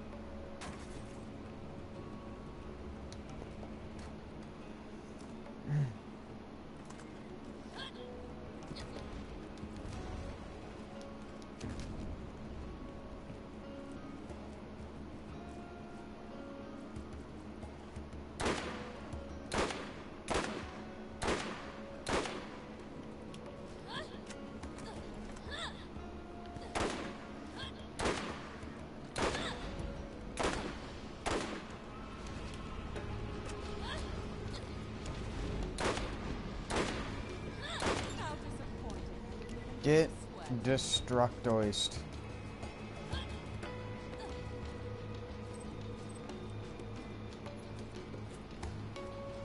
Eat shit, giant bird. Shires.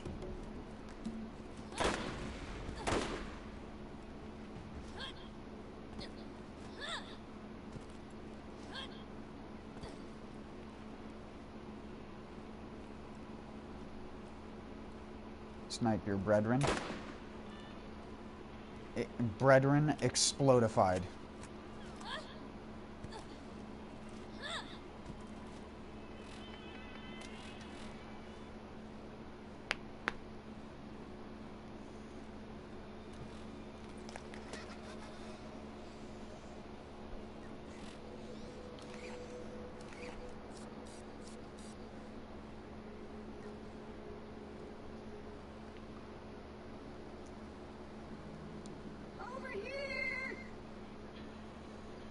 Shut your gosh dang face, Clappy.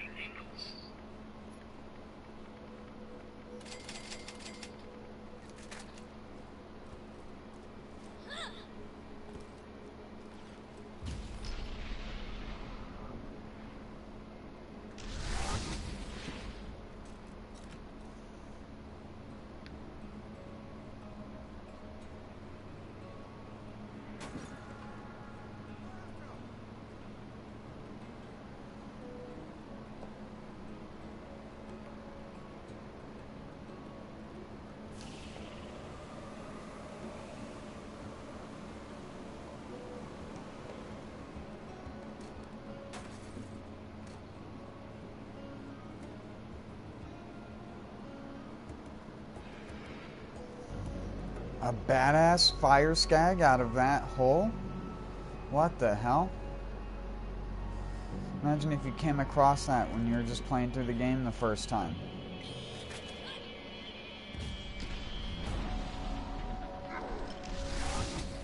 Thanks to you, no more bandits.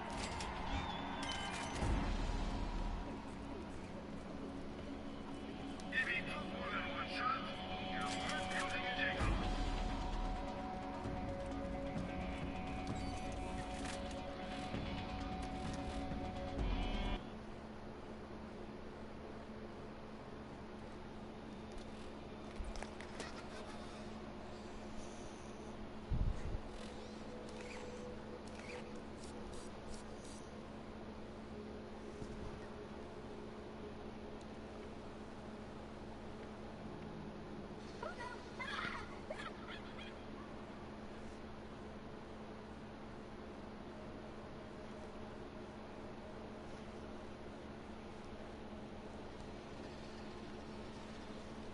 Oh, come on, let's get down. Come on, everybody. Check me out. I'm dancing. I'm dancing.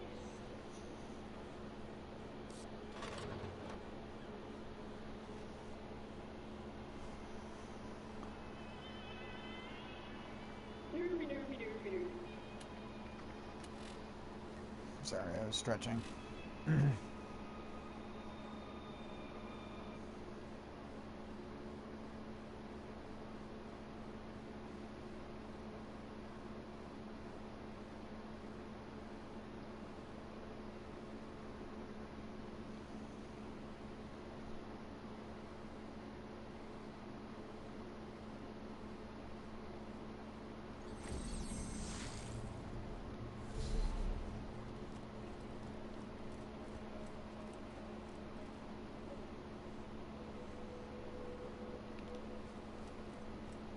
Oh wait, that's right. Get you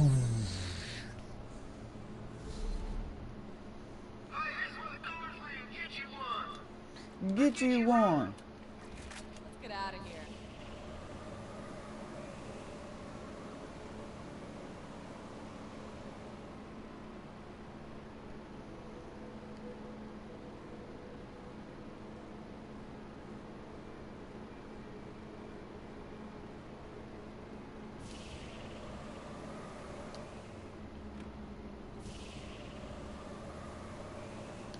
Wait, what am I fucking doing?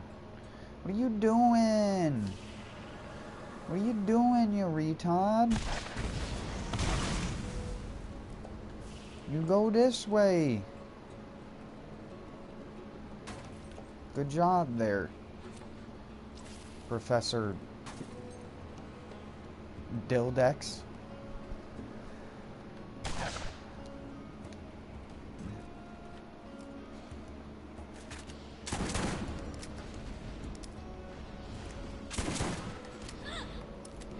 I was about to ask you the same thing, LOL. Yeah, I don't know what's wrong with me.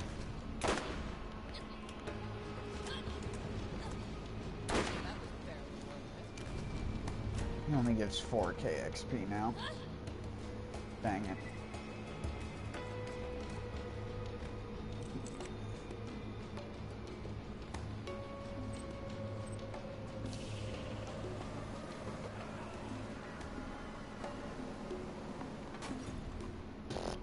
Damn it, that's the second time I've been stuck in this spot.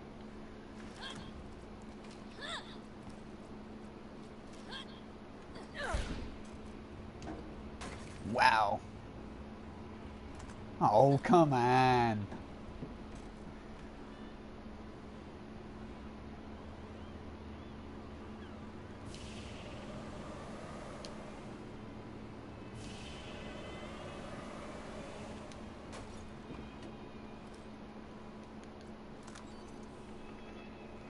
Alright, now...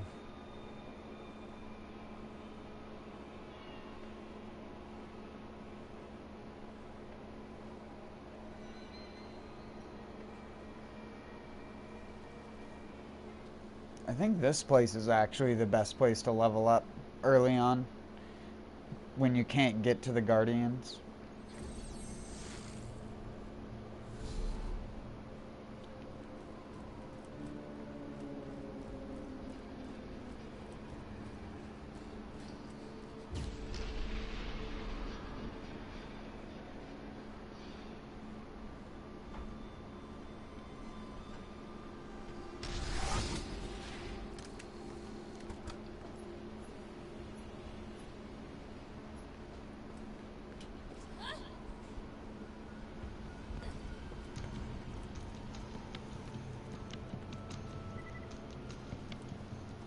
Welcome back, Matthew. Unless you were here the entire time and just not saying anything.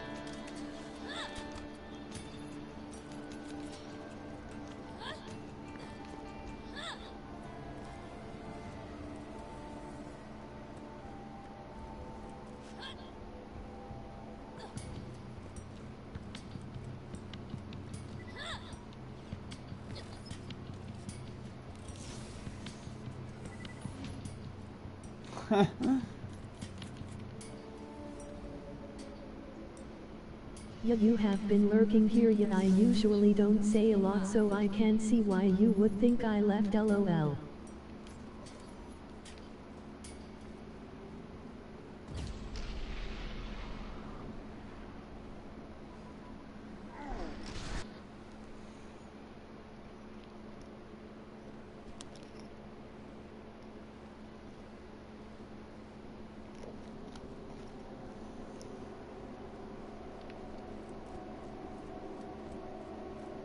Don't worry. If you get horribly maimed, scarred, or disfigured, we can always bring you back to the shop for a quick tune-up. Oh, wait. No, we can't because you're not a robot. You're a stupid fleshy human. Jeez. Suck it.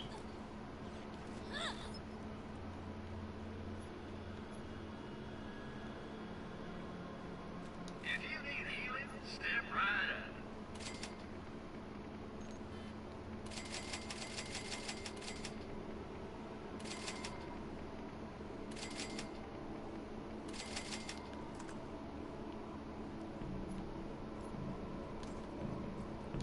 First aid kit.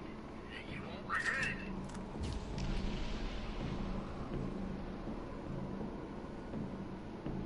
What the fuck? They're level 27?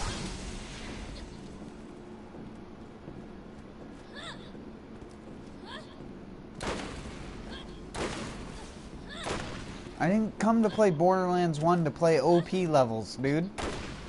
Get out of here. What? That went through his bottom lip.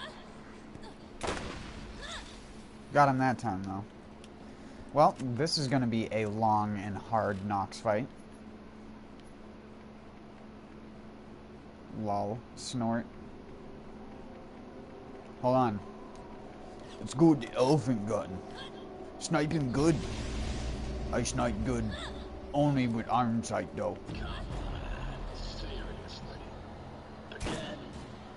What's a guy gotta do to get a little sweet, permanent embrace of death around here? Are you serious with that hooking nonsense?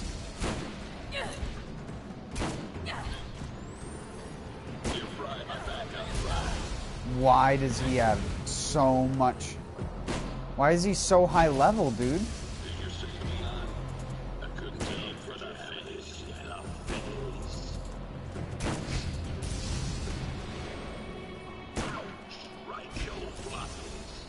I'm dealing like 40% of the damage I would.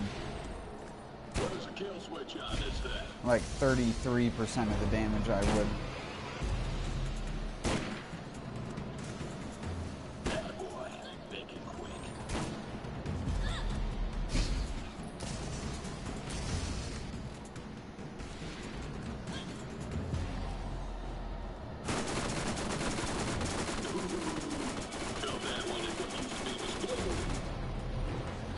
Friggin' OP levels, dude.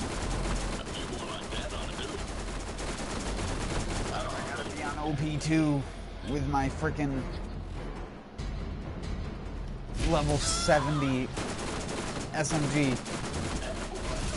I'm playing wrong game. Where's the kill switch on this thing? Kill that one and what used to be was blue.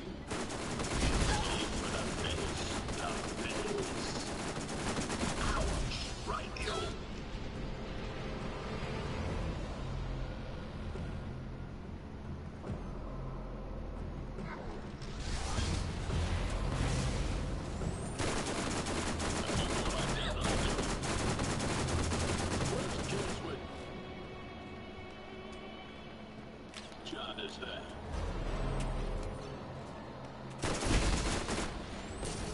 Aim for the face, the face. You fry my back up dry.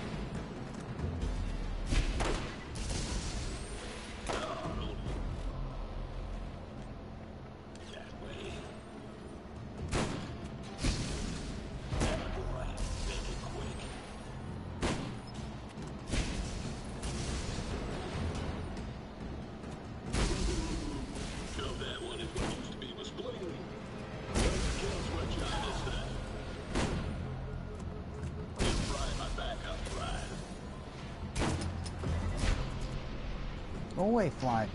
Shoot, fly, don't bother me.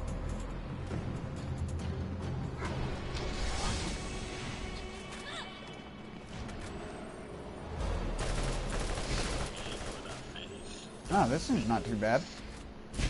Too bad it's no better than a purple.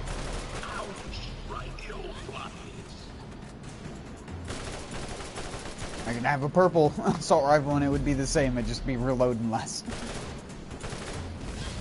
Which in a fight like this it doesn't matter because I'm using the environment anyways because I can't deal enough damage to flinch him out of shooting consistently with any of the guns that I have.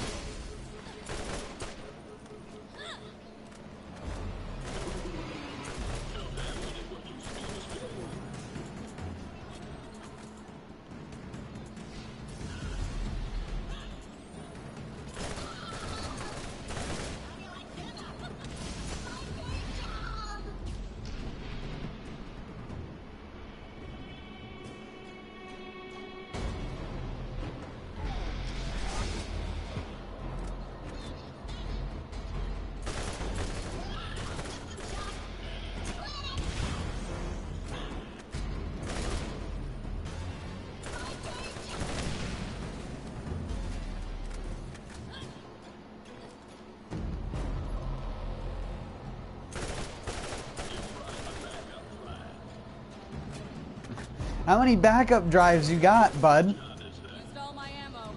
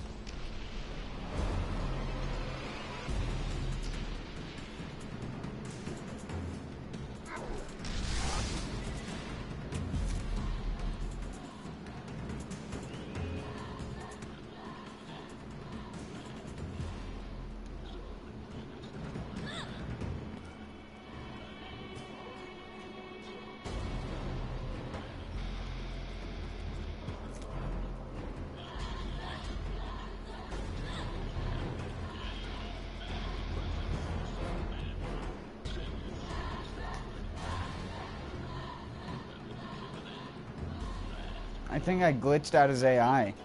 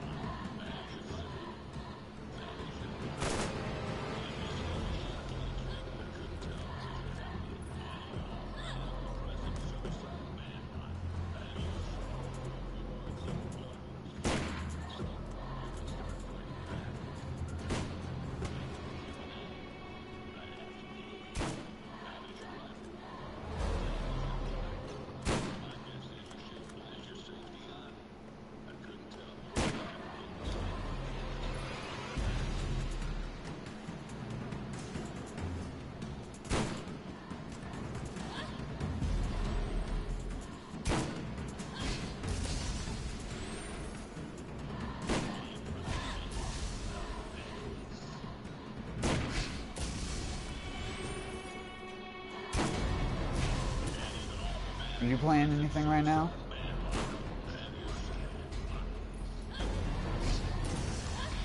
Matt?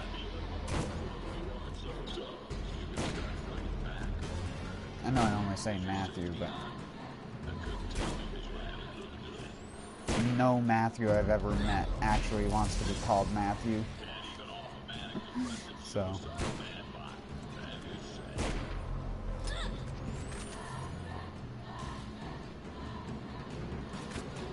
I wonder why that is.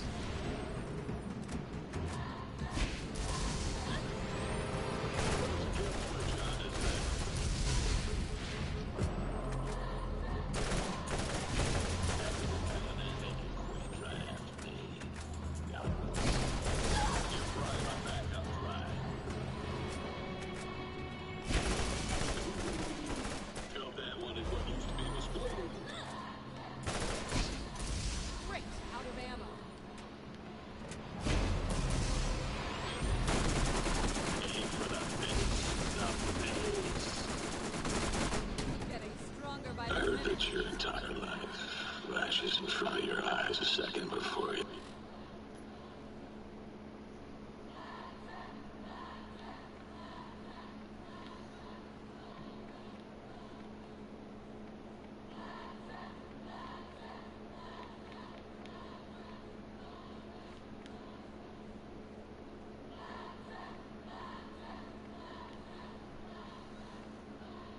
You died. That's a load of crap. No. Wait. Okay.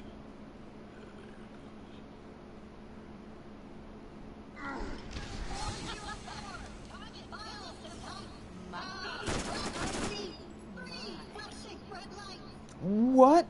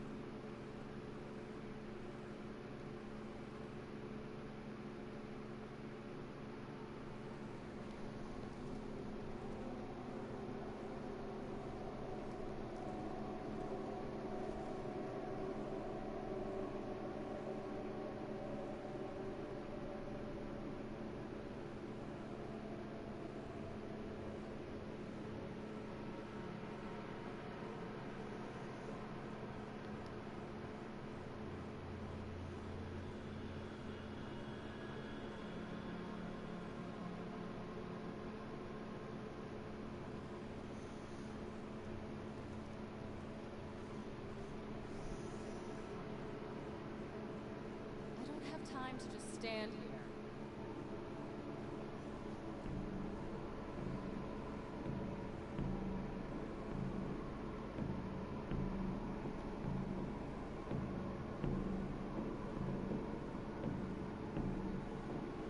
Sorry, I'm looking up something.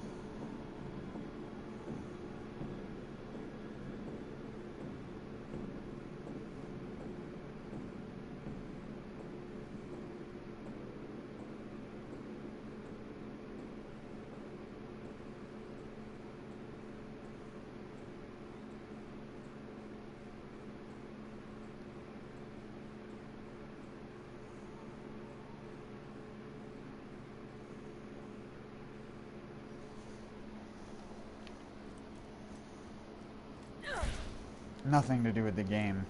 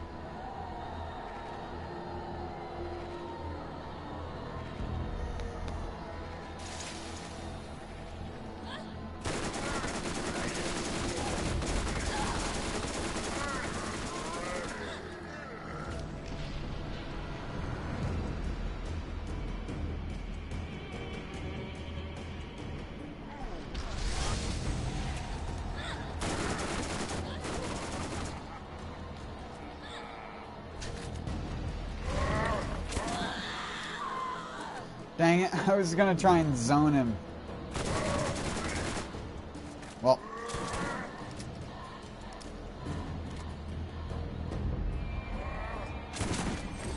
It's like a game of yo-yo.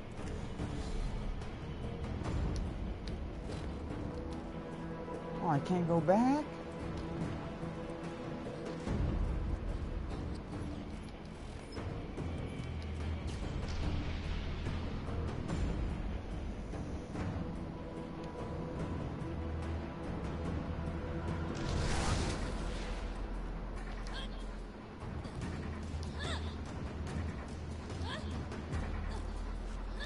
I'll be streaming again,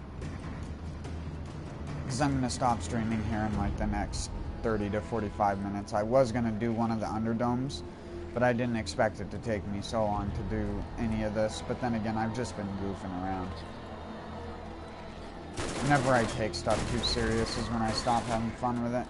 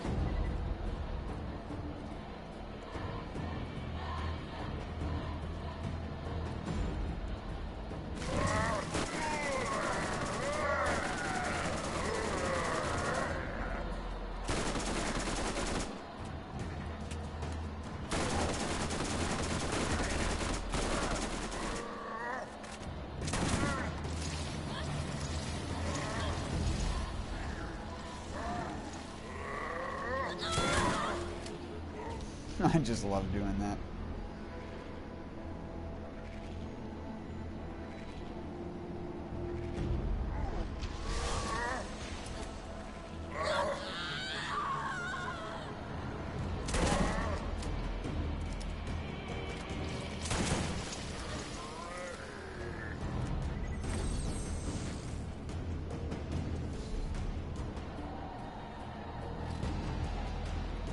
Oh, right, I'm level 25. What are you doing? Slap on your goodies, dude. Slap them.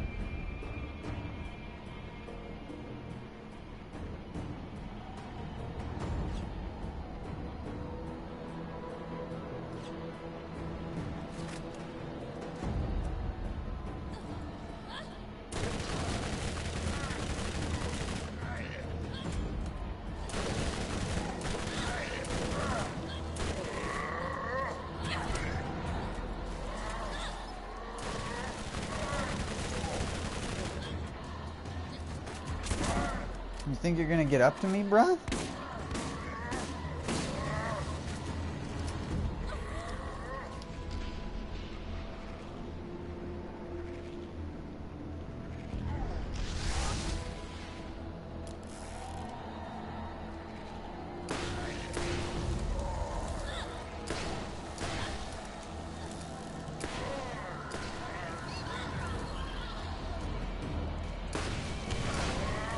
I couldn't even aim at it.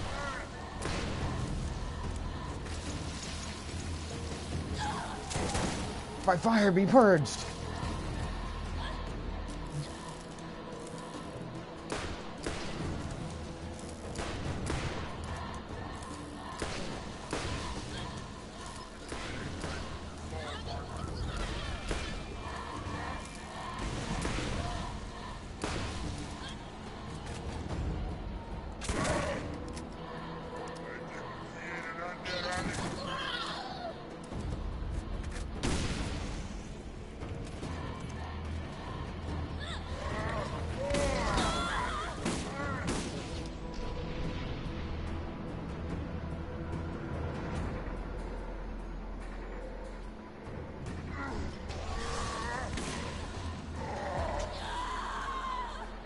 Wow, I think he's actually strong against corrosive, dude, because I do more damage with my sledger shotgun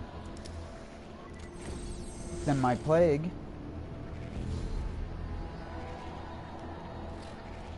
How did I get that checkpoint the first time?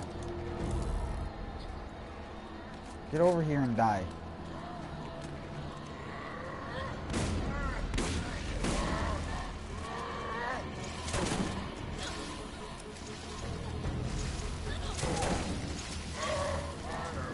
Keep going down.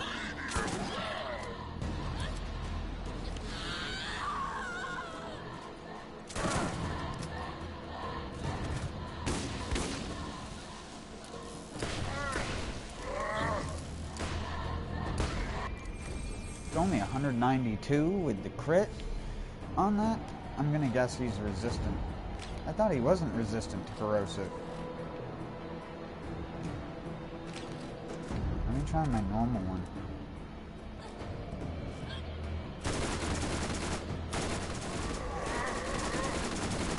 Oh yeah, this hits way harder.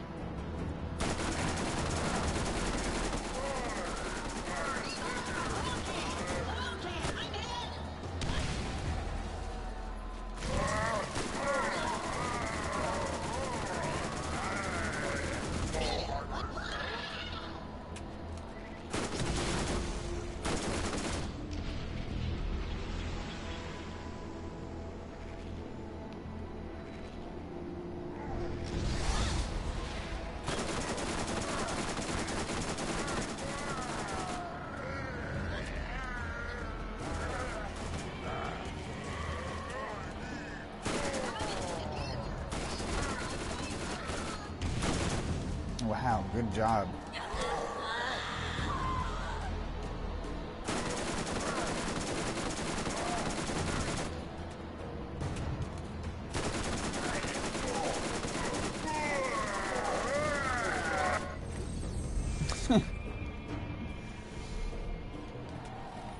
going great.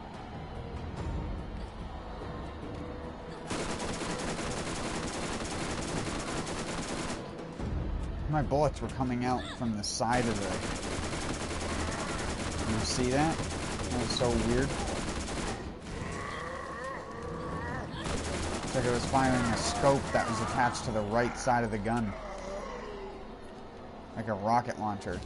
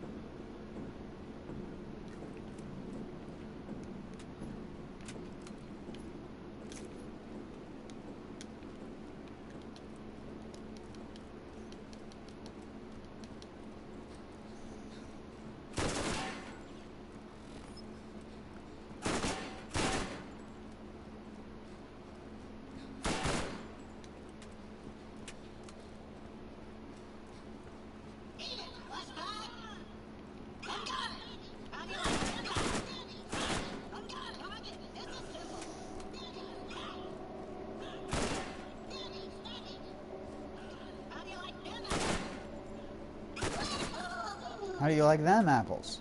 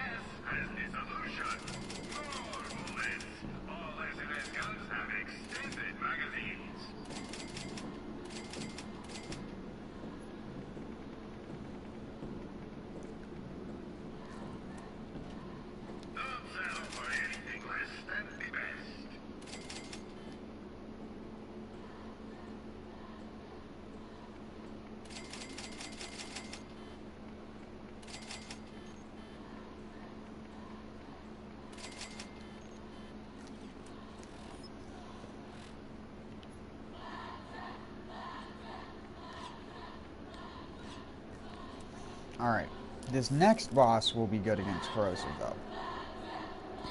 Or will be weak against corrosive. I don't know what the fuck I'm even saying.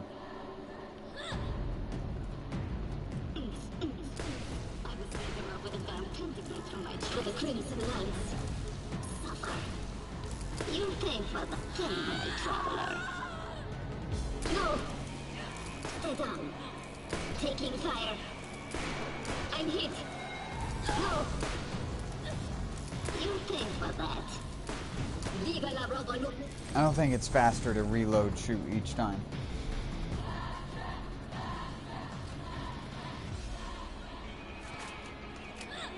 You want to go for a ride?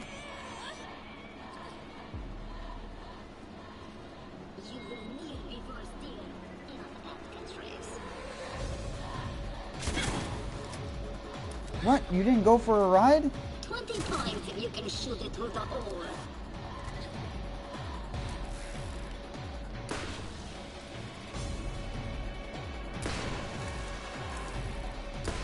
Taking fire.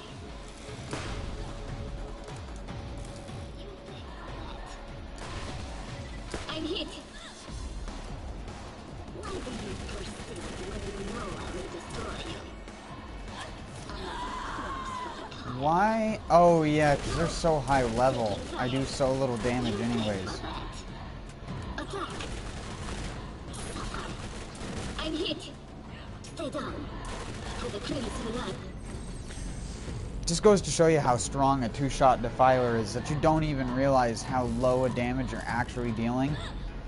Because that gun deals so much damage even when the enemy's resisting 60-something% of it.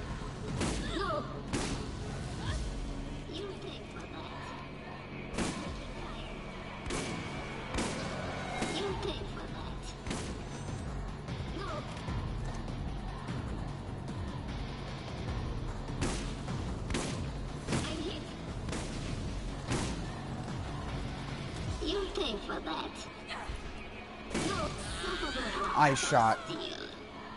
Taking fire. I'm hit. Stay down. No. Taking fire. Attack. I'm just gonna pull the defiler back out. It's showing why it is the strongest gun in the game. I'm hit.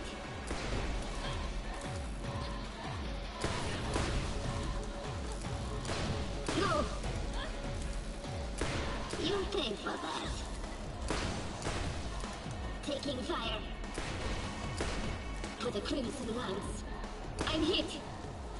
Dying this way makes me feel empty inside.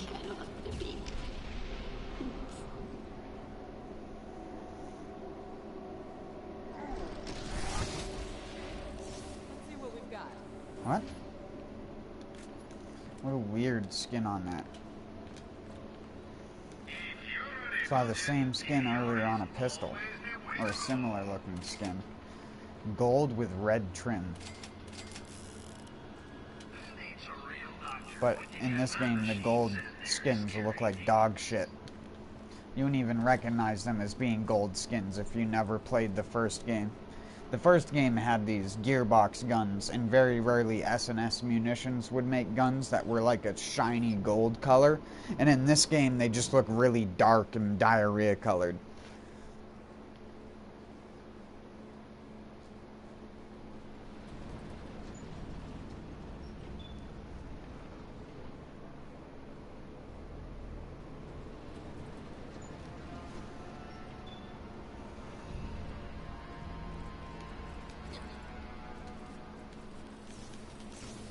All this stuff.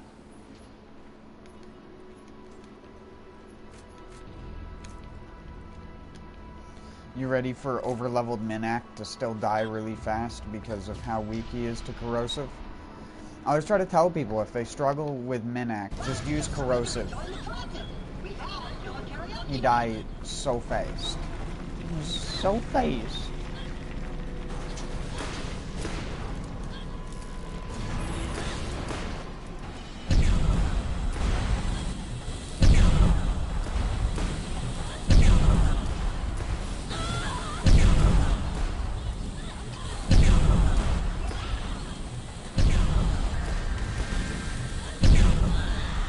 Oh my god, he does hit me in like...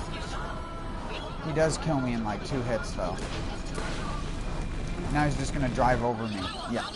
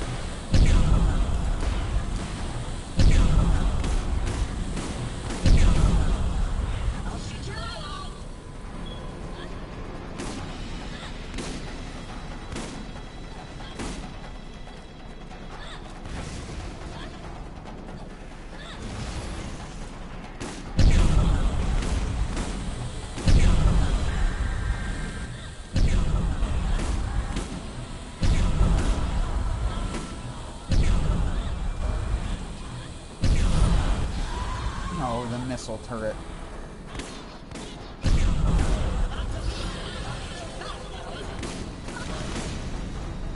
How did I get XP for that, but not get up?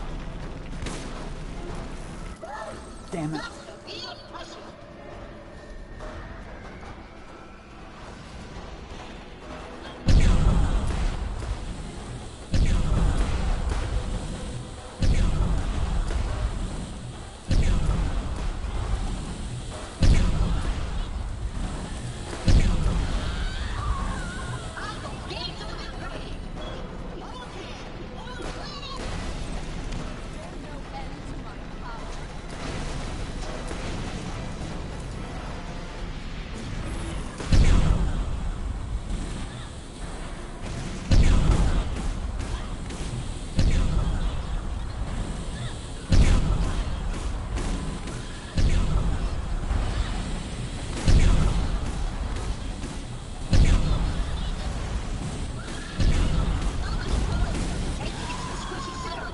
Oh. Squish.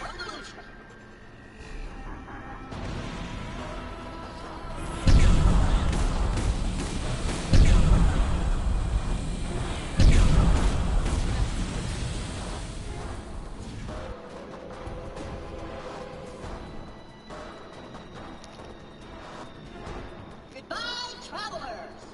Dun, dun, dun, dun, dun, dun, dun, dun. Okay, I'm fine. Hit your attack. Oops, and not a rocket. Shoryuken! 01110. Reptile Bargain! I'm okay, I'm fine. Oops, not hit your attack. I'm taking fire.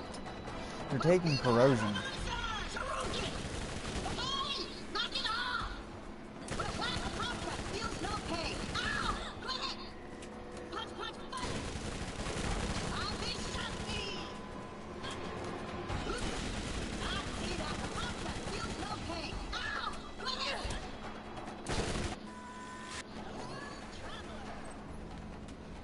Squeezy peasy. Easier than Nox. Because Nox doesn't take any overtime damage. Minak and he does. Well, Minak and Inak, I guess, if you want to say it like a goober. A goober mesh.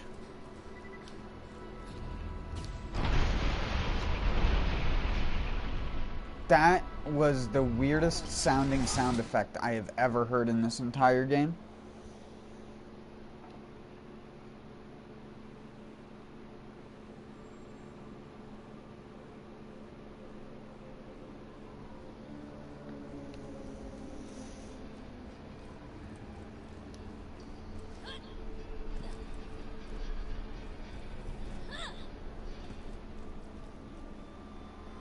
Wait, when does the Monster Hunter Iceborne beta start? I think 9 EST, right?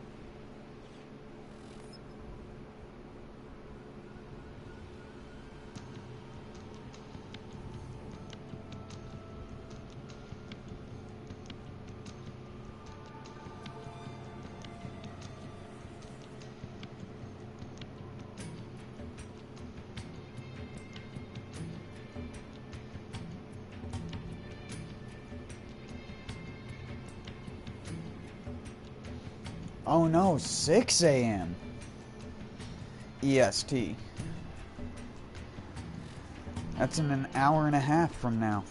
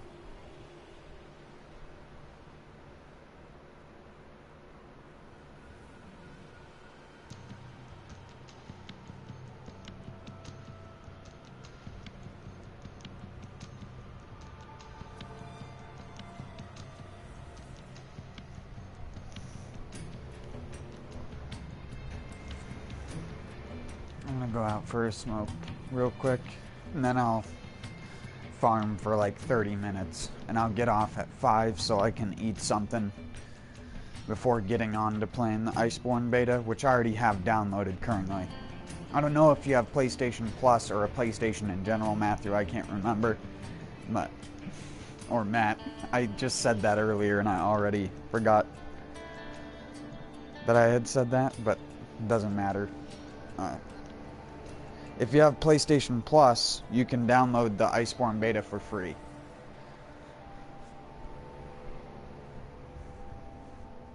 Which is a beta, obviously, for the new Monster Hunter expansion.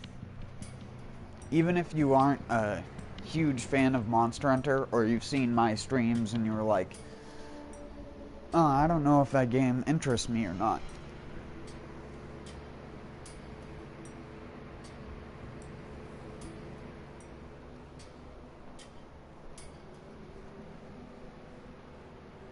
But I would highly recommend it, just because it, again, free, allows you to get into the game and experience several different difficulties of monsters, like easy monster, a medium monster, and then like what you would consider a hard monster.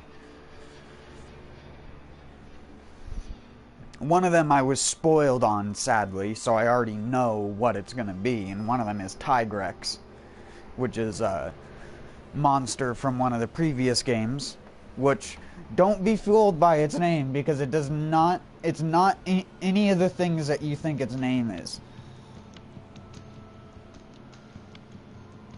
If you look up Tigrex, or, yeah, Tigrex, it's Tigrex, Tigrex. I don't want to spoil what it looks like for you, because if you don't know what it looks like, in your brain you're probably thinking like, oh, it's some sort of cat or tiger looking thing. Or you're thinking like, oh, maybe it's like a T-Rex looking thing. Nope. Neither of those are correct.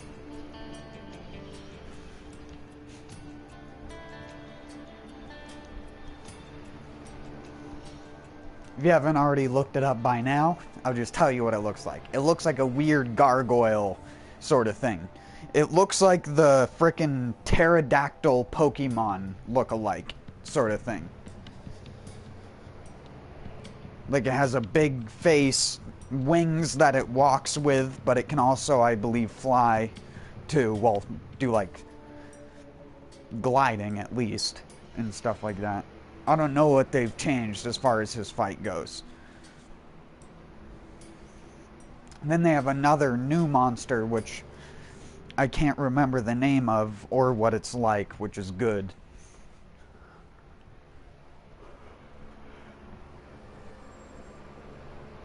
Like with Tigrex, if they used the same base model for him that they used in the previous games, then it'll just be like the same old fight, just with a couple new attacks.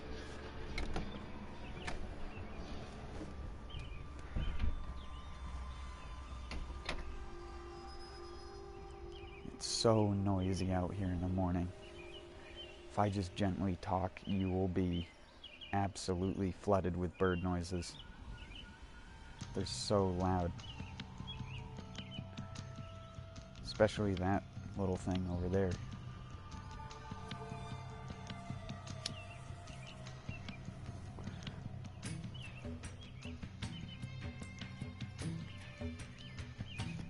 You only hear them if I talk really silently though, because the mic won't pick up them. It counts them as background noise for whatever reason.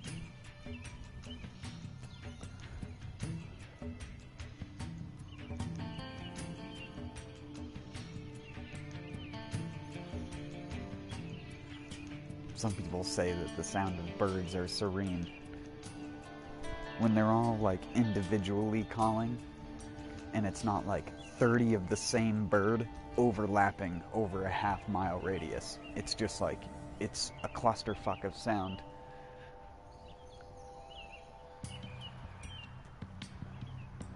You probably can only hear the one that's really close to me right now, but there's like 30 others that are echoing what this one's echoing while it's echoing what the other ones are. So it's just a non-stop sound of that.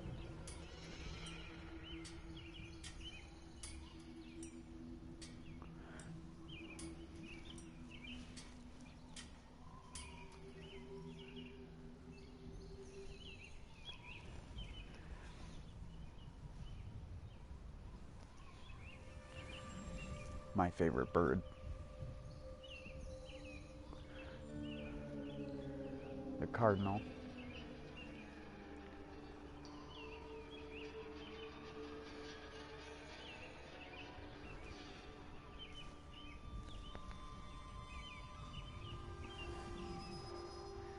I just love how an animal like that can get away with being so brightly colored. It's unreal.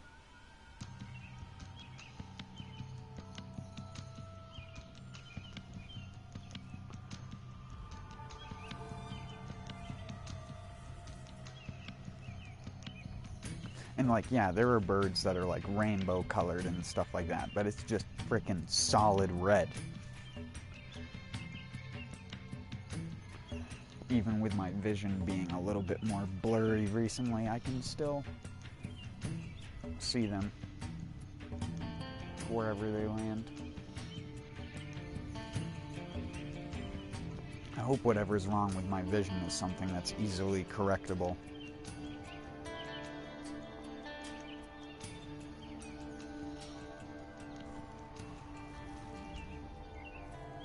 It hasn't been getting worse, but it hasn't been getting better either. Especially my right eye.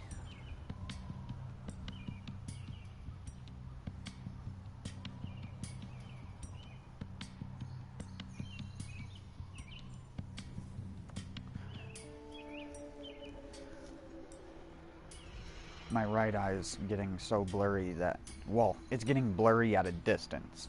Close up, I can see things perfectly fine. It's my distance vision gets like doubled, all weird and shit, and it's like I can't look at stuff far in the distance for long. Or I can, I just can't focus on it. It just won't. My eye won't focus. It'll focus on something close, and I can see that fine. Like, I can see the TV screen fine. It hasn't affected my vision for gaming, but it's affected my vision for just going outside and looking at stuff. So if I need to get a pair of glasses to correct my distance vision, fine. But I want to know if it's like some sort of eye condition that I might have to get like surgery or something to fix.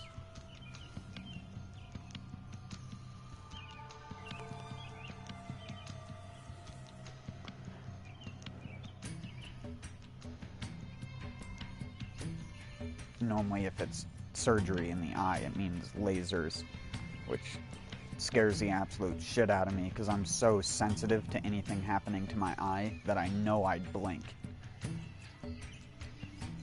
I'd ask them if they had anything that would be able to hold my eye open if I ever had to get any sort of laser thing. Get like one of those tools that you see in like movies where they force the people's eyes open.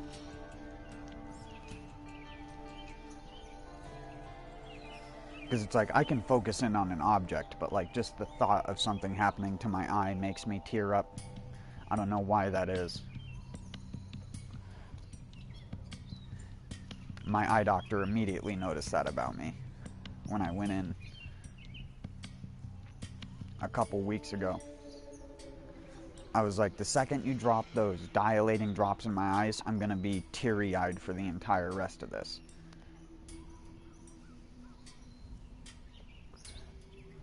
Even though it doesn't physically cause any sensation in my eye, just the thought of something in my eye makes me tear up. It's the same way when I use eye drops. I can't use eye drops without tearing up to the point where the eye drop is made useless. Just like I told him when he gave me them. Because he gave me eye drops to use as a lubricating thing, because he thought that it was because of dry eye, but I've use the eye drops every single day, and it hasn't affected me that greatly at all. But I need to use the bathroom real quick. I'll be right back.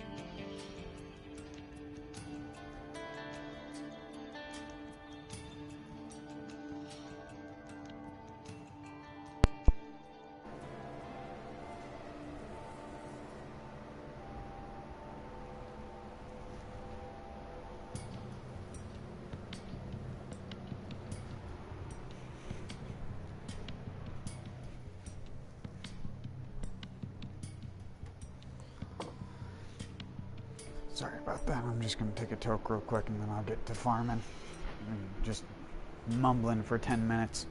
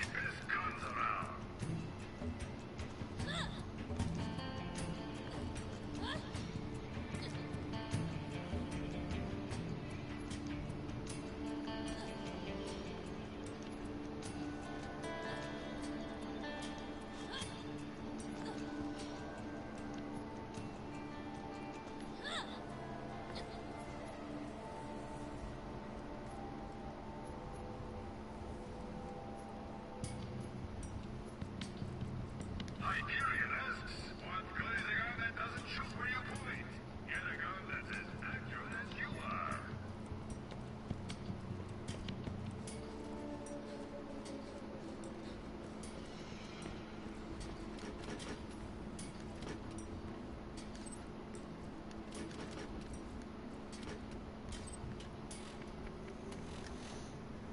I want money so I can get the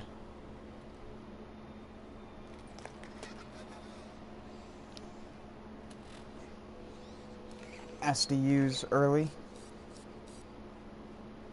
I wouldn't say early. I could have gotten them super early like I did on my Mordecai and spent an entire stream at like level 7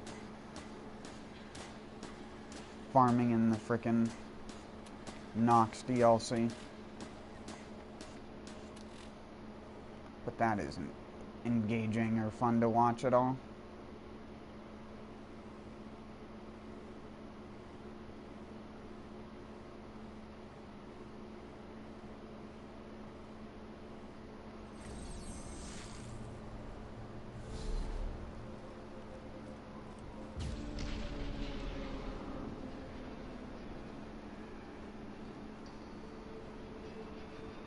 Hey, over here. Yes, you.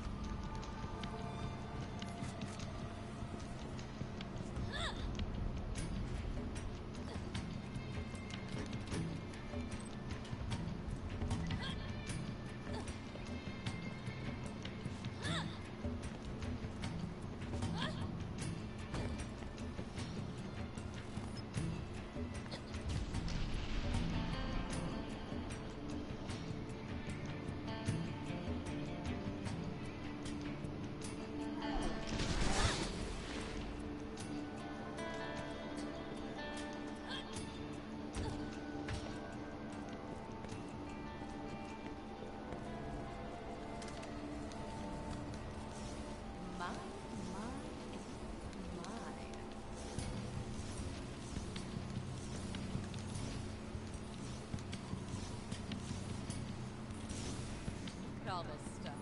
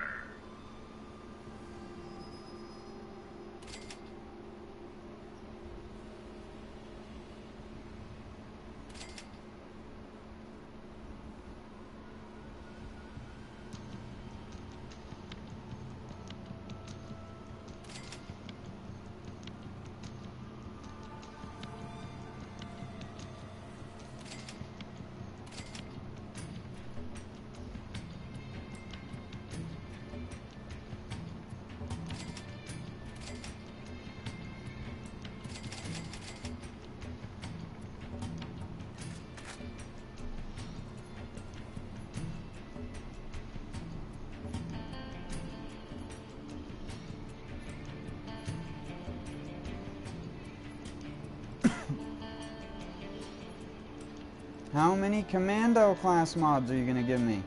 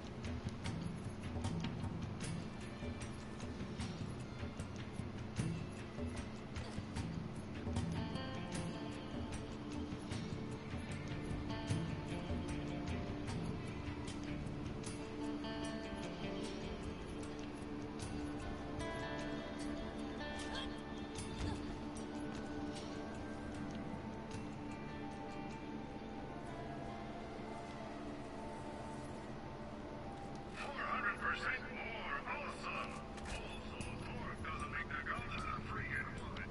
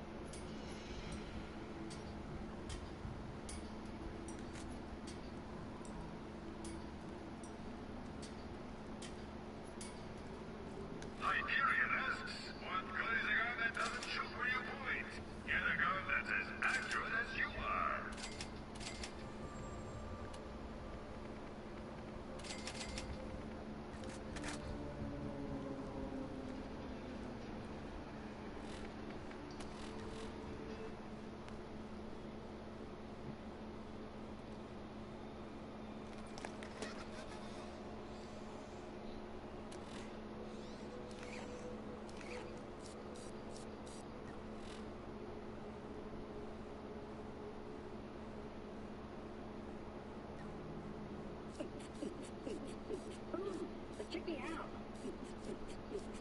Oh, come on.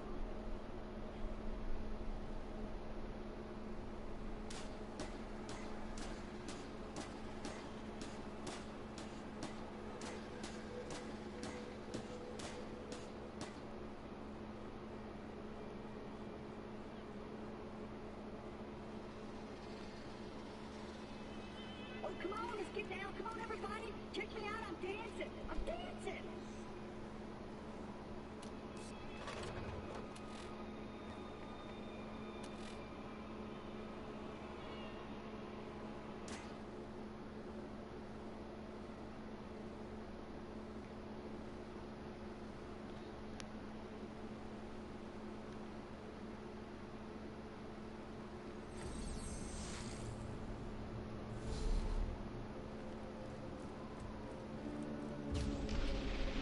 This is going to be the last one, and then I'm hopping off for a little bit.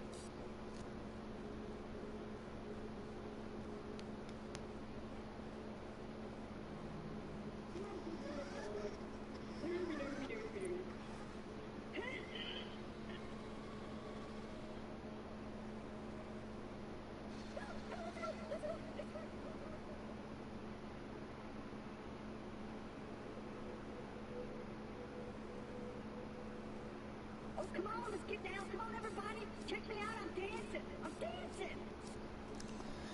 But I'll be back later. Sorry, I had already looked over on my computer, was doing stuff before I said bye. Peace out, though. I'll be back in like 50, 60 minutes or so. Have a good one.